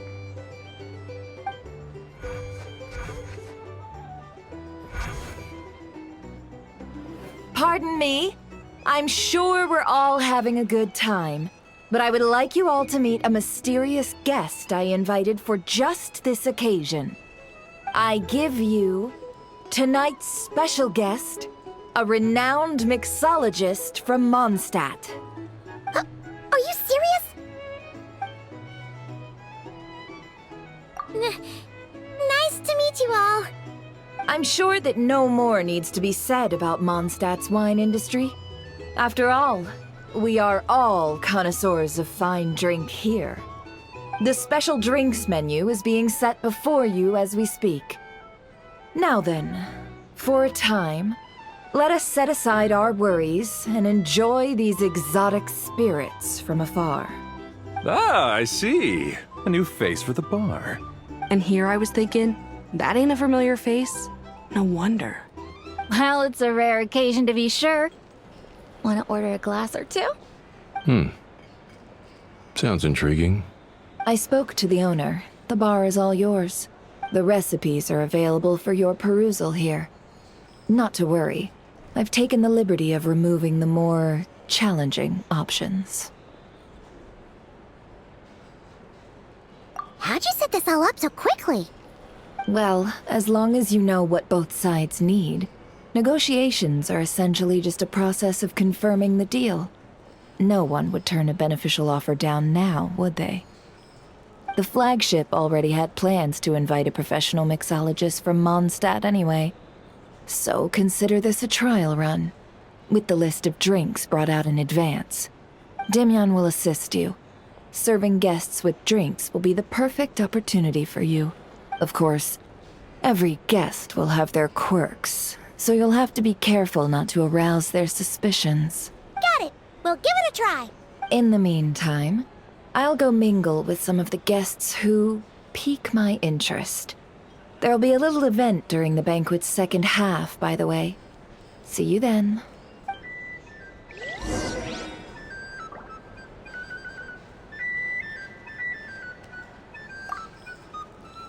Hello. How may I assist?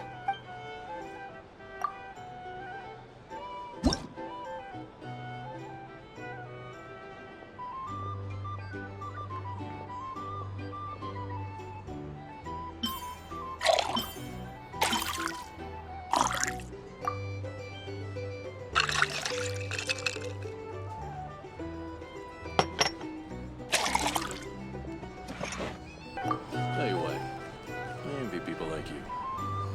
I'm like a man in a leaking boat, soon to be food for the fish. Wouldn't come to this dump if there were any better place to be. You're here to sign up with the Fatui. Make sure your paperwork is all in order. We still got the light keepers. You trust them? I wouldn't. Wouldn't trust anyone, really. We're stuck with a wild hunt here. The Sneshanians can't be bothered, the Lightkeepers can't spare the people, and everyone else, they're a mess. I'd sooner put an ounce of faith into that cannon. Forget it. Let's just drink. Let's see if this new mixologist is worth the billing. Just sign up with the Fatui. Make sure your paperwork is all in order.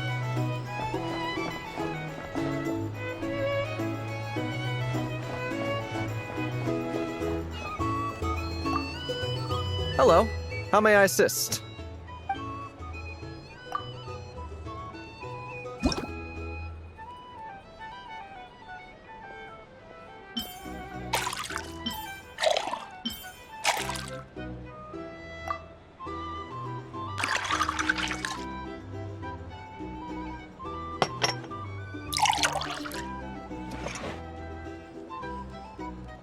Good work. Now then, get the drink to the guest. Wouldn't want to keep them waiting. Bet you some people are just waiting for this place to fall further into chaos. You've got a plan for that, then? Hard to say. But what I can say is that the situation in Mashatan will get out of hand if that cannon isn't fired soon.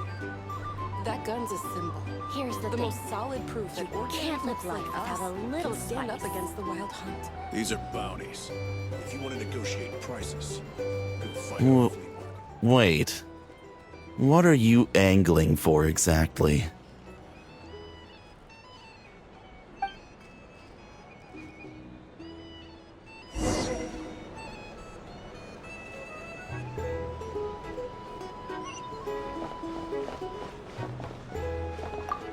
Well, what if that was nothing but an illusion?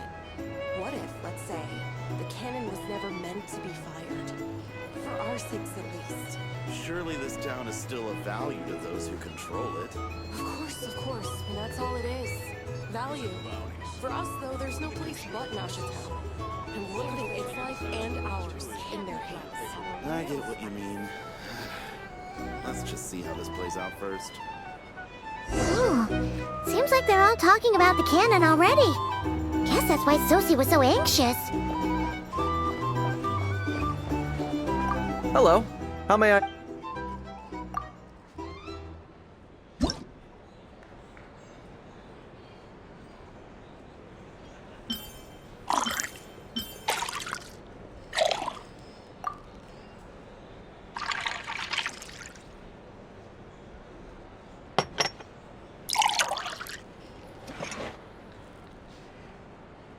Good work.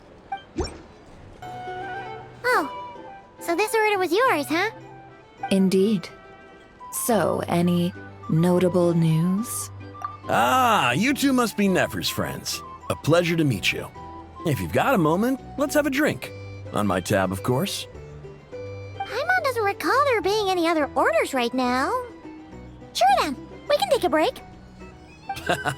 Then come, sit.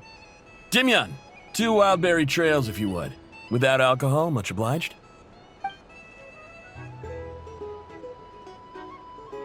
Hints is the name.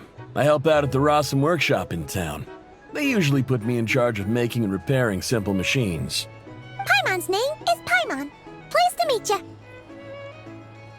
Anyway, help me keep an eye out, all right? Valuable intel will be suitably compensated. Oh, come on. Is that how it is between us? I mean, I wouldn't even have this job if it hadn't been for your help back then. So, you've known each other a long time? That's right. I came to Nod Krai with nothing at all. Would have starved on the streets if I hadn't met Nefer.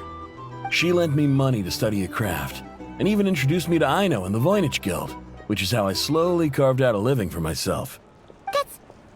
Yeah, that's a huge favor. Huh. So Nefer can be a nice person sometimes, huh? Well, I'd also say she needed a willing and able machinist at her disposal. Come now, Aino's talents are better spent on issues bigger than basic machine repair and component manufacture. I did think myself a dab hand at such work at first, but compared to her, I might as well be a trainee who couldn't weld a wire to save his life. Got the scoldings to show for it, too. It took me a long while, but I finally got to the point where I could make my own machines, and even maintain some of Aino's relatively complex ones, like Kuvaki detectors or mechanical arms. He's the one responsible for maintaining Yehoda's robotic arm. Oh, speaking of that, didn't Sosi have a mechanical arm too? That's right, one of Aino's masterful designs. I could never design one of those in my life, but if you gave me its blueprint, I could hammer one out. Nowadays, I've got regular customers, which makes for a decent keep. Even got a kid, if you can believe it. I wouldn't have, had you told me my future when I first arrived here. On the flip side, being a family man means I can't just flee this place whenever I feel like it, so I'm afraid I'm counting on you to help solve this wild hunt crisis. All the more reason to be proactive and do your part. Wringing our hands in despair does us no good in times of crisis. Oh, wait. Just another question that's been bothering me. Have you heard anything about people seeing illusions within Wild Hunt anomalies? People they know, perhaps? I have heard of humanoid shapes being sighted, but familiar faces... no. Most would think they'd lost their wits from fright if they started hallucinating. After all, no ordinary person could survive an assault from those monsters. Does this have anything to do with our current Wild Hunt crisis? Perhaps. Perhaps not. All right, I get it. I'll keep my ear to the ground for you, and naturally, my lips will stay tightly sealed. Then we'll take our leave. Enjoy your drinks.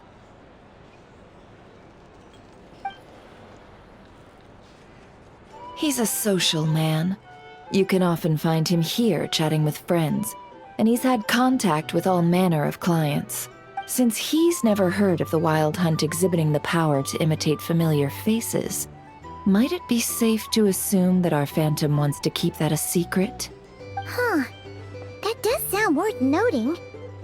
How about we go talk to a few more people? A good idea, and one our upcoming activity will facilitate. Let me show you how it's done. Come, back to the bar.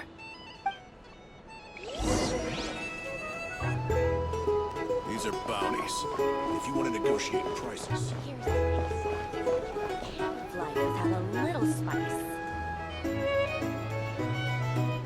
Thank you for waiting, everyone. The roulette showdown is ready to begin. Finally! Come on, let's go try our hand.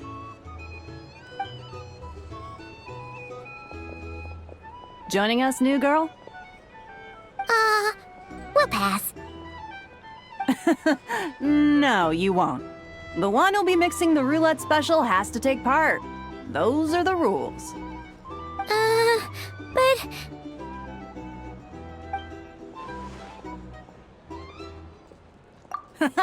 That's more like it. Since we have a new friend with us today, let me go over the rules in brief. The wheel before you is divided into an inner and outer circle. Participants must take turns to spin the pointer of the inner circle. Whatever beverage it stops at, our lucky contestant will drink. The drinks are divided into juice, tea, and alcohol, with that last further divided into 3 levels by intensity. Spin your way to a non-alcoholic beverage, and you'll score no points. Otherwise, you get 1 to 3 based on alcohol content. During a round of drinking, one participant may choose another with less points than them and pose a question, which the other party must then answer. This sounds like it might favor those who score higher, but push your luck and you might not recall any answers you were given the next day. Defeats the purpose, wouldn't you say? And that's why the person mixing the drinks has to take part. You know, just in case they decide to pour heavy, then sit back and watch the show. Not that our newcomer looks like the drinking type. Either way, looks like we're in for a show. Anything you drink will be replenished. And additionally, I have decided to sponsor a grand prize for this grand occasion. A single serving of Dark Horse. What? Do my ears deceive me? A chance to drink Dark Horse and Nod Krai? Dark Horse. Guess we'll have to take part now, huh? Indeed. The Dark Horse could be yours to enjoy, so long as your luck holds. And so long as you can remember its taste the day after. And if our lucky winner can drain the whole serving in one go, they will gain the right to ask everyone a question, regardless of their score. High risk, high reward. That's gotta be some strong alcohol. Now, if there are no other questions, let us begin. Allow me to get the ball rolling.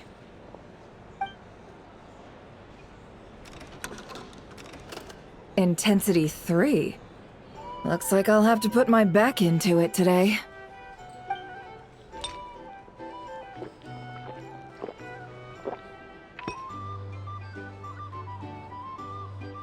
Let's go! Wow, this is kinda intense. Oh, my turn. All right, man, fess up. You've been making a killing lately. Where's it all been coming from? Hey, bro. I heard you met up with some big shot from the Voynich Guild. Mind introducing me sometime? Ugh. A normal drink, huh? Must be my lucky day. We've reached the final round of the roulette showdown. Let's see who gets the last laugh. I gotta say, you monsters really know your alcohol. These recipes are super good. Teach me, would ya?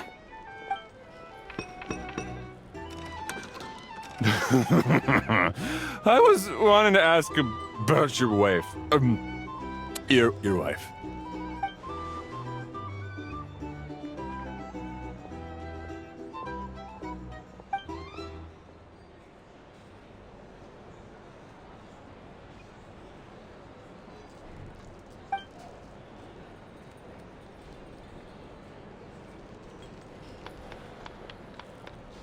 You're up.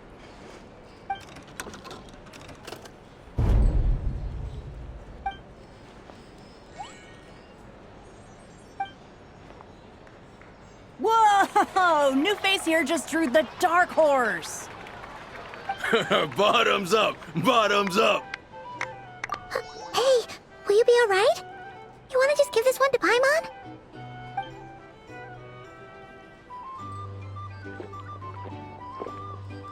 Whoa, she actually downed it in one gulp. Nice job! No wonder you monsters have such a reputation. Me? Well, what do you think? Monsters, of course. Absolutely. If there was something else, I didn't stop to see it. Just took off as fast as I could. Oh, and guess who showed up just as I'd gotten out of there? Those good-for-nothing rat Niki, that's who. If my luck had been just a little worse, they'd have found nothing but my corpse. Or whatever was left of it anyway. Either way, there's nothing in there you'd want to see.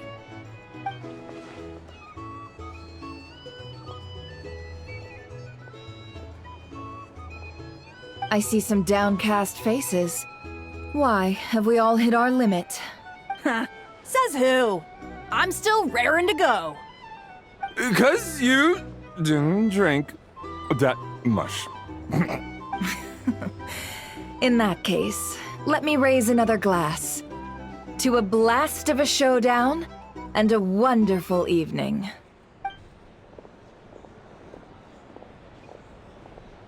Hello, ma'am. Lady Nefer has ordered a fresh round of drinks. Could you deliver it to her?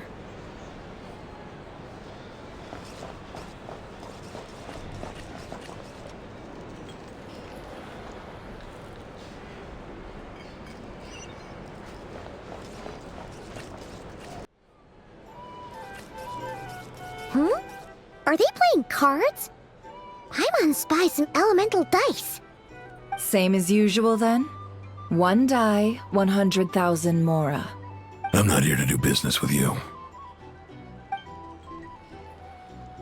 Come now, I've already ordered us drinks.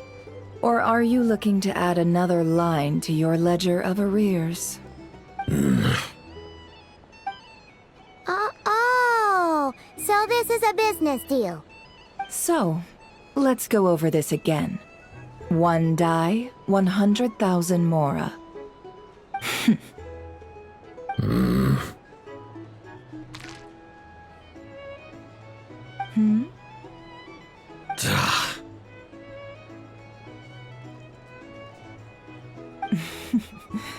Then we have a deal. Come, you two. Take a seat as well. What are we even doing here?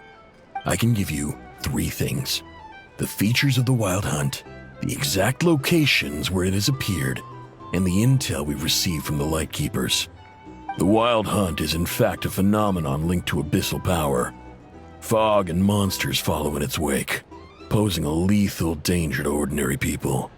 On the flip side, these monsters cannot leave the fog, so the disaster cannot spread quickly. We already know all that. Fair enough. Then I won't beat around the bush.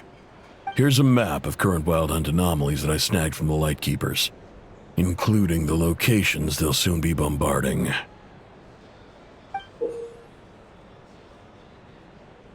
That's a lot.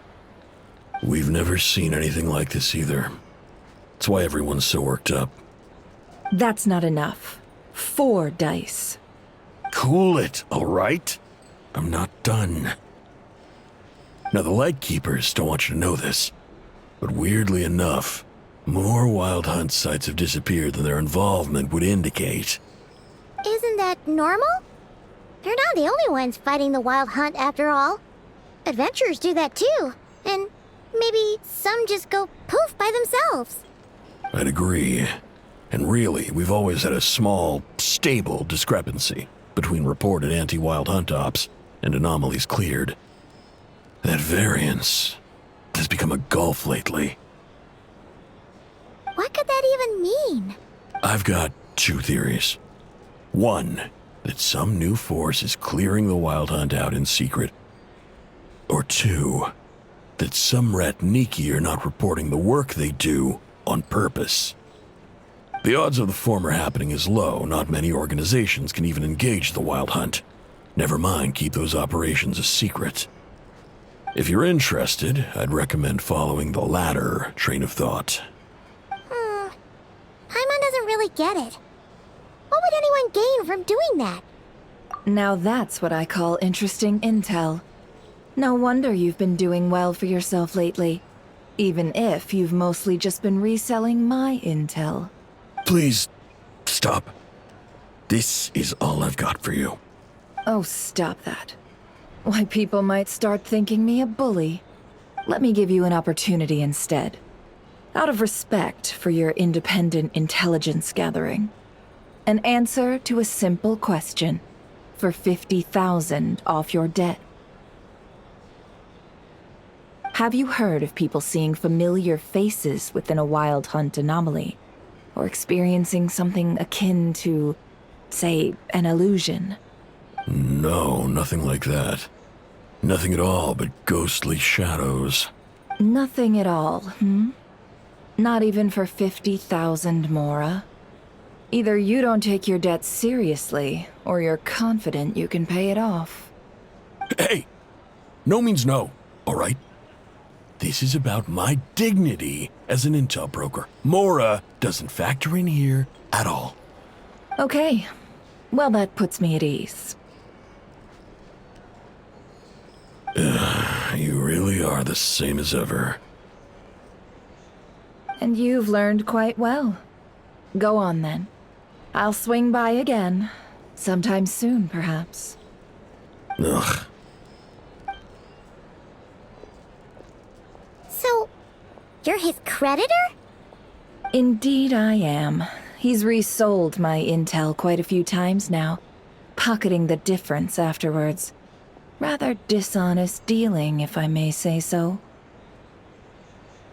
As luck would have it, he would only purchase information from me when he was just about done negotiating with his buyer. So I arranged a little something just for him. A painful lesson, you might call it. Ooh, that sounds brutal. Oh, I was downright beneficent in charging for that betrayal. It was more about the message, really. In any case, I believe that's all we'll get here. Let's go through what we've learned outside.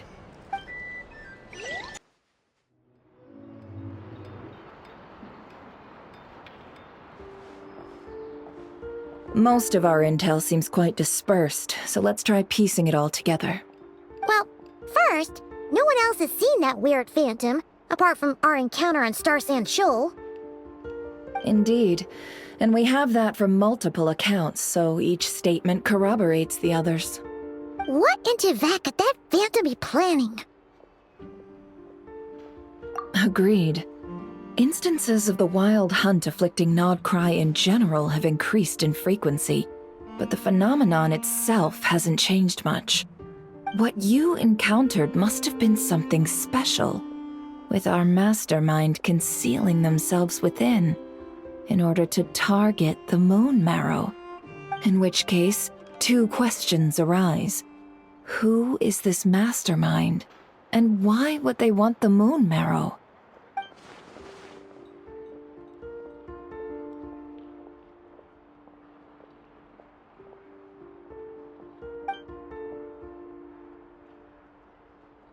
I'll continue investigating along these two lines. We can reconvene again if any progress is made. I'm back! Luckily, the store owner kept the medicine bottle I left on the table safe for me. Here you go. Huh. Thanks a bunch, Yehoda. Take a break. You've earned it. Oh no, I've got work to do later. And anyway, isn't the cannon about to go off? I was watching it the whole way back, praying it wouldn't fire. Not until I got back, you know? Again, lucky me. Huh. So you're interested in that big gun? Of course. I mean, just think about it. Something that size is bound to be comprised of thousands, even tens of thousands of parts, fused in such a way that it can operate smoothly and fire off a supergiant, super strong beam! Isn't that just so cool? I mean, miraculous. Like a miracle created through countless careful calculations. It has been a while since the last time it fired. Go on, feel free to go watch. Work can wait for a while. Thanks, boss. Anyway, y'all wanna come? It'll be worth the while and worth your wait. I swear. Might as well. Fruits of our labor and everything, you know? Woohoo! Let's go! Kaboom! Wow! What a crowd! People seem pretty excited, too. Just goes to show how big a deal this cannon is, huh? Oh, for sure. One shot, one kill, problem solved. Simple and practical. Just the way we like it. And even if that wasn't how it worked, just listen to how it roars. If that isn't power, I don't know what is. If only I had that kind of strength. Hey, don't think like that. Your skills and smarts have been a big help to us, too.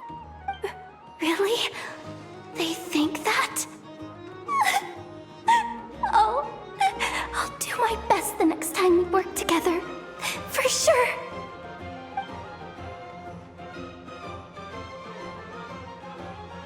Hey, look! It's starting!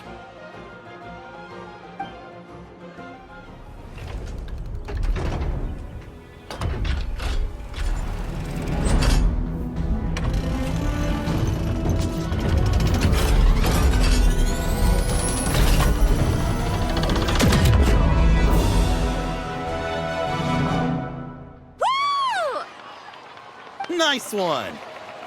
Finally, all fixed up. Nothing to fear now. Awesome! Felt that one in my bones. Whew! That sure was powerful. And pretty dazzling, too. Guess that's why everyone's been counting on this thing. Surely the Wild Hunt doesn't stand a chance. I feel so alive right now. Overtime. Ha! It's gonna be a piece of cake. You know, Paimon's been wondering, if you're so interested in machines, why don't you go work for Aino? That's what we call drawing a line between your work and your hobbies. I've got some mechanical talents, sure, but this job I have now, no one can do it but me. Not even Aino or her silly robots. Anyway, gotta go. See you later. Says the person who got salt and medicine mixed up. Looks like the crowd's breaking up as well. Let's head over to Hisi Island. Best not keep Llama waiting. Let's see now. What's changed since we were gone? Yeah, if anything, looks like things are settling down. That's Llama for you. Hey there, Llama. We're back.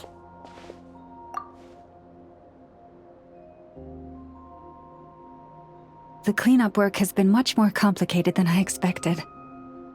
Solving problems that have built up over time is a tall order, to say the least. I believe it will take a few weeks more. Fortunately, those who remained appear to have shaken off the initial confusion and are becoming more proactive by the day. It's as if they've finally been forced to come face to face with what their faith actually is. And it's all thanks to you. No, I should have done this a lot sooner. I've been focused on taking care of myself these past few days, so I'm in a good place. And since you're looking after the Moon Marrow for us, I should be able to help you investigate the truth of the past. Speaking of which, have you heard anything new about that Phantom? I've tried asking around, but to no avail. What about you?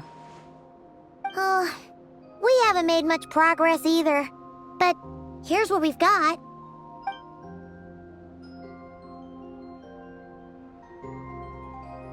I think I've got the gist of it. Sounds like you've got your work cut out for you too. Don't forget to take good care of yourselves. In any case, please, come this way.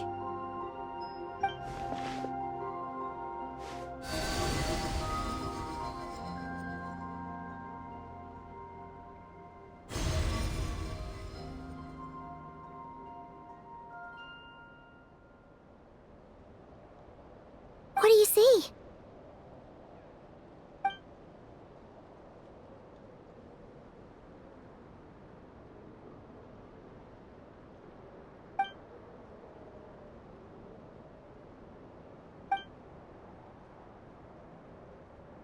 What? Is it over already?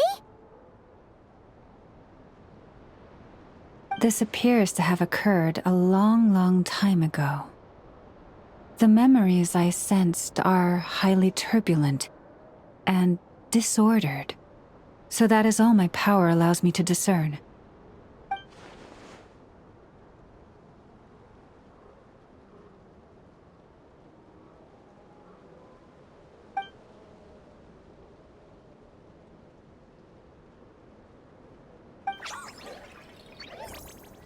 Huh? What's the matter?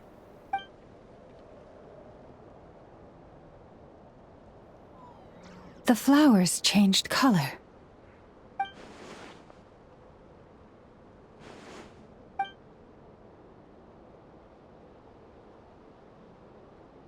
Yeah, we should go see her and see if we can help her in some way. I'll leave that in your hands then. Oh wait, here you go. This is the medicine you asked the Curatorium of Secrets to help prepare earlier. Thanks for coming all this way with it. You've been a huge help. Also, if I may, I have a feeling that Kuthar might be able to help you get a more detailed glimpse at the memories about your spaceship. Oh, that's true. She's the Kutar after all. But we best check if she's doing okay first. See you later then.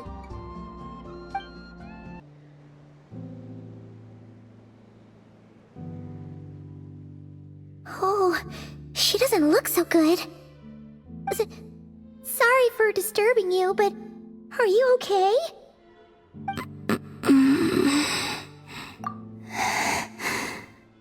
Dizzy. It's like I'm returning to the moon. Wait, it's not that bad, is it?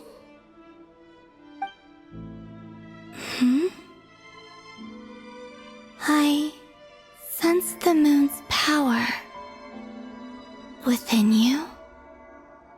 We got the moon marrow back from the Fatui. Can it help you in any way?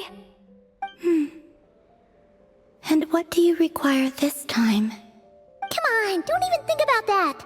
Right now, you gotta focus on getting better.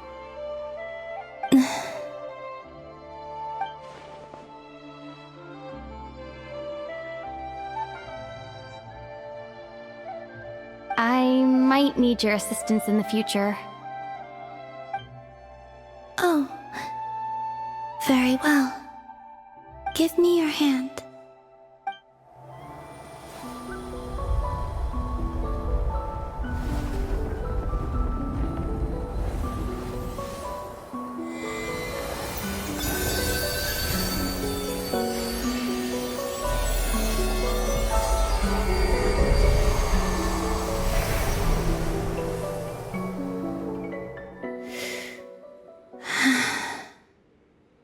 Back to Earth. My thanks. Your feet never left the ground. But anyway, feeling any better?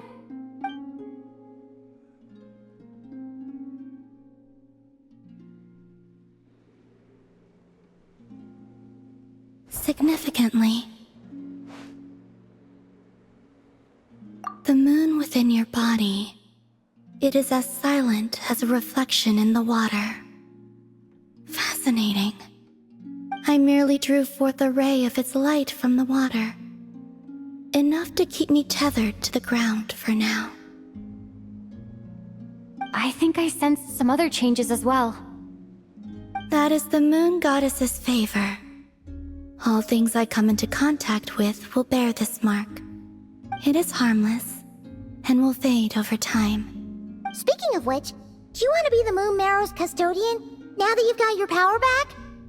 It's supposed to be something that belongs to a god in any case, right? It is the remains of Arya, goddess of the eternal moon. So it does have to do with... Wait, what? Did you not know this already? Llama just said it was different from the other fragments, and that she could sense divine power within it. And she is correct. When I drew that ray of moonlight from the marrow, I also drew some memories from within. That is how I know that it belongs to the goddess of the eternal moon. But Llama also saw the past by using the Moon Marrow. Why didn't she see that?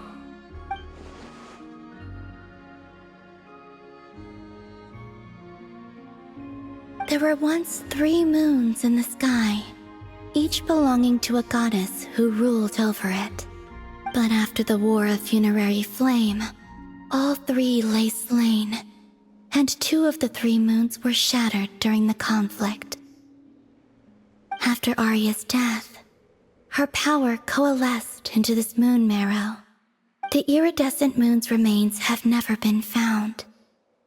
And while the Frost Moon's goddess died herself, her moon was never broken. As the prophecy stated, this moon would birth a new deity sooner or later. The entity the Frost Moon Scions call the Kutar. I can sense that my power belongs to the Frost Moon, but it lies beyond the false sky, too distant from me.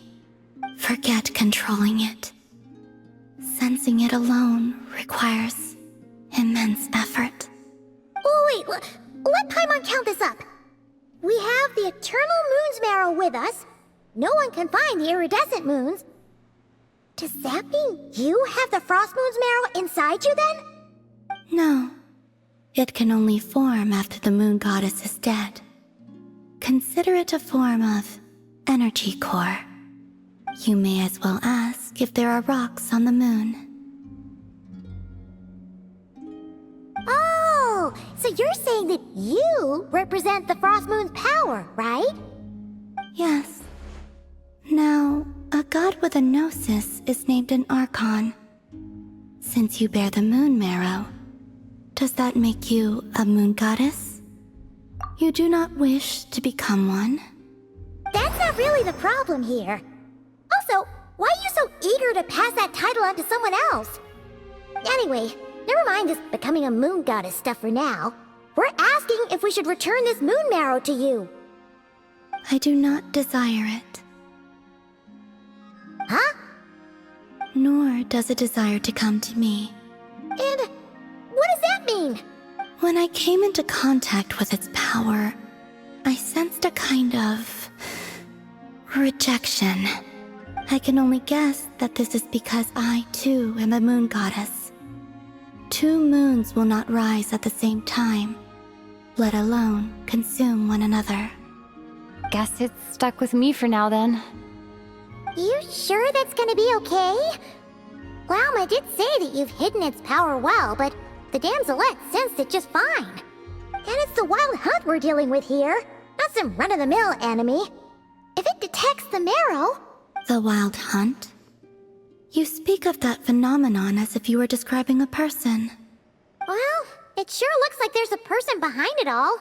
Someone with a super clear goal, too. They've been after the moon marrow non-stop. That seems to ring a bell. Huh? Does it really? My colleagues used to mention someone, back when I was still with the Fatui. He hailed from Conria, gaining abyssal power during the Cataclysm, and he had a consuming fixation on the moons. Conria? Well, we don't know if the phantom we saw has anything to do with that, but the details kinda match. What was his name? I only know what others called him. The Rayhir of Solnari. Huh. There was that title too. Yes. Wait a second. Dane mentioned him, didn't he? Does that mean that our enemy is Rayhir, one of the 5? Huh? If that was the case, surely he'd be stronger than this, though. I have heard that he disappeared not long after the Cataclysm. But when I asked my colleagues where he went, they replied, "Do you really not know?" Why would they say that? The tale of his final fate has it that he fell into the moon's reflection, from which there can be no return. Wait, hold up, pause. There's just too much information. I felt the same. They seemed to think that I should be the one who would know everything about the moons. But as I said, my prologue lies beyond the false skies. I do not even remember my name. Oh. Either way, following his departure, the wild hunt situation worsened drastically, and it has since become a byword for abyssal disaster. The present phenomenon may have inherited the same title, but it far surpasses its past incarnation in both scale and lethality. Oh, to think that we're up against one of the infamous 5 sinners! That's way too much for us to handle! That incident on Star Sand Shoal must have been luck then! Or maybe he wasn't giving it his all. And even then, he still defeated Marionette. Oh? What did you just say?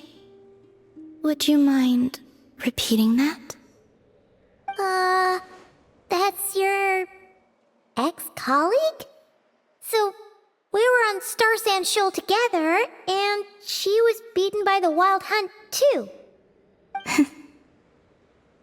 Did you just laugh? No. She totally did. Are you two on bad terms or something? No. I simply imagined the put-out expression she must have worn in that moment, and found it interesting. She seemed quite shaken. Oh, she'll adjust soon enough. She's very good at that. Okay, anyway, we've gotten off topic. Now that we know how dangerous the guy targeting the Moon Marrow is, you sure you want to carry it around with you, Traveler? If Fatui intelligence is to be believed, Rerir would prevail even if all of Nod Krai were to stand against him. Perhaps something restricts him, if only for the moment. Before I decide, there's a favor I'd like to ask you, Columbina. What do you need? Do you think you'd be able to show me what happened when my brother and I arrived in Nod Krai? I mean, when our spaceship first landed? Sure. That was quick. As I said, this to me is but a single ray of moonlight. Nothing to it. Give me your hand, and ready yourself.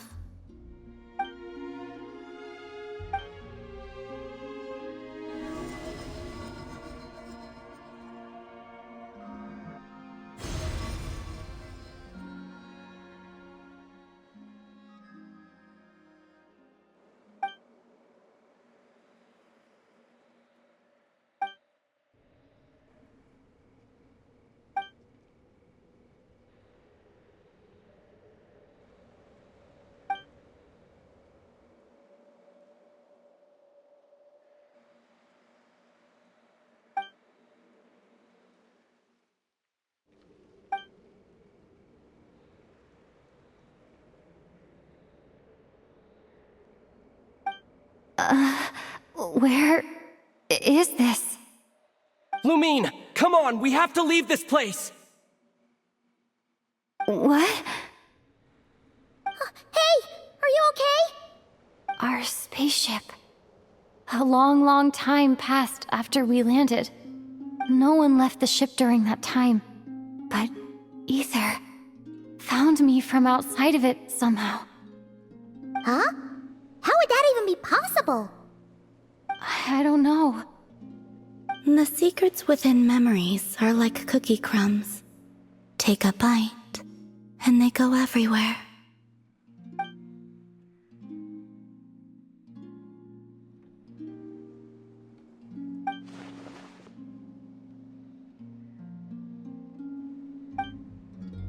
All right.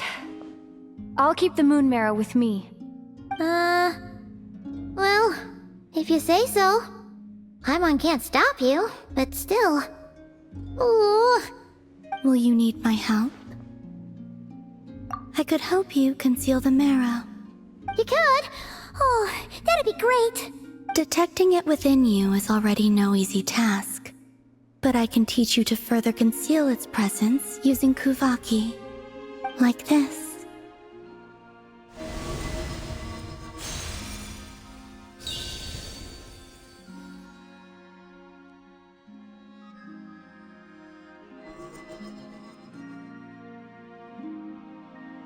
Ooh, looks like a shield.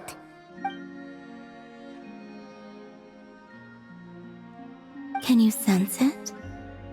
Now, try to maintain it, You learn quickly. Huh. Looks pretty sturdy. Could probably be used in self-defense in a pinch, huh?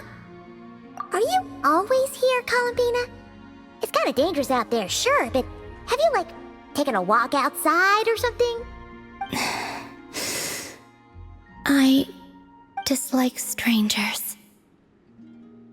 Slightly better. Yeah, the Frost Moon Scions have changed since you last saw them. Who knows? You might actually like them. I will consider it. She seems kind of tired. Either way, thanks for agreeing to help us. It wasn't much. The flowers here. They like guests like you.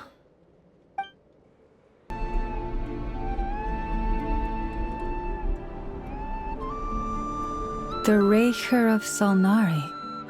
I've never heard that name before. Let's keep this news confidential for the time being. It would only cause even more panic amongst the people of Nod Krai. But if this Rarir is as you describe, he will be a truly formidable opponent if we try to take him on by our strength alone. Yeah, things might be okay if everyone was willing to work together, but right now... Exactly! Whatever the case, let's start by telling those we can get to join up about the crisis. As it happens, we have our own reasons to protect Nod Krai, but even if we didn't, we'd never leave people in the lurch. That ain't our style. Thank you. The Frost Moon Scions will stand with you to prevent this crisis as best we can. In addition, I believe that the relationships between the various factions in this land are not cast in stone. The winds of change are blowing, and we Scions have nowhere to run. Our faith, our sect, all of it is here.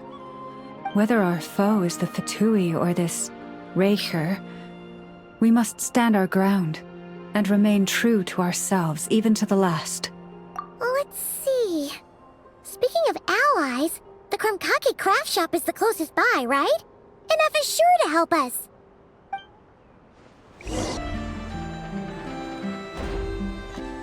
Friendly approach detected. We meet again. Listen! We've got updates on the wild hunt situation.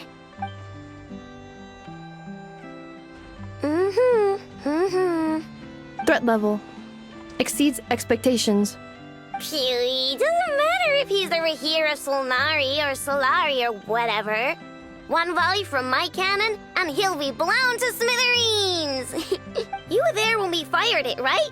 If that isn't the kind of firepower that helps you sleep at night, I don't know what is!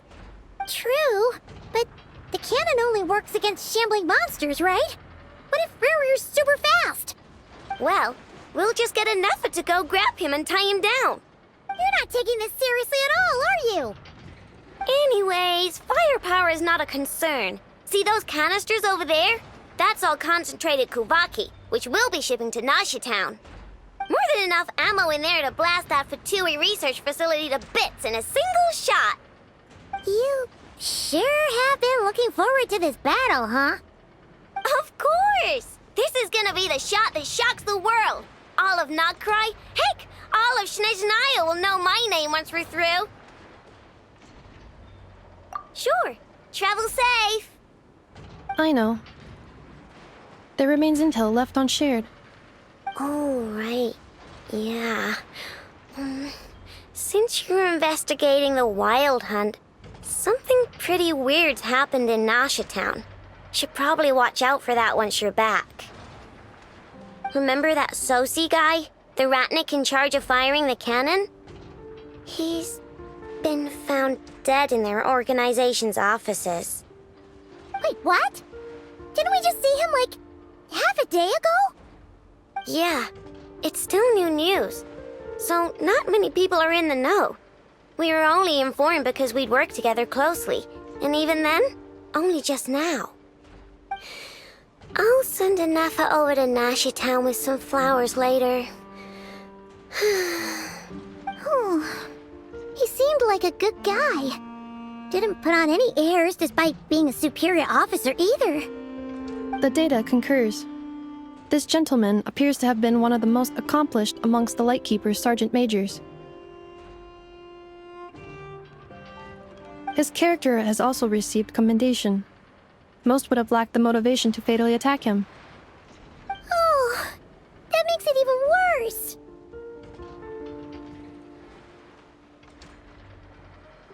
Hey!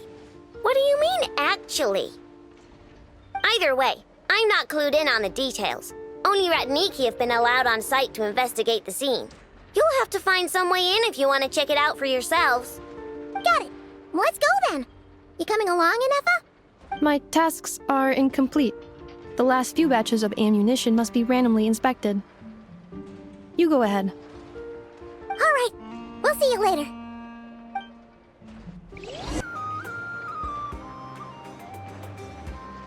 This must be it. Oh, doesn't look like there's any chance of us getting in with that ratnik guarding the door, though. Should we go speak to the guard first? Might as well try squeezing blood from a stone. Ah! Never! When did you... I came over to take a look as soon as I received the news just now. Aino told you about this then? Before we start, shall we see if we've made the same guess? Indeed. Quicker than we thought as well. Keep your eyes peeled for any clues once we get in. No need to jump to conclusions. But how are we supposed to get in at all? Just follow me.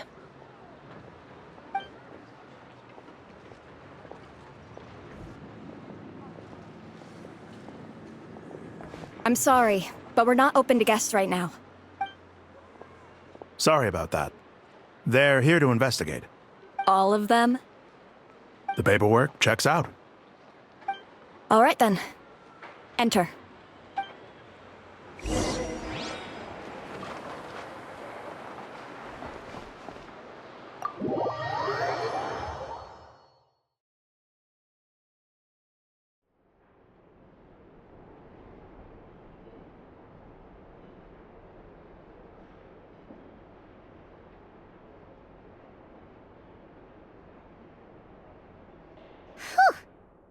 Might have said this before, Nefer, but you sure do come prepared. Shishich, my old friend. Fill us in, if you would. Greetings. If you would allow me. The murder happened not long ago. The Sergeant Major was killed by a single piercing strike from a polearm. We have performed a preliminary sweep of the crime scene to facilitate investigation. No obvious signs of a violent struggle. No damaged doors or windows. The culprit must have used some other means to enter the room unopposed before performing the deed. Entering unopposed? So, do you think there's a chance that the culprit would usually have right of entry? At the moment, the most valuable lead we have is based on an eyewitness report from a nearby resident. Specifically, that Flint's was seen entering and leaving this place in the time period when the crime most likely occurred. Flint's? We have tried to contact him, but he has not replied. Very odd indeed. So, he's the prime suspect right now, right? To be honest, I'm not particularly inclined to believe that this was an inside job. Flint's can come across a bit eccentric, but he does well in missions on the whole. He also had no disagreements with the Sergeant Major that we know of. So he lacks the motive to commit such a terrible crime. But neither the eyewitness report nor the nature of the fatal wound itself are in his favor. So we are looking for him at present. Looks like there's not much else to dig up here. Let's go outside and discuss what we've seen.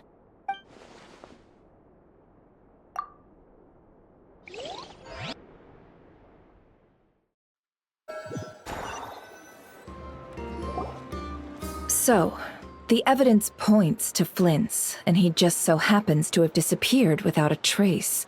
A sticky situation indeed.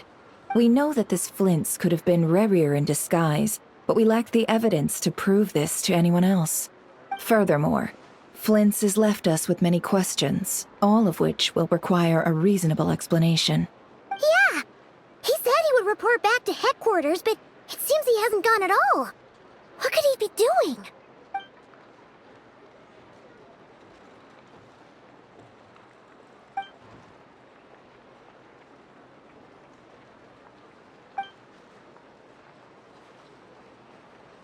Let's approach the issue this way.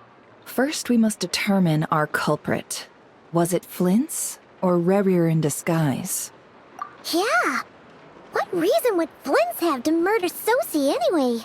None, as far as I know. And even if he had a motive, it would have been easier to do so out in the wild, rather than in Nasha Town. Yeah. They would have often gone out on missions together. Plenty of chances there. Yes, but there's one thing worth noting here. Remember the intel we got back at the tavern? No one has ever seen a phantom that can take the form of other humans within the Wild Hunt. This means that he has been hesitant to abuse this ability, or allow it to become common knowledge, likely so that he could act in secret under other guises. But no matter what, barring identities comes with risks, right? What if you bump into the person you're imitating along the way? Precisely. In other words, his goal must have been worth the risk, similar to how he came in disguise to obtain the moon marrow. He likely knew then that the real Flints would not appear and get in his way during this time. We'd have to ask Flints ourselves, I'm afraid. But we shouldn't jump to any conclusions here. We can't discount the possibility that he might actually be the murderer himself. Not yet, at least. And there are other, less likely scenarios. For instance, Rerir may have already killed Flints long ago, and been living as him for some time now. Yes, that is our ticket to a breakthrough.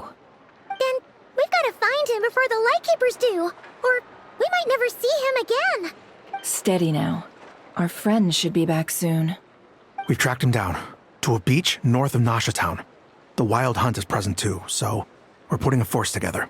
I'll have you know that this is top-secret information I'm leaking here.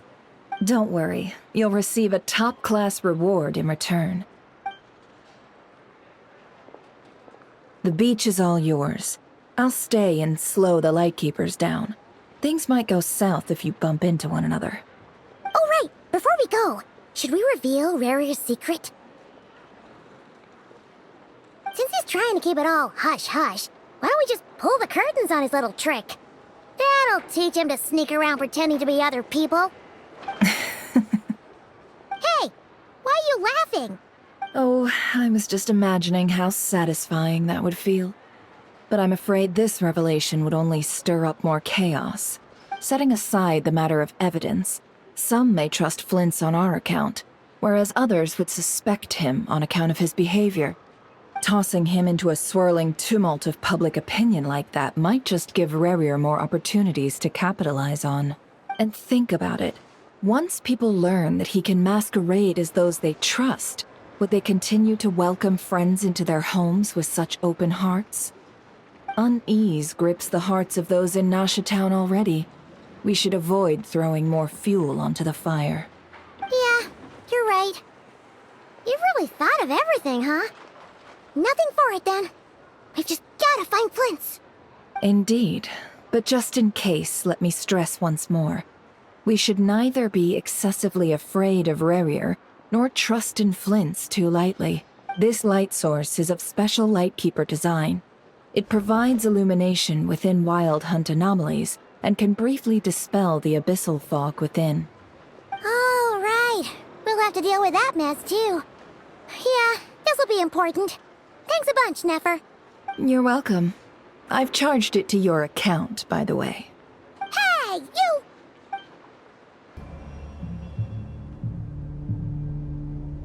This monster was lurking near the lamp. That must have been a planned ambush. We're not falling for that again. There's something inside it. Some small device. Huh? Why isn't it giving off light anymore? Is it broken? Oh, we better take it with us. Ah! We'll be in trouble if these spooky shadows touch us! Quick, use the lamp!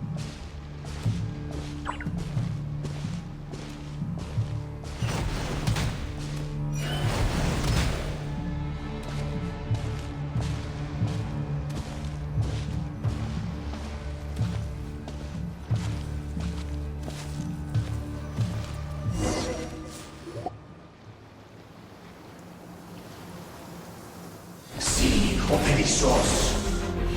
Dio Erios. Yamalune Satsisi Forampo Kalu. Mio Selu Sininso. Persevi Kestul.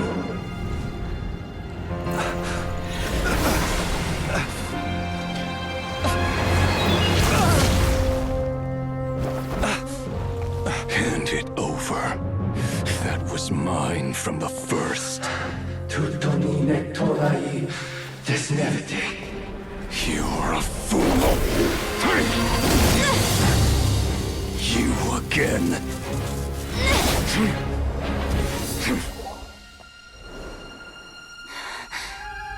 What the? It's stronger than before. Lantern, now!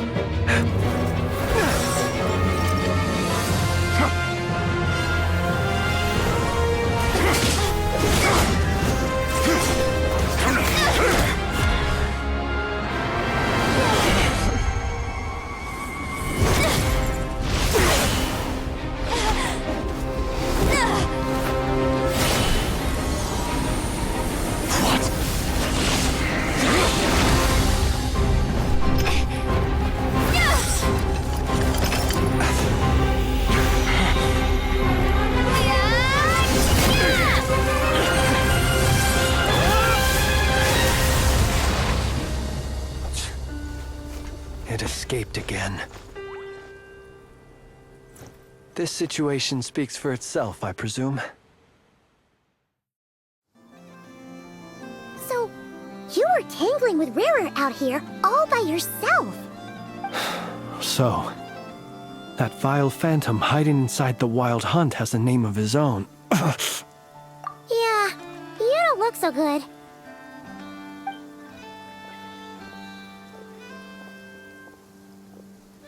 Sorry you had to see me like this. All the same, you have my sincere thanks for your aid. To think you had the power to so easily cleanse the filth staining the lantern, which tormented me so. Might I ask what magic that was? Or whose pupil you are? I believe I might have saved some face had I mastered just a fraction of such abilities. And an enviable constitution it is. A pity that such abilities cannot be acquired. Why did abyssal power just burst out of your lantern anyway? That is a long story. Many moons ago, when on Wild Hunt clearance duty, I shattered one of its cores only for a special crystalline object to fall out. I sensed a power surging within it that was at once familiar yet strangely illusory. I freely confess to being an avid collector of ancient gems, coins, and other curios. And curiosity it was that had me store this crystal inside my lantern. Afterwards, I wound up collecting a few more such crystals quite by accident, and discovered that they could merge into a single piece without my prompting. Though my understanding ends there. It was only recently that they began slowly emitting abyssal energy, which could neither be dispelled nor weakened. Is that what Rarer claimed belonged to him? That must be what he's after then! I concur. And here's the kicker. Before he was exceedingly weak. In fact, I've already beaten him several times, though I could not destroy him completely. But I noticed while engaging him that the crystal fragment would restrict my powers. As such, it occurred to me that I should hide it rather than tangle with him any longer. Alas, he has proved most fixated upon this fragment. And for some reason, his strength has grown by leaps and bounds since I last encountered him. And where, might I ask, would it be safe? Or do you think it wiser I threw it away? Were our places switched, would you discard it, knowing that its perilous might was beyond your ability to counteract, yet capable of causing greater harm should it lie beyond your grasp? Yeah, throwing it away would mean giving the bad guy what he wants. But exposing yourself to its corrosion and growing weaker by the day, that sounds super dangerous too. Only those who shoulder risks are qualified to welcome in the turning of the tide. Those who flee when troubles come are nothing more than deserters. Though I shan't deny that I have your fortuitous arrival and most outstanding assistance to thank for my continued ability to speak such platitudes. Either way, it seems this fragment is now utterly still. That must have made it useless to Rerir. I doubt he would have retreated so readily otherwise. I imagine this wasn't the only reason you came looking for me, though? Well, no, but...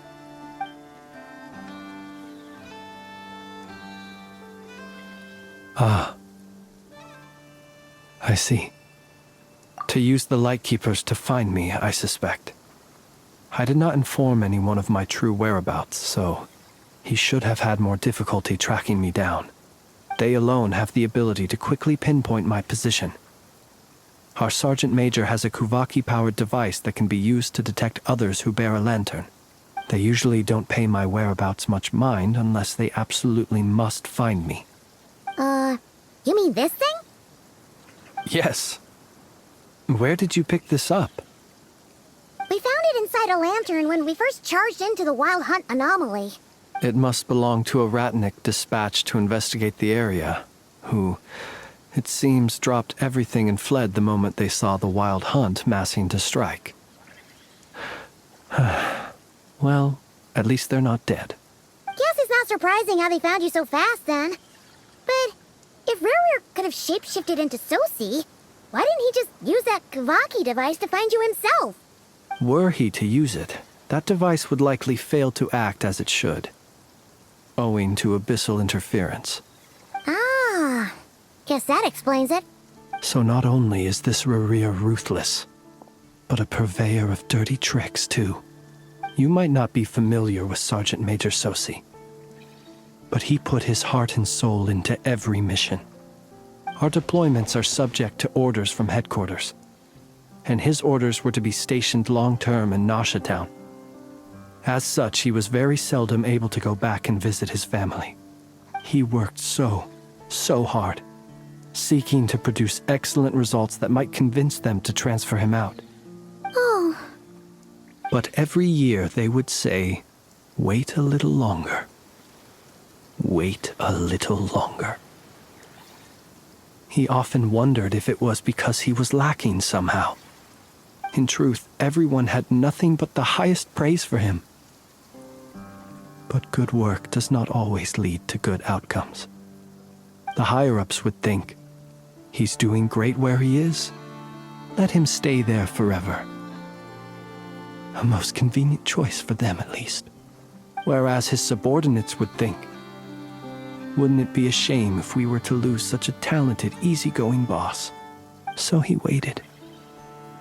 And he waited.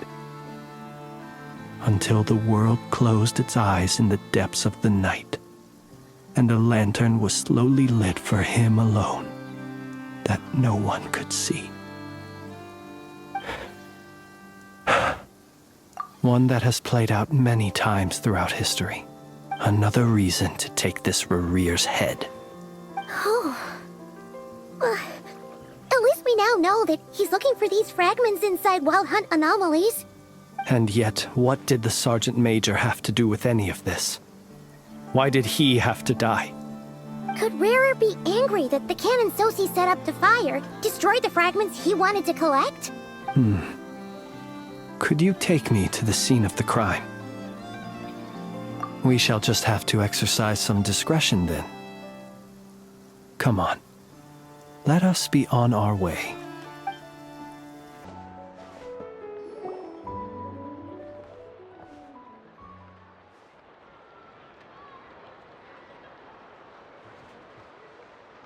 I understand the situation more or less. Much has happened, I see. Either way, I suppose we were lucky not to receive a warm welcome on the way over here.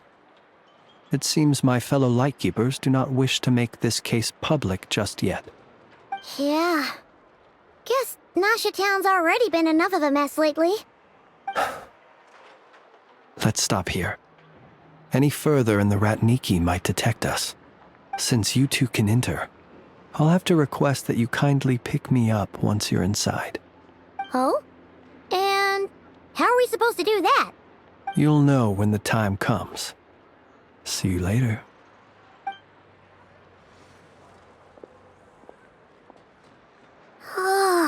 Still acting all mysterious. But he seemed pretty confident, so guess we've gotta trust him.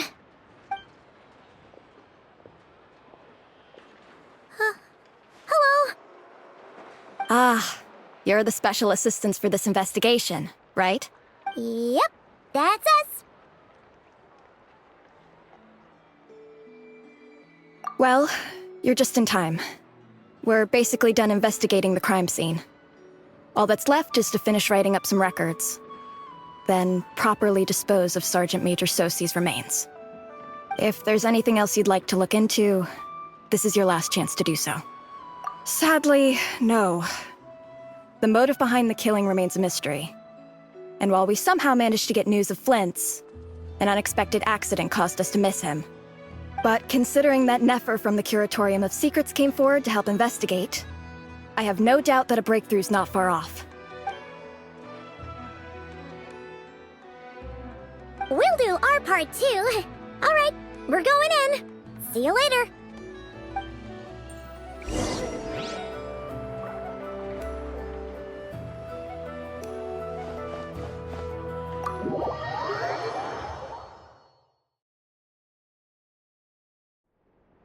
Phew, we're in. Thanks to Nefer's reputation, once again.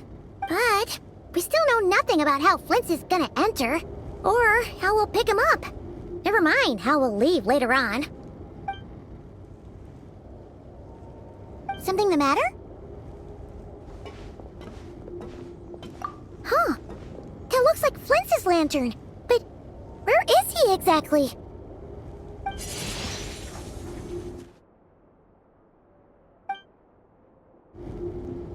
Well, we've got the lantern. What now? Oh, Paimon almost screamed out loud. You never said you could do magic like that. This lantern may have a rather peculiar shape, but so long as it doesn't glow, it won't stand out in the dark. I calculated that you would have already entered, so I chose a spot visible from the window before using light to send you a signal. As I thought, you're both sharp-eyed and on the ball. The perks of being veteran adventurers, huh? Your composure is more impressive still. You're right. That required a little trick of my own. But let us leave such trivial topics for a more relaxed moment. Our time is limited after all.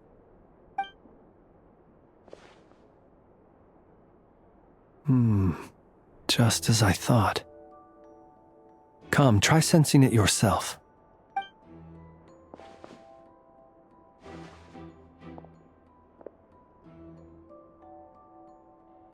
Identical powers must flow from the same source. It was the Wild Hunt, then, that took my form and killed the Sergeant Major. But why do this? To sow chaos by depriving the Lightkeepers of one of their commanders? If the Wild Hunt's true form is powerful enough to stand against the world as you claim, I fear not even the full force of Lightkeepers could stand against him, let alone the handful of us stationed in Nasha Town. He would have no reason whatsoever to pick quarrels with individual ants. Let's look again more closely. We must leave no stone unturned. Well, that makes things simpler. In that case, allow me to disturb the fallen. May the ghost flame guide your spirit. May you rest in peace.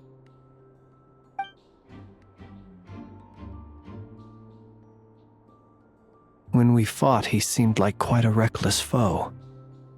Certainly not the meticulous mastermind type. Yet here we are, grappling with this enigma he has left us. Oh, if we can't get any leads, we might have to go back and find Nefer. Oh, the longer we're stuck here, the likelier he is to achieve his goal. Oh, this is so frustrating!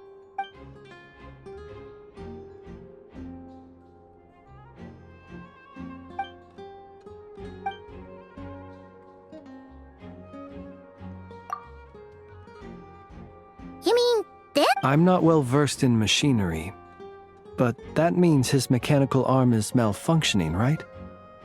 It might have been broken in combat. No, that's not right.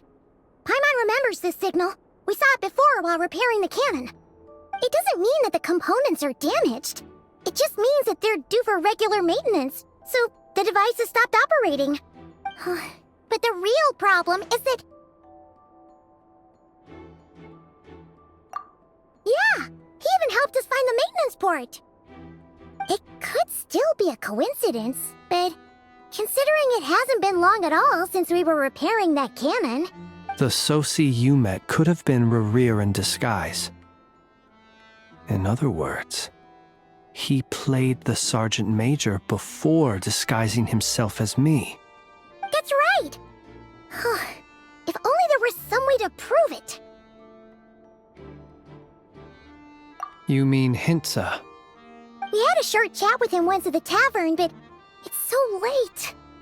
Guess it'll have to wait till tomorrow. I know where he lives.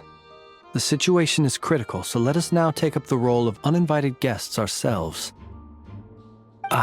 Yes. And one more thing. Remember to pick me up by the window.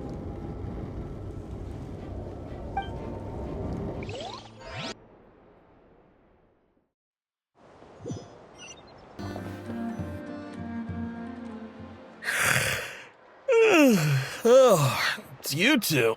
And Flint's. Given the hour, I guess it must be an emergency? It is indeed. Our sincerest apologies for interrupting your rest. We are investigating a certain matter in connection with Sergeant Major Sosi. We'd like to know if he has sent you a request for maintenance to be performed on his mechanical arm. Sosi. Oh, so the rumors I heard, are they true? You know what? Forget it. I'm sure it's complicated. No further questions from me. Just a moment. I need to check my records. Thank you for your understanding.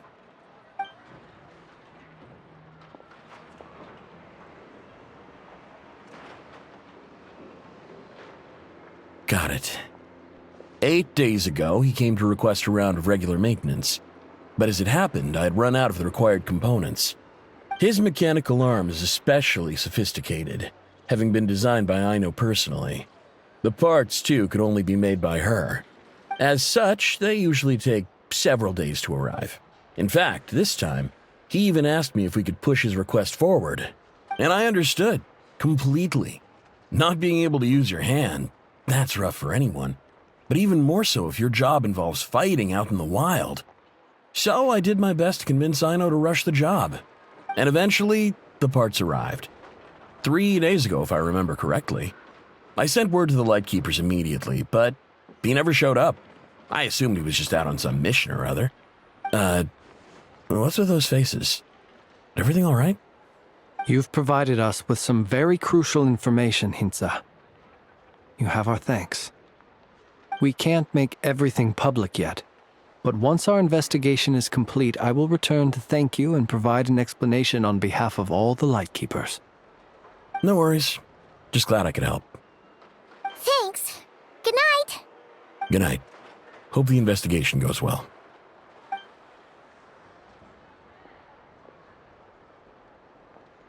It seems that it is as we guessed. The Sergeant Major Sosi you encountered while repairing the cannon was actually Rerir in disguise. 8 days ago, he had yet to act.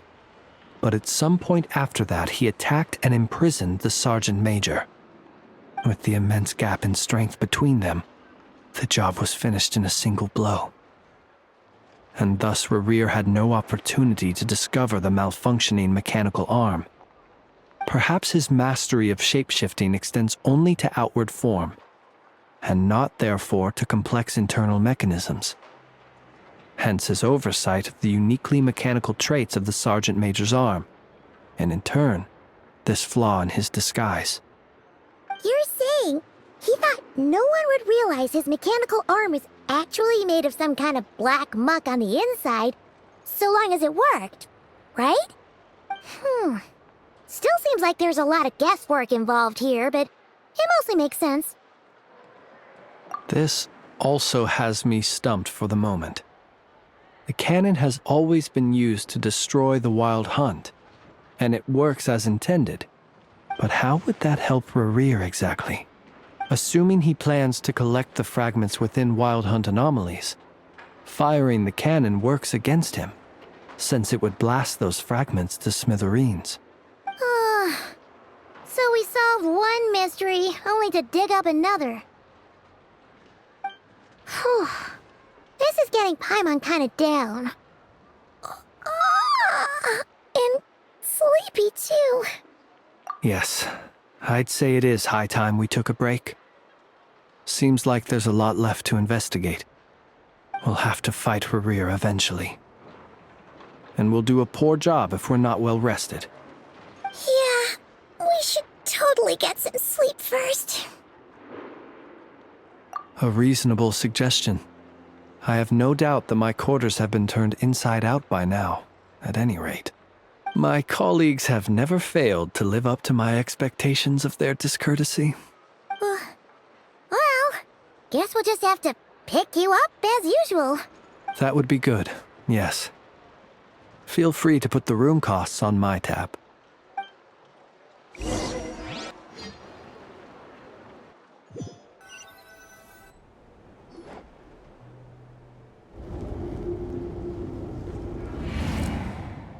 Phew, back inside. We can finally take a breather. Okay, Paimon. In and out. I suppose we could all take a moment to unwind. As I recall, our first meeting took place not far from here. Ah, the nostalgia. Had you already sensed the unique power within my lantern at that time? I see. Words truly do fail to capture your superlative insight. Fortunate then that abyssal energy was only leaking from the fragment in minuscule amounts when we first met. Or I might have been in for a real interrogation. Yeah, hard to say how that would have played out. We've had a whole bunch of unpleasant run-ins with the Abyss. You mean to ask why I'm going this far to oppose him? Well, as a light keeper, I'd say I'm simply doing my job.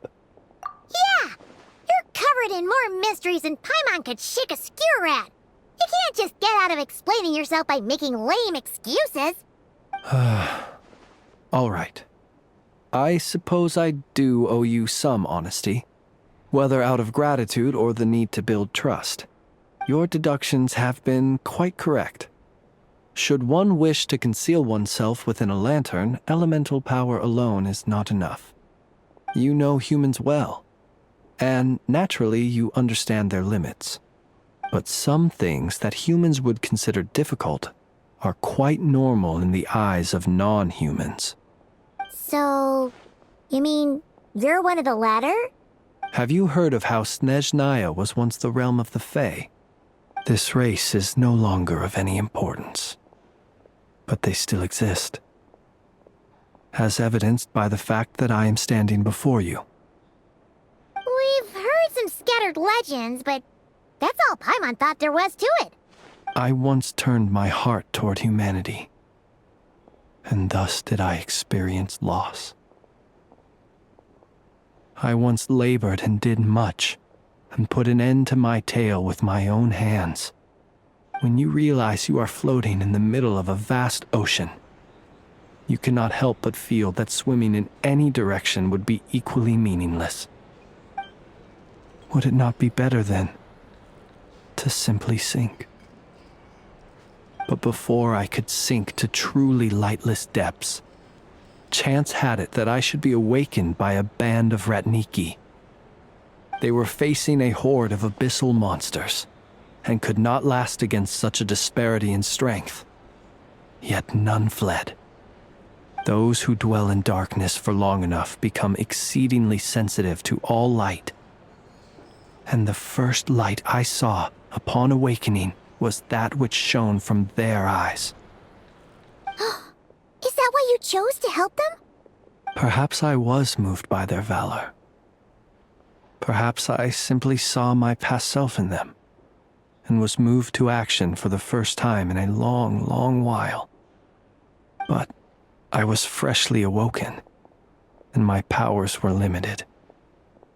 I could not prevent casualties altogether. The survivors and I buried the fallen heroes.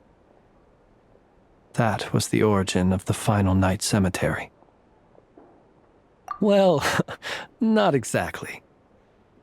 I was just more familiar with them. So joining up seemed the most convenient way to experience human life. Doesn't sound too believable. Well, I believe it. Besides, I'm well past the age when one might believe in things that must be done. Nonetheless, there are still some things I will not allow to happen. The chaos that Rerir has been stirring up is one of them. Tomorrow I shall go and check our records to see if I can find any connection between the Wild Hunt, Rerir, and the Cannon. Will you need us to get you where you need to be? Oh, I'll be fine. I keep a backup copy at my residence in case of emergencies. Can you even go back there right now? Won't there be Ratniki watching it? Thanks for the reminder. I believe they'll have checked my place, but they won't have stayed. All things are ranked according to their priority, and we lack the manpower for such an open-ended stakeout. And even if someone is waiting, I have ways around that. I am the master of my own house, after all. All right then, we'll trust you. We sure ended up chatting for a while, huh? I'm super tired now. But, you know, feels like we can breathe easier, now that we know you better. I didn't take you for the cautious sort. Anyway, I hope you'll help me keep this a secret. I'd prefer others not to know about my past unless strictly necessary. Nor do I want to attract more trouble on account of being a fae. Paimon's lips are sealed too. All right. Thanks again for your help. Good night, you two.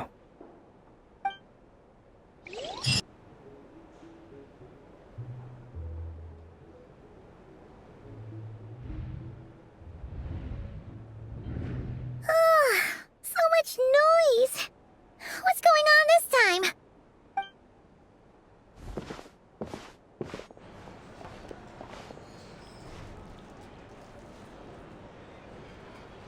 Hey!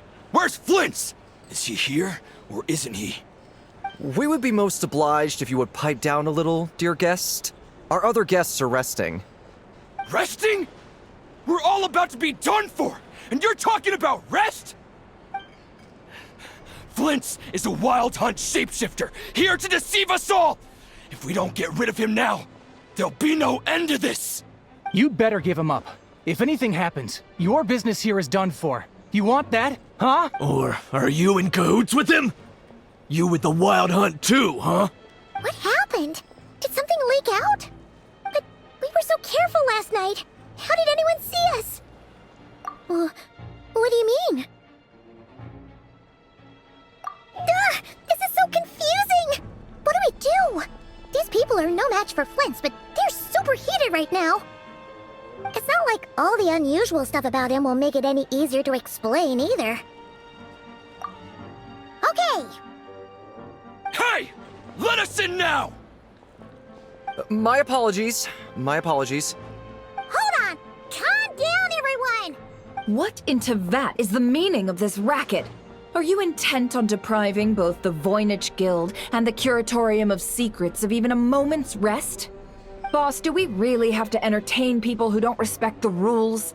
Call a few of your boys and have them thrown out. And what hole did you crawl out of? A watering hole, of course. The one you've just disturbed. A place to get a moment's respite from all the recent unhappiness, and to escape from all this talk of the Wild Hunt, or strange ghosts and phantoms. Who'd have guessed people like you would come bursting in, shrieking louder than any ghoul? This is a matter of utmost importance. We've got solid evidence. All we need now is to confront Flint's face to face. Exactly. And you sure don't look like an impartial party either, Nefer. Oh, don't I now? How about this then, boss? Let them do their search. If they find their man, they can have their little chat. But if they don't, then they owe everyone here an apology, as well as compensation for all the racket they've caused. Wait, it's... All right. I suppose that's the only way. If we don't let them in now, they'll be back sooner or later. What a mess. Oh, all right then. Well, I'd say that sounds like an impartial proposal. What say you? Or are you suddenly unsure of yourselves? Come on, everyone! Move it!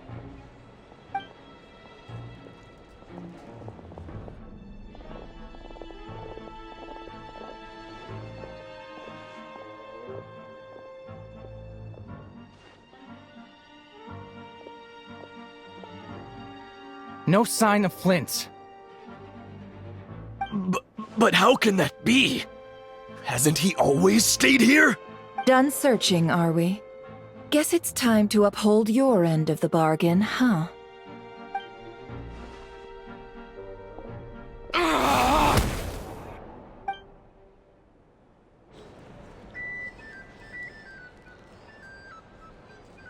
So, Paimon, you've been waiting to ask me something, haven't you? Yeah, how did they even find us here? My inside man with the Lightkeepers informed me that you paid the crime scene a late-night visit. I surmise that you must have rendezvoused with Flint's and obtained some new information. Then, early this morning, a group of people gathered at the town gates, news spreading amongst them that the Wild Hunt could disguise itself by taking on familiar faces. Everyone started throwing out the names of possible suspects. No one, seemingly, was exempt. And amidst it all, Flint's name started gaining more and more traction. I'm sure his solitary lifestyle may have played a part, but I wouldn't discount Rerir throwing fuel on the fire in secret. So, did Flint's make his escape after hearing about this? And that's where I, Yehoda, the quick-witted, fleet-footed backbone of the Curatorium, got my chance to shine. While everyone was super focused on the argument in the main hall, I alone noticed an opening. I got her to climb up to a window to help Flint's out, only for her to return with nothing but a lantern. Aw, come on, Paws. I was just getting started. We initially intended to bring Flint's back to the Curatorium and wait those people out, but I never expected this to be all that was left. I imagine, though, that he wouldn't have left something that was so seemingly important to him behind. Might he intend to come back and get it later? Maybe. I'm not sure. Well, he's out of harm's way now, so that's not super important, right? Oh? What Paimon means to say is, we've got lots of new intel to share. All right then. Yehoda, contact the others. We're going to need all hands on deck. Let's have this discussion over at my place.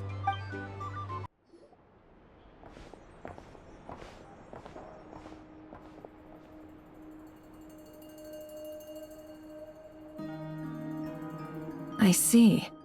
So Flint's has a fragment taken from within a Wild Hunt anomaly. Is he gonna be okay now that he's on his own again? Earlier, he said that the fragment had gone still, so it's probably of no use to Rerir now. In that case, Rerir shouldn't have any reason to keep pursuing him, right? So was all that ruckus back at the flagship just an act of spite? Or what? If I were him, I would have simply turned my attention to collecting other fragments. A reasonable course of action. Remember what we heard back at the tavern? The actual number of Wild Hunt anomalies destroyed has been greater than Lightkeeper records would indicate. Some of these must have been Rerir's doing. He must have been seeking more fragments.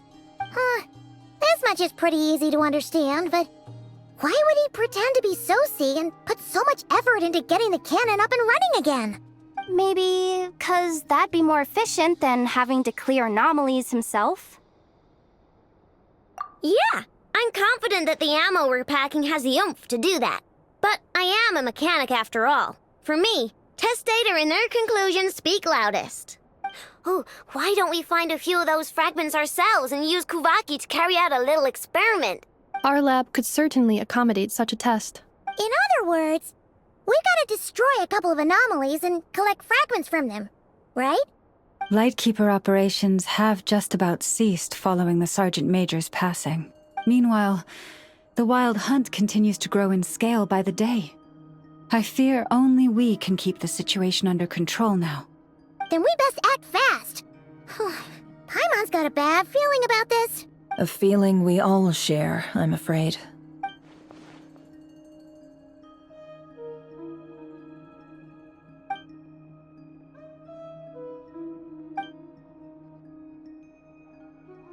There are 3 Wild Hunt sites that must be dealt with urgently.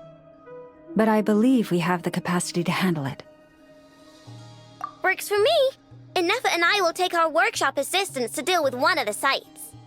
The Curatorium will handle another. And we Frostmoon Scions shall deal with the remaining one. Paimon didn't think she'd ever get to see everyone here carrying out a plan together like this. Never mind you. This is a first for me, too. Let's head out, then. We'll meet back up at my lab with the fragments. Understood. Time is of the essence now. Our foe could make his next move at any moment, so we must stay in contact with one another. Gotcha! Stay safe, everyone.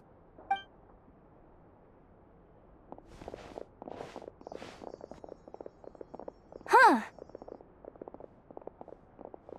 Anyone seen the lantern? Has Flint's dropped by already?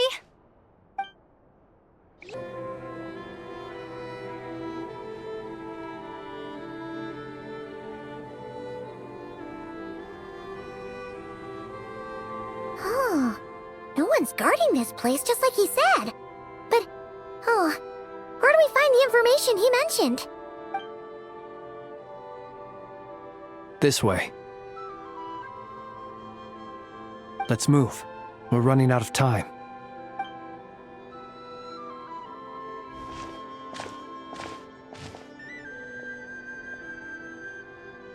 Ah! There you are! Okay, let's split up and make this happen.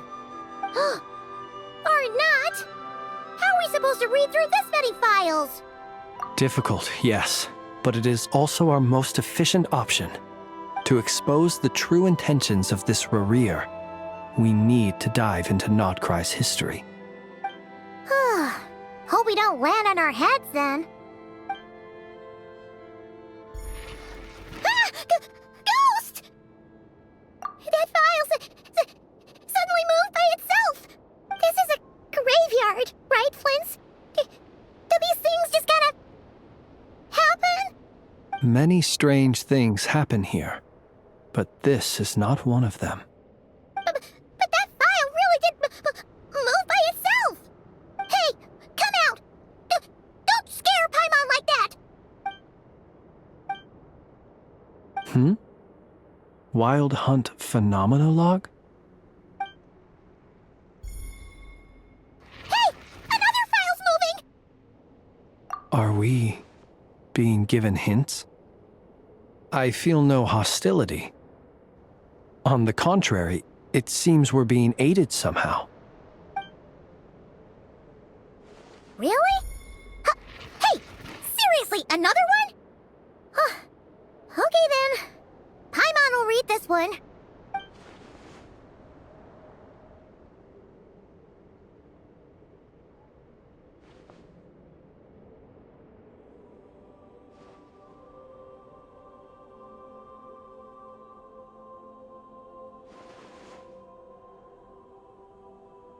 Phew!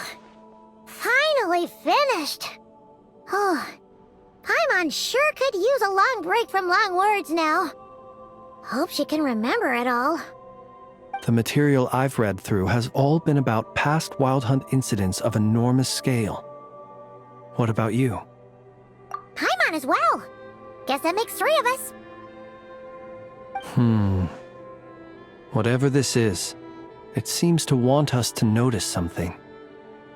Let's bring our files together and give them another look through. Alright, Paimon will go fetch hers.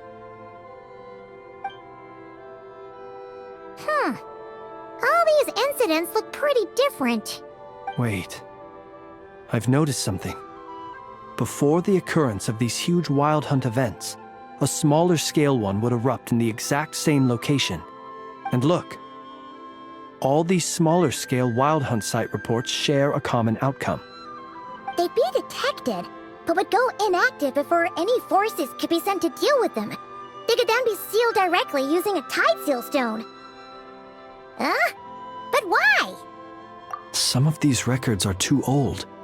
I doubt he had regained the ability to act freely yet, or we would have met long ago.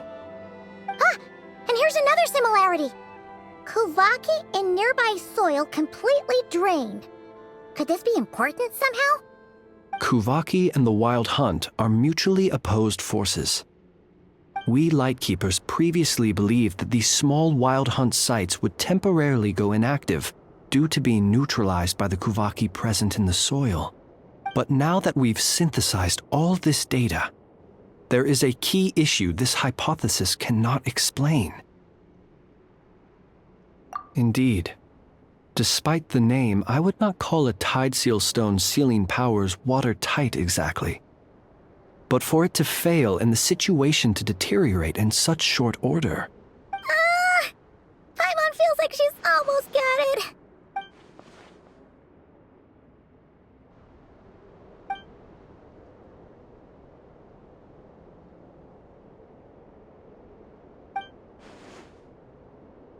Yes, that might be it.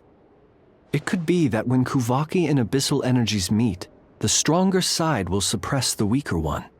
And while Kuvaki can indeed destroy small-scale wild hunt anomalies, should Rerir be strong enough, the Kuvaki might be his for the taking instead. Paimon kinda gets where we're going with this. What are you referring to? We had a real close encounter with the Abyss in Netland. It's a force that tries to taint everything.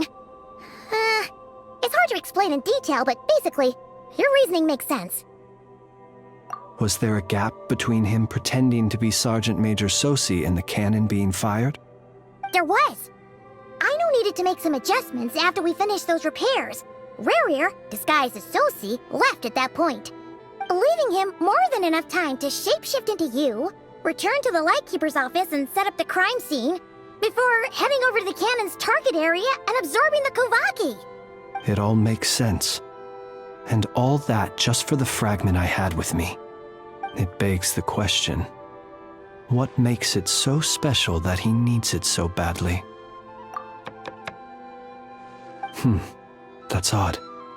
We shouldn't have any guests. I'll go take a look.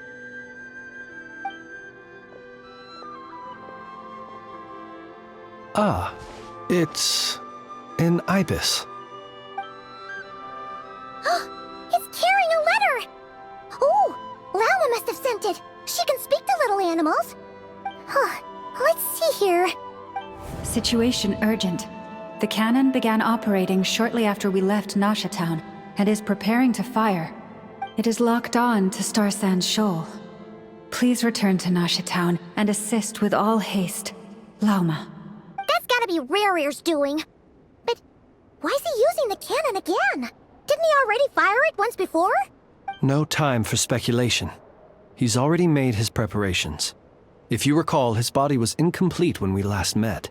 If this bombardment continues to increase his strength, he might regain his complete form.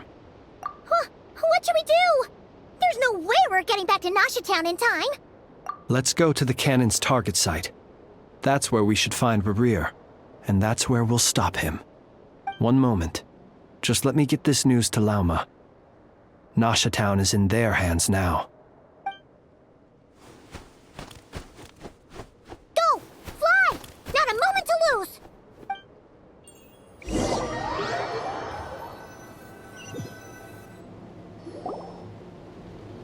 You're here. as expected. Humans, you never change. Always trying to use powers you neither comprehend nor control. But it is also thanks to you that I found a way to return. You've messed with the cannon again, huh? Sorry, but this round's not gonna go your way. Such faith in your companions. But will the inhabitants of Nasha Town understand why they wish to stop the cannon? I think not. When all they see is the wild hunt surging up everywhere they look, the cannon must seem like their only lifeline. This is the truth I have revealed to them. They did this all of their own volition. The zealous worship of power leads only to annihilation of equally zealous proportions. True power does not heed the commands of the weak. You were waiting for us to leave Nasha Town then? Of course. I imagine the one you call Aino would have managed to stop the cannon otherwise. Shame, then, that you proved one step too slow. In their folly, the townspeople will bar the path of all who seek to stop the cannon. And your kind-hearted, weak companions have not the stomach to deal with them. The cannon will not be stopped now. Well, sir, you look most pleased with yourself. In that case, before you put us out of our misery, I would like to ask you a question, if I may. See this fragment? It once haunted your dreams, but now it seems useless to you. What is it exactly? That is my corpse. Sorry, what? My body was once torn into countless pieces and hurled into the swirling chaos of time itself. But even so, my life and will were not extinguished. Every last fragment calls to me. Sooner or later, they shall welcome my return. What are you even saying? Huh. So the terror of the wild hunt was in fact caused by scattered pieces of your corpse. I guess they don't call you one of the 5 sinners for nothing. Serendipity guided the fragments to construct an incomplete version of myself, upon which I began collecting more within wild hunt sites across the land. But each time, the fragments I obtained were hardly worth mentioning, while that which you hold in your hand was my heart. So that's why it responded so strongly to you. Only by retrieving this most critical piece could I gain mastery over the turbulent Kuvaki energies and be fully reborn. Hence, you fired that first shot, hoping to regain enough power to seize the fragment from me. Are you completely crazy? Weren't you afraid of dying? Dying? Such power has no hope of killing me. It may destroy my form over and over, yet always I rebuild it. It may smash my flesh and crush my bones thousands of times and more, but that is of no consequence to me. What truly infuriates me, however, is how you've destroyed my heart. All that suffering, everything I endured, and all for nothing. I've adapted to the strength and flow of this Kuvaki. The next cannon shot will multiply my strength immeasurably. It will not be a full restoration, no, but it will be more than enough to destroy any in this world who stand in my way. Still, I suspect the Kuvaki will have rendered you down to nutrients for my consumption, well before you have the time to kneel before me. Traveler! Behind you! Look at that light!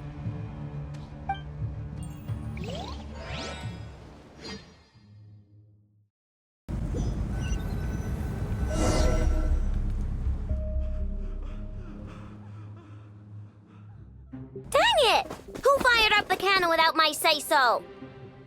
Its defensive barrier has also been activated, likely in anticipation of interference by malicious actors. The air is thick with fear and anxiety. It's spooking the birds and beasts. What exactly is going on? You're here. Looks like this was all part of Rarir's plan. Not only did he plant seeds of suspicion in people's hearts, seems he's now igniting them.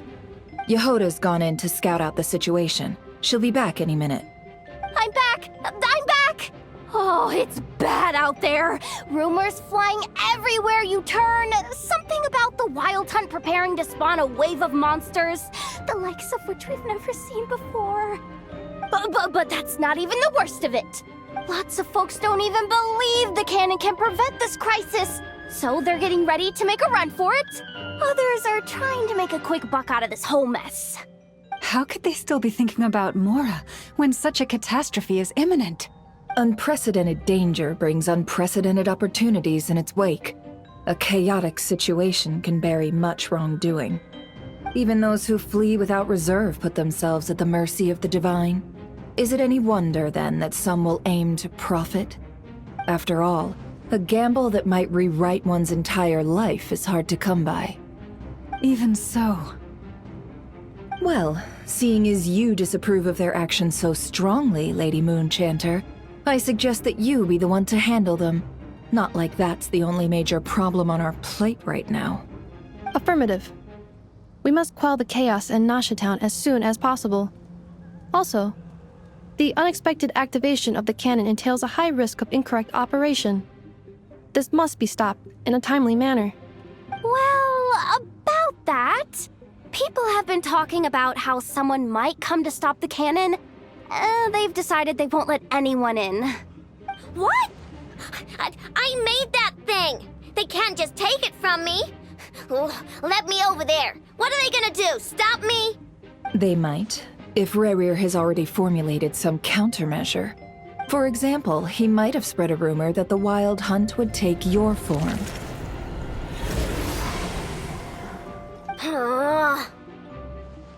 Possibility high. If they view the cannon as Nasha Town's only hope, they are likely to conclude that anyone who tries to stop it must be with the Wild Hunt. We will face strong resistance, but they're just ordinary people. Brute force must be avoided, if possible. There's no time. Let's go into the town. I'll find some way to calm the townspeople. You find a way to stop the cannon. Oh, you're back. And you have a letter? The Traveler won't make it back in time. So they're heading straight over to Star Sand Shoal instead. Wait, what? Isn't that the cannon's target? Why would she go there? Assessing risk level. Maximum. So if we can't prevent the cannon from being fired... Then she's prepared for the worst.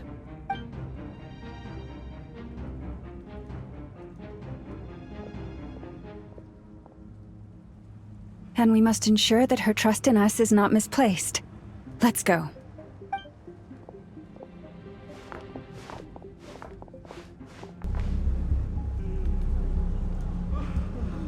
Most of those we've met so far have been attempting to escape, so they haven't gotten in our way. But it won't be so easy from here on out. Looks like they formed groups to protect the cannon. If they believe that we're with the Wild Hunt, we'll have no choice but to force our way through. Is that Lady Lalma? But are you really her? It's you, Rixa. I believe you recognize this power, having lived on Hisi Island for so long. It is not something that anyone else could imitate. I do, yes. So it really is you, my lady. But why are you here? Really, I believe you, but the others... Well, they'll be on high alert. The townspeople have been misled into believing that they needed to activate the cannon. I am here to stop them. But... I know what you wish to say. Our island and Nasha Town have never had close ties. There should be no reason for me to intervene. But you chose to leave the island. You had the resolve and the courage to start a new life. It is unfair, unjust, that you should be dragged into this mess just as that life was about to begin. I seek to redress this injustice, not only for you, but for everyone here who wishes to live their lives free from this chaos. Please, have faith in our long-standing friendship, and that this is where my heart has led me. Thank you, my lady. Thank you. Please help us. Then come. I need you to step forward alongside me, and to do your part too. All right, I understand. Seems we chose the right person for the job. All right, everyone. Let us meet again later. Huh? You're not coming with us? We won't be able to calm this storm by our power alone. As such, I'll need to contact some... let's call them friends in high places, shall we? Let's go, Yehoda. Okay. See you again, everyone! That is, if we can.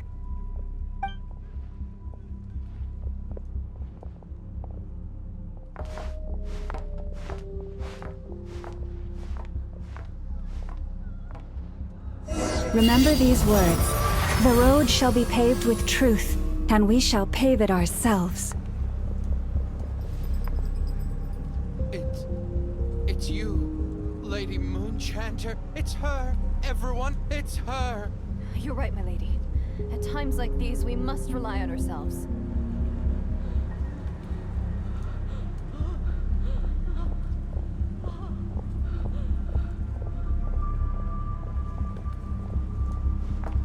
We'll grab this and this.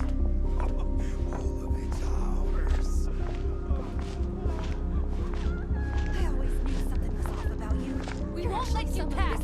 Leave this to us, Lady Moonchanter. Go.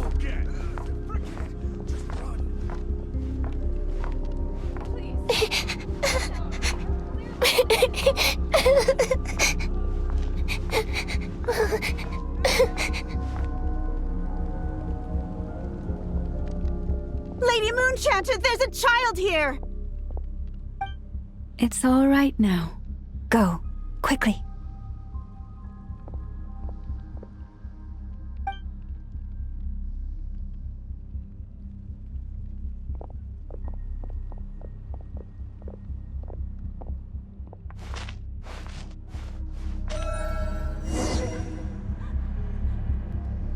You wretched monsters! You're not getting anywhere near the cannon! The monsters you fear do not exist here. The madness you have fallen to has been the source of untold disasters. You think we had a choice? Destiny is no excuse for greed and destruction. The choice has always been yours to make, and it remains so, even now.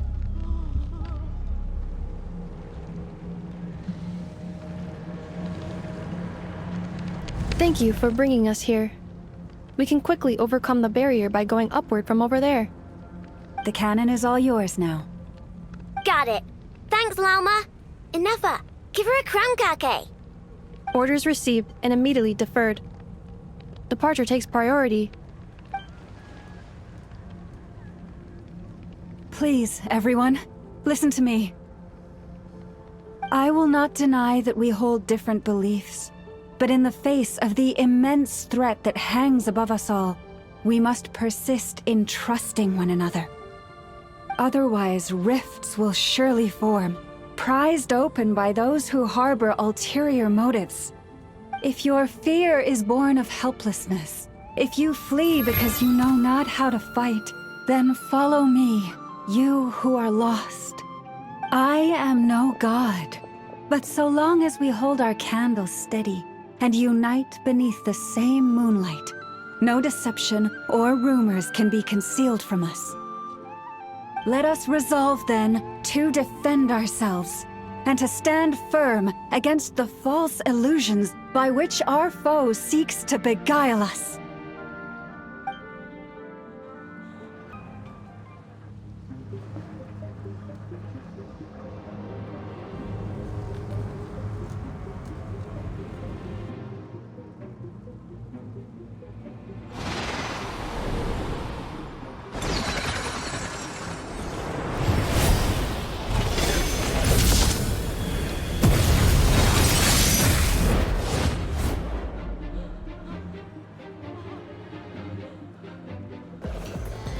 This isn't good enough, we gotta hurry! Scanning. Kuvaki ammunition fully loaded. Preheating complete. The cannon is going through its final pre-fire checks. Aw, alright, let's hit the emergency brake! Assessment. Not enough time. Emergency brake will cause internal explosion of stored Kuvaki. Damage assessment. Incalculable. Nasha Town likely to be blasted skyward. No! I mean a manual brake, the primitive kind! A manual brake. Understood. Roger that.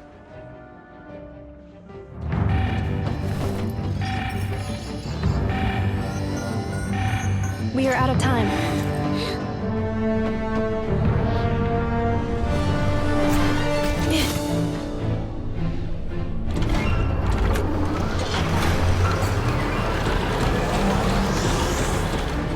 All your efforts have been futile. It is too late now. Perhaps you're right. Why aren't you running?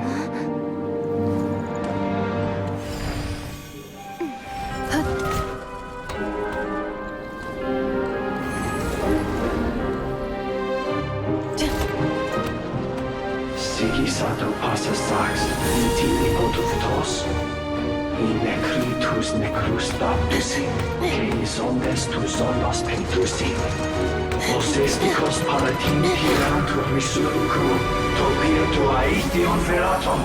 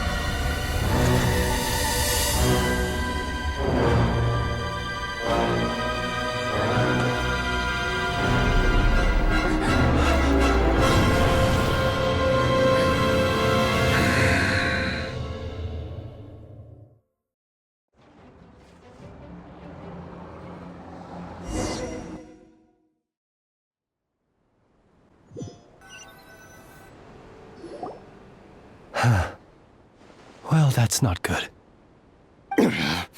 Sluggish, torpid. This body is a disappointment. I can barely muster 10% of my original strength.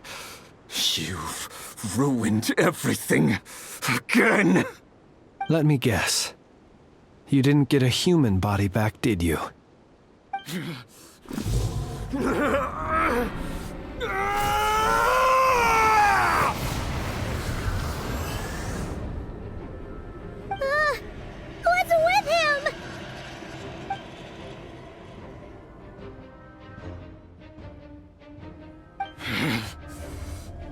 pitifully granddaughter.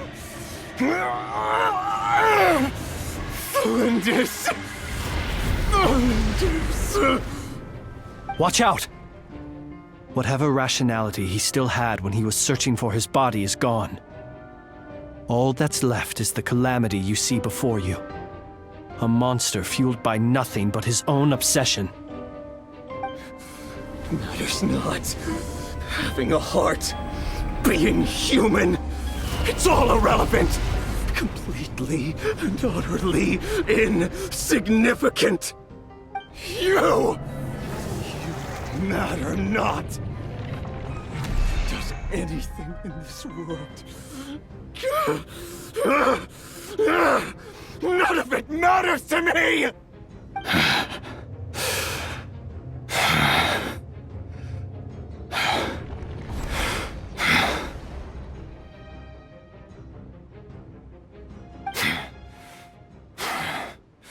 Fools. Time to die!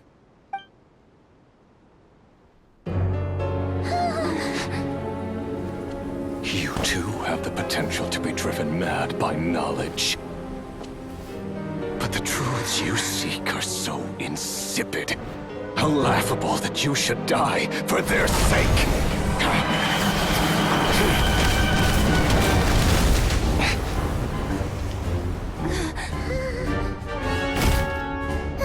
You're wrong.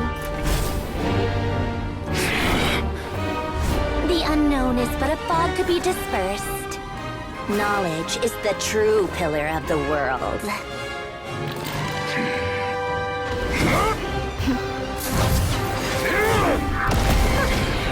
You're not the only one who got stronger. Polonia!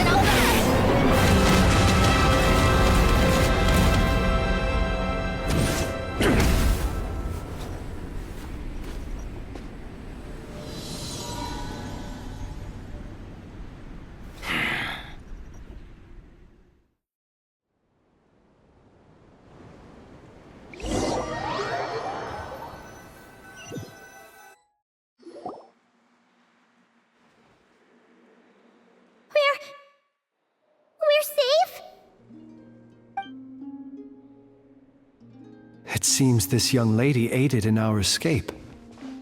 You have my sincere gratitude, dear madam. The flowers here bloom in such peaceful silence.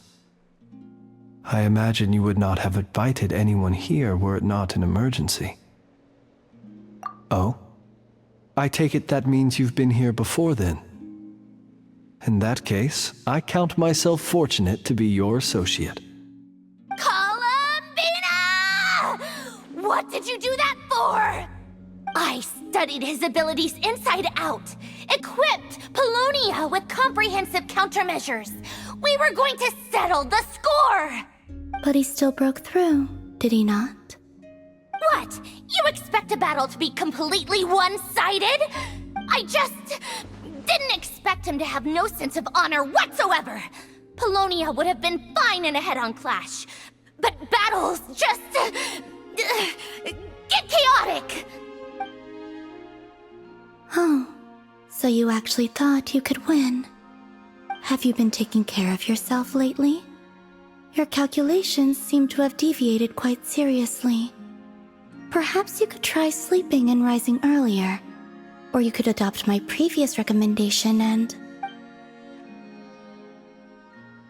Hey, listen here, Columbina!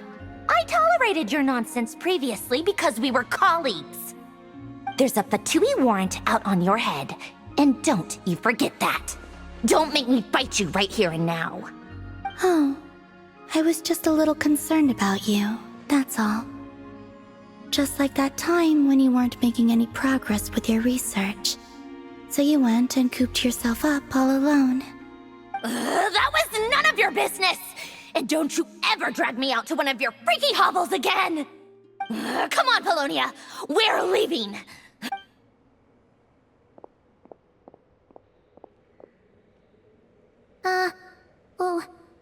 Well, anyway, thank you.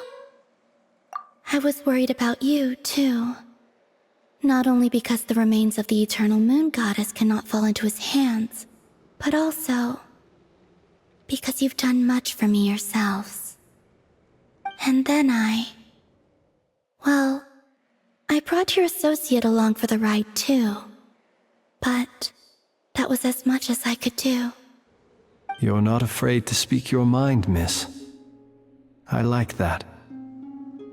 Please, call me Flint's. It is my honor to make the acquaintance of one such as yourself. Still, what do we do now? Riri's gotten stronger again. At this point, it doesn't seem like we can beat him. We did block most of the Kuvaki, so I'd say we've put a lid on his plans for now at least. But we still don't know what his aims are, and he may continue gathering power. So we must be very careful. After you left, I could no longer sense his presence. That means it's safe out there for now, right? A question, if I may, kind Miss Columbina. When the cannon's Kuvaki beam was deflected earlier, I saw several bolts of energy streak toward Hisi Island, only to be blocked. Did you also have a hand in that? No. I see. Curious. Oh yeah, the cannon veered off course in the end, didn't it? Paimon wonders how Aino and the others are doing. Let's head back and check on them. In that case, Miss Columbina, I shall not disturb your serenity any longer. Thank you once again for coming to the rescue.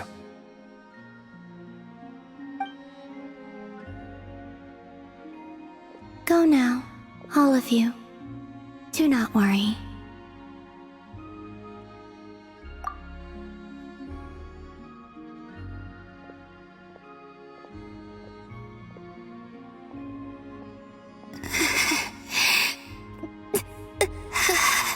My strength still isn't returning. It seems my time is running out.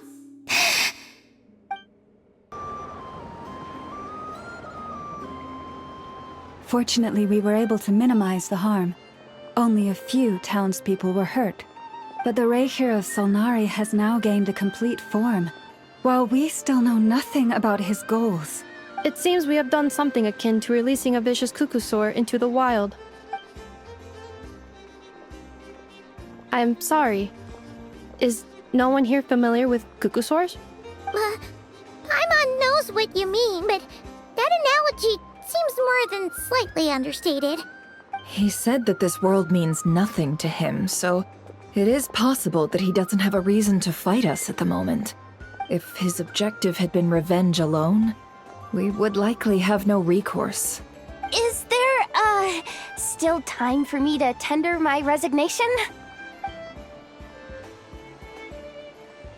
Just kidding, just kidding.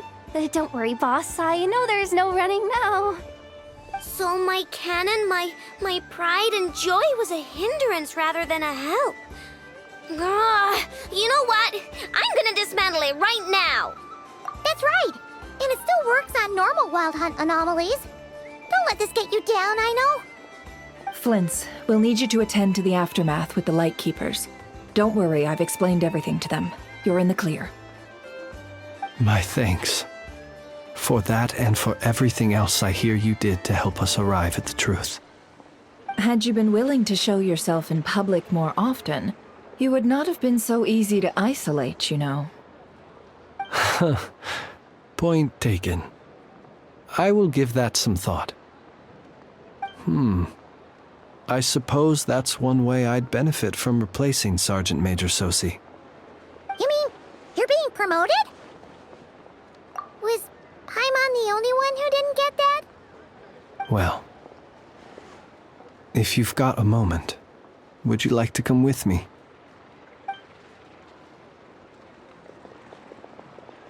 There's a certain gentleman I'd like to send off on his final journey.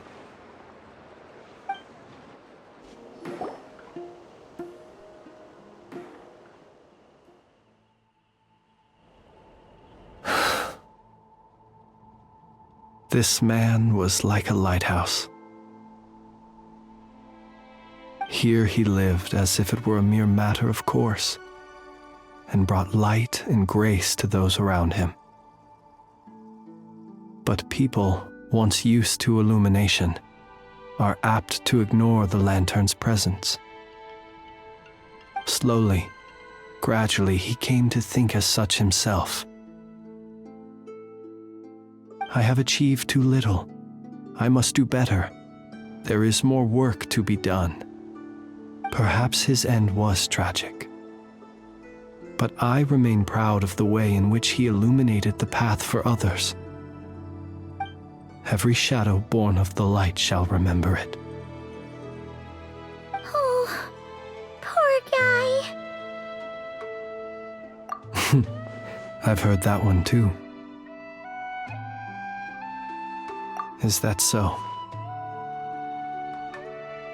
Well, you're right. It may seem that our efforts were in vain, that Rerir achieved his goals, but we will pursue him to the last, even if the outcome is not what we wish for. It is not dissimilar to the role of a graveyard keeper.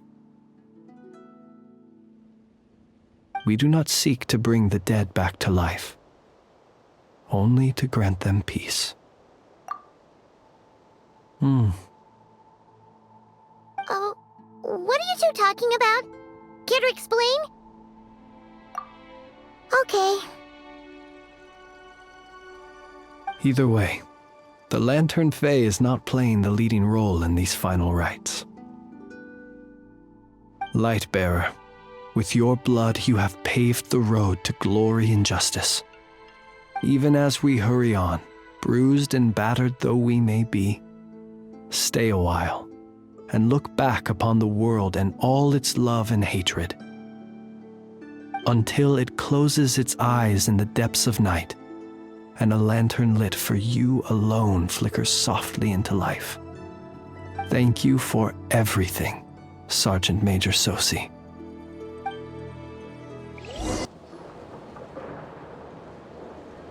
Columbina! What are you doing here? Was it not you who recommended such walkabouts to me? Yeah, but aren't you afraid the Fatui will see you?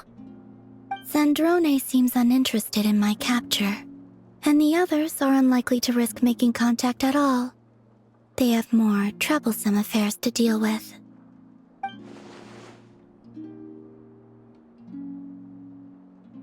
Well, it's good to come out for a walk either way. So, how do you feel? Is Nasha Town to your liking? The flow of Kuvaki is somewhat turbulent, and the people are ill at ease. However... Is this where you purchased the dishes you treated me to? Are you serious? That's what she's concerned about? Berries and fried meat?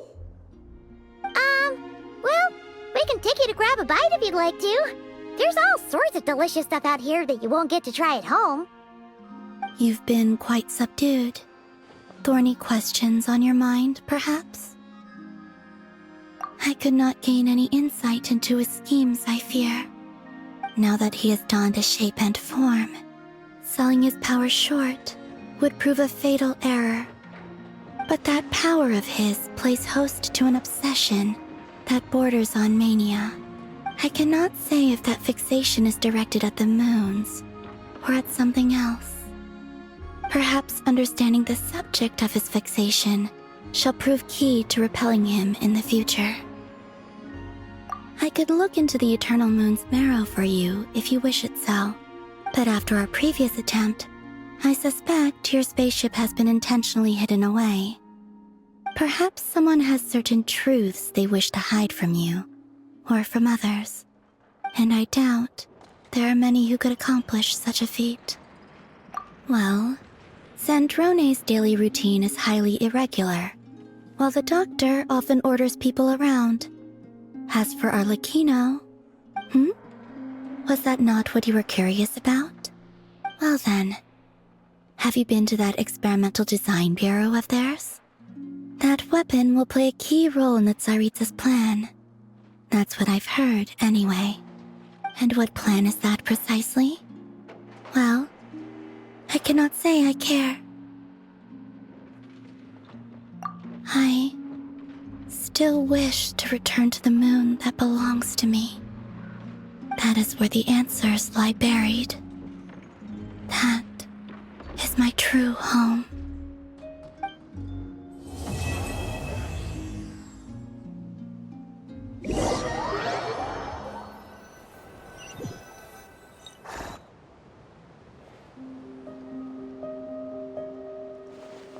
Interesting. You followed me this far. Why not show your face? Haha! Right, right. Right you are. I forgot to introduce myself. The name's Varka, Knight of Boreas, and Grand Master of the Knights of Favonius.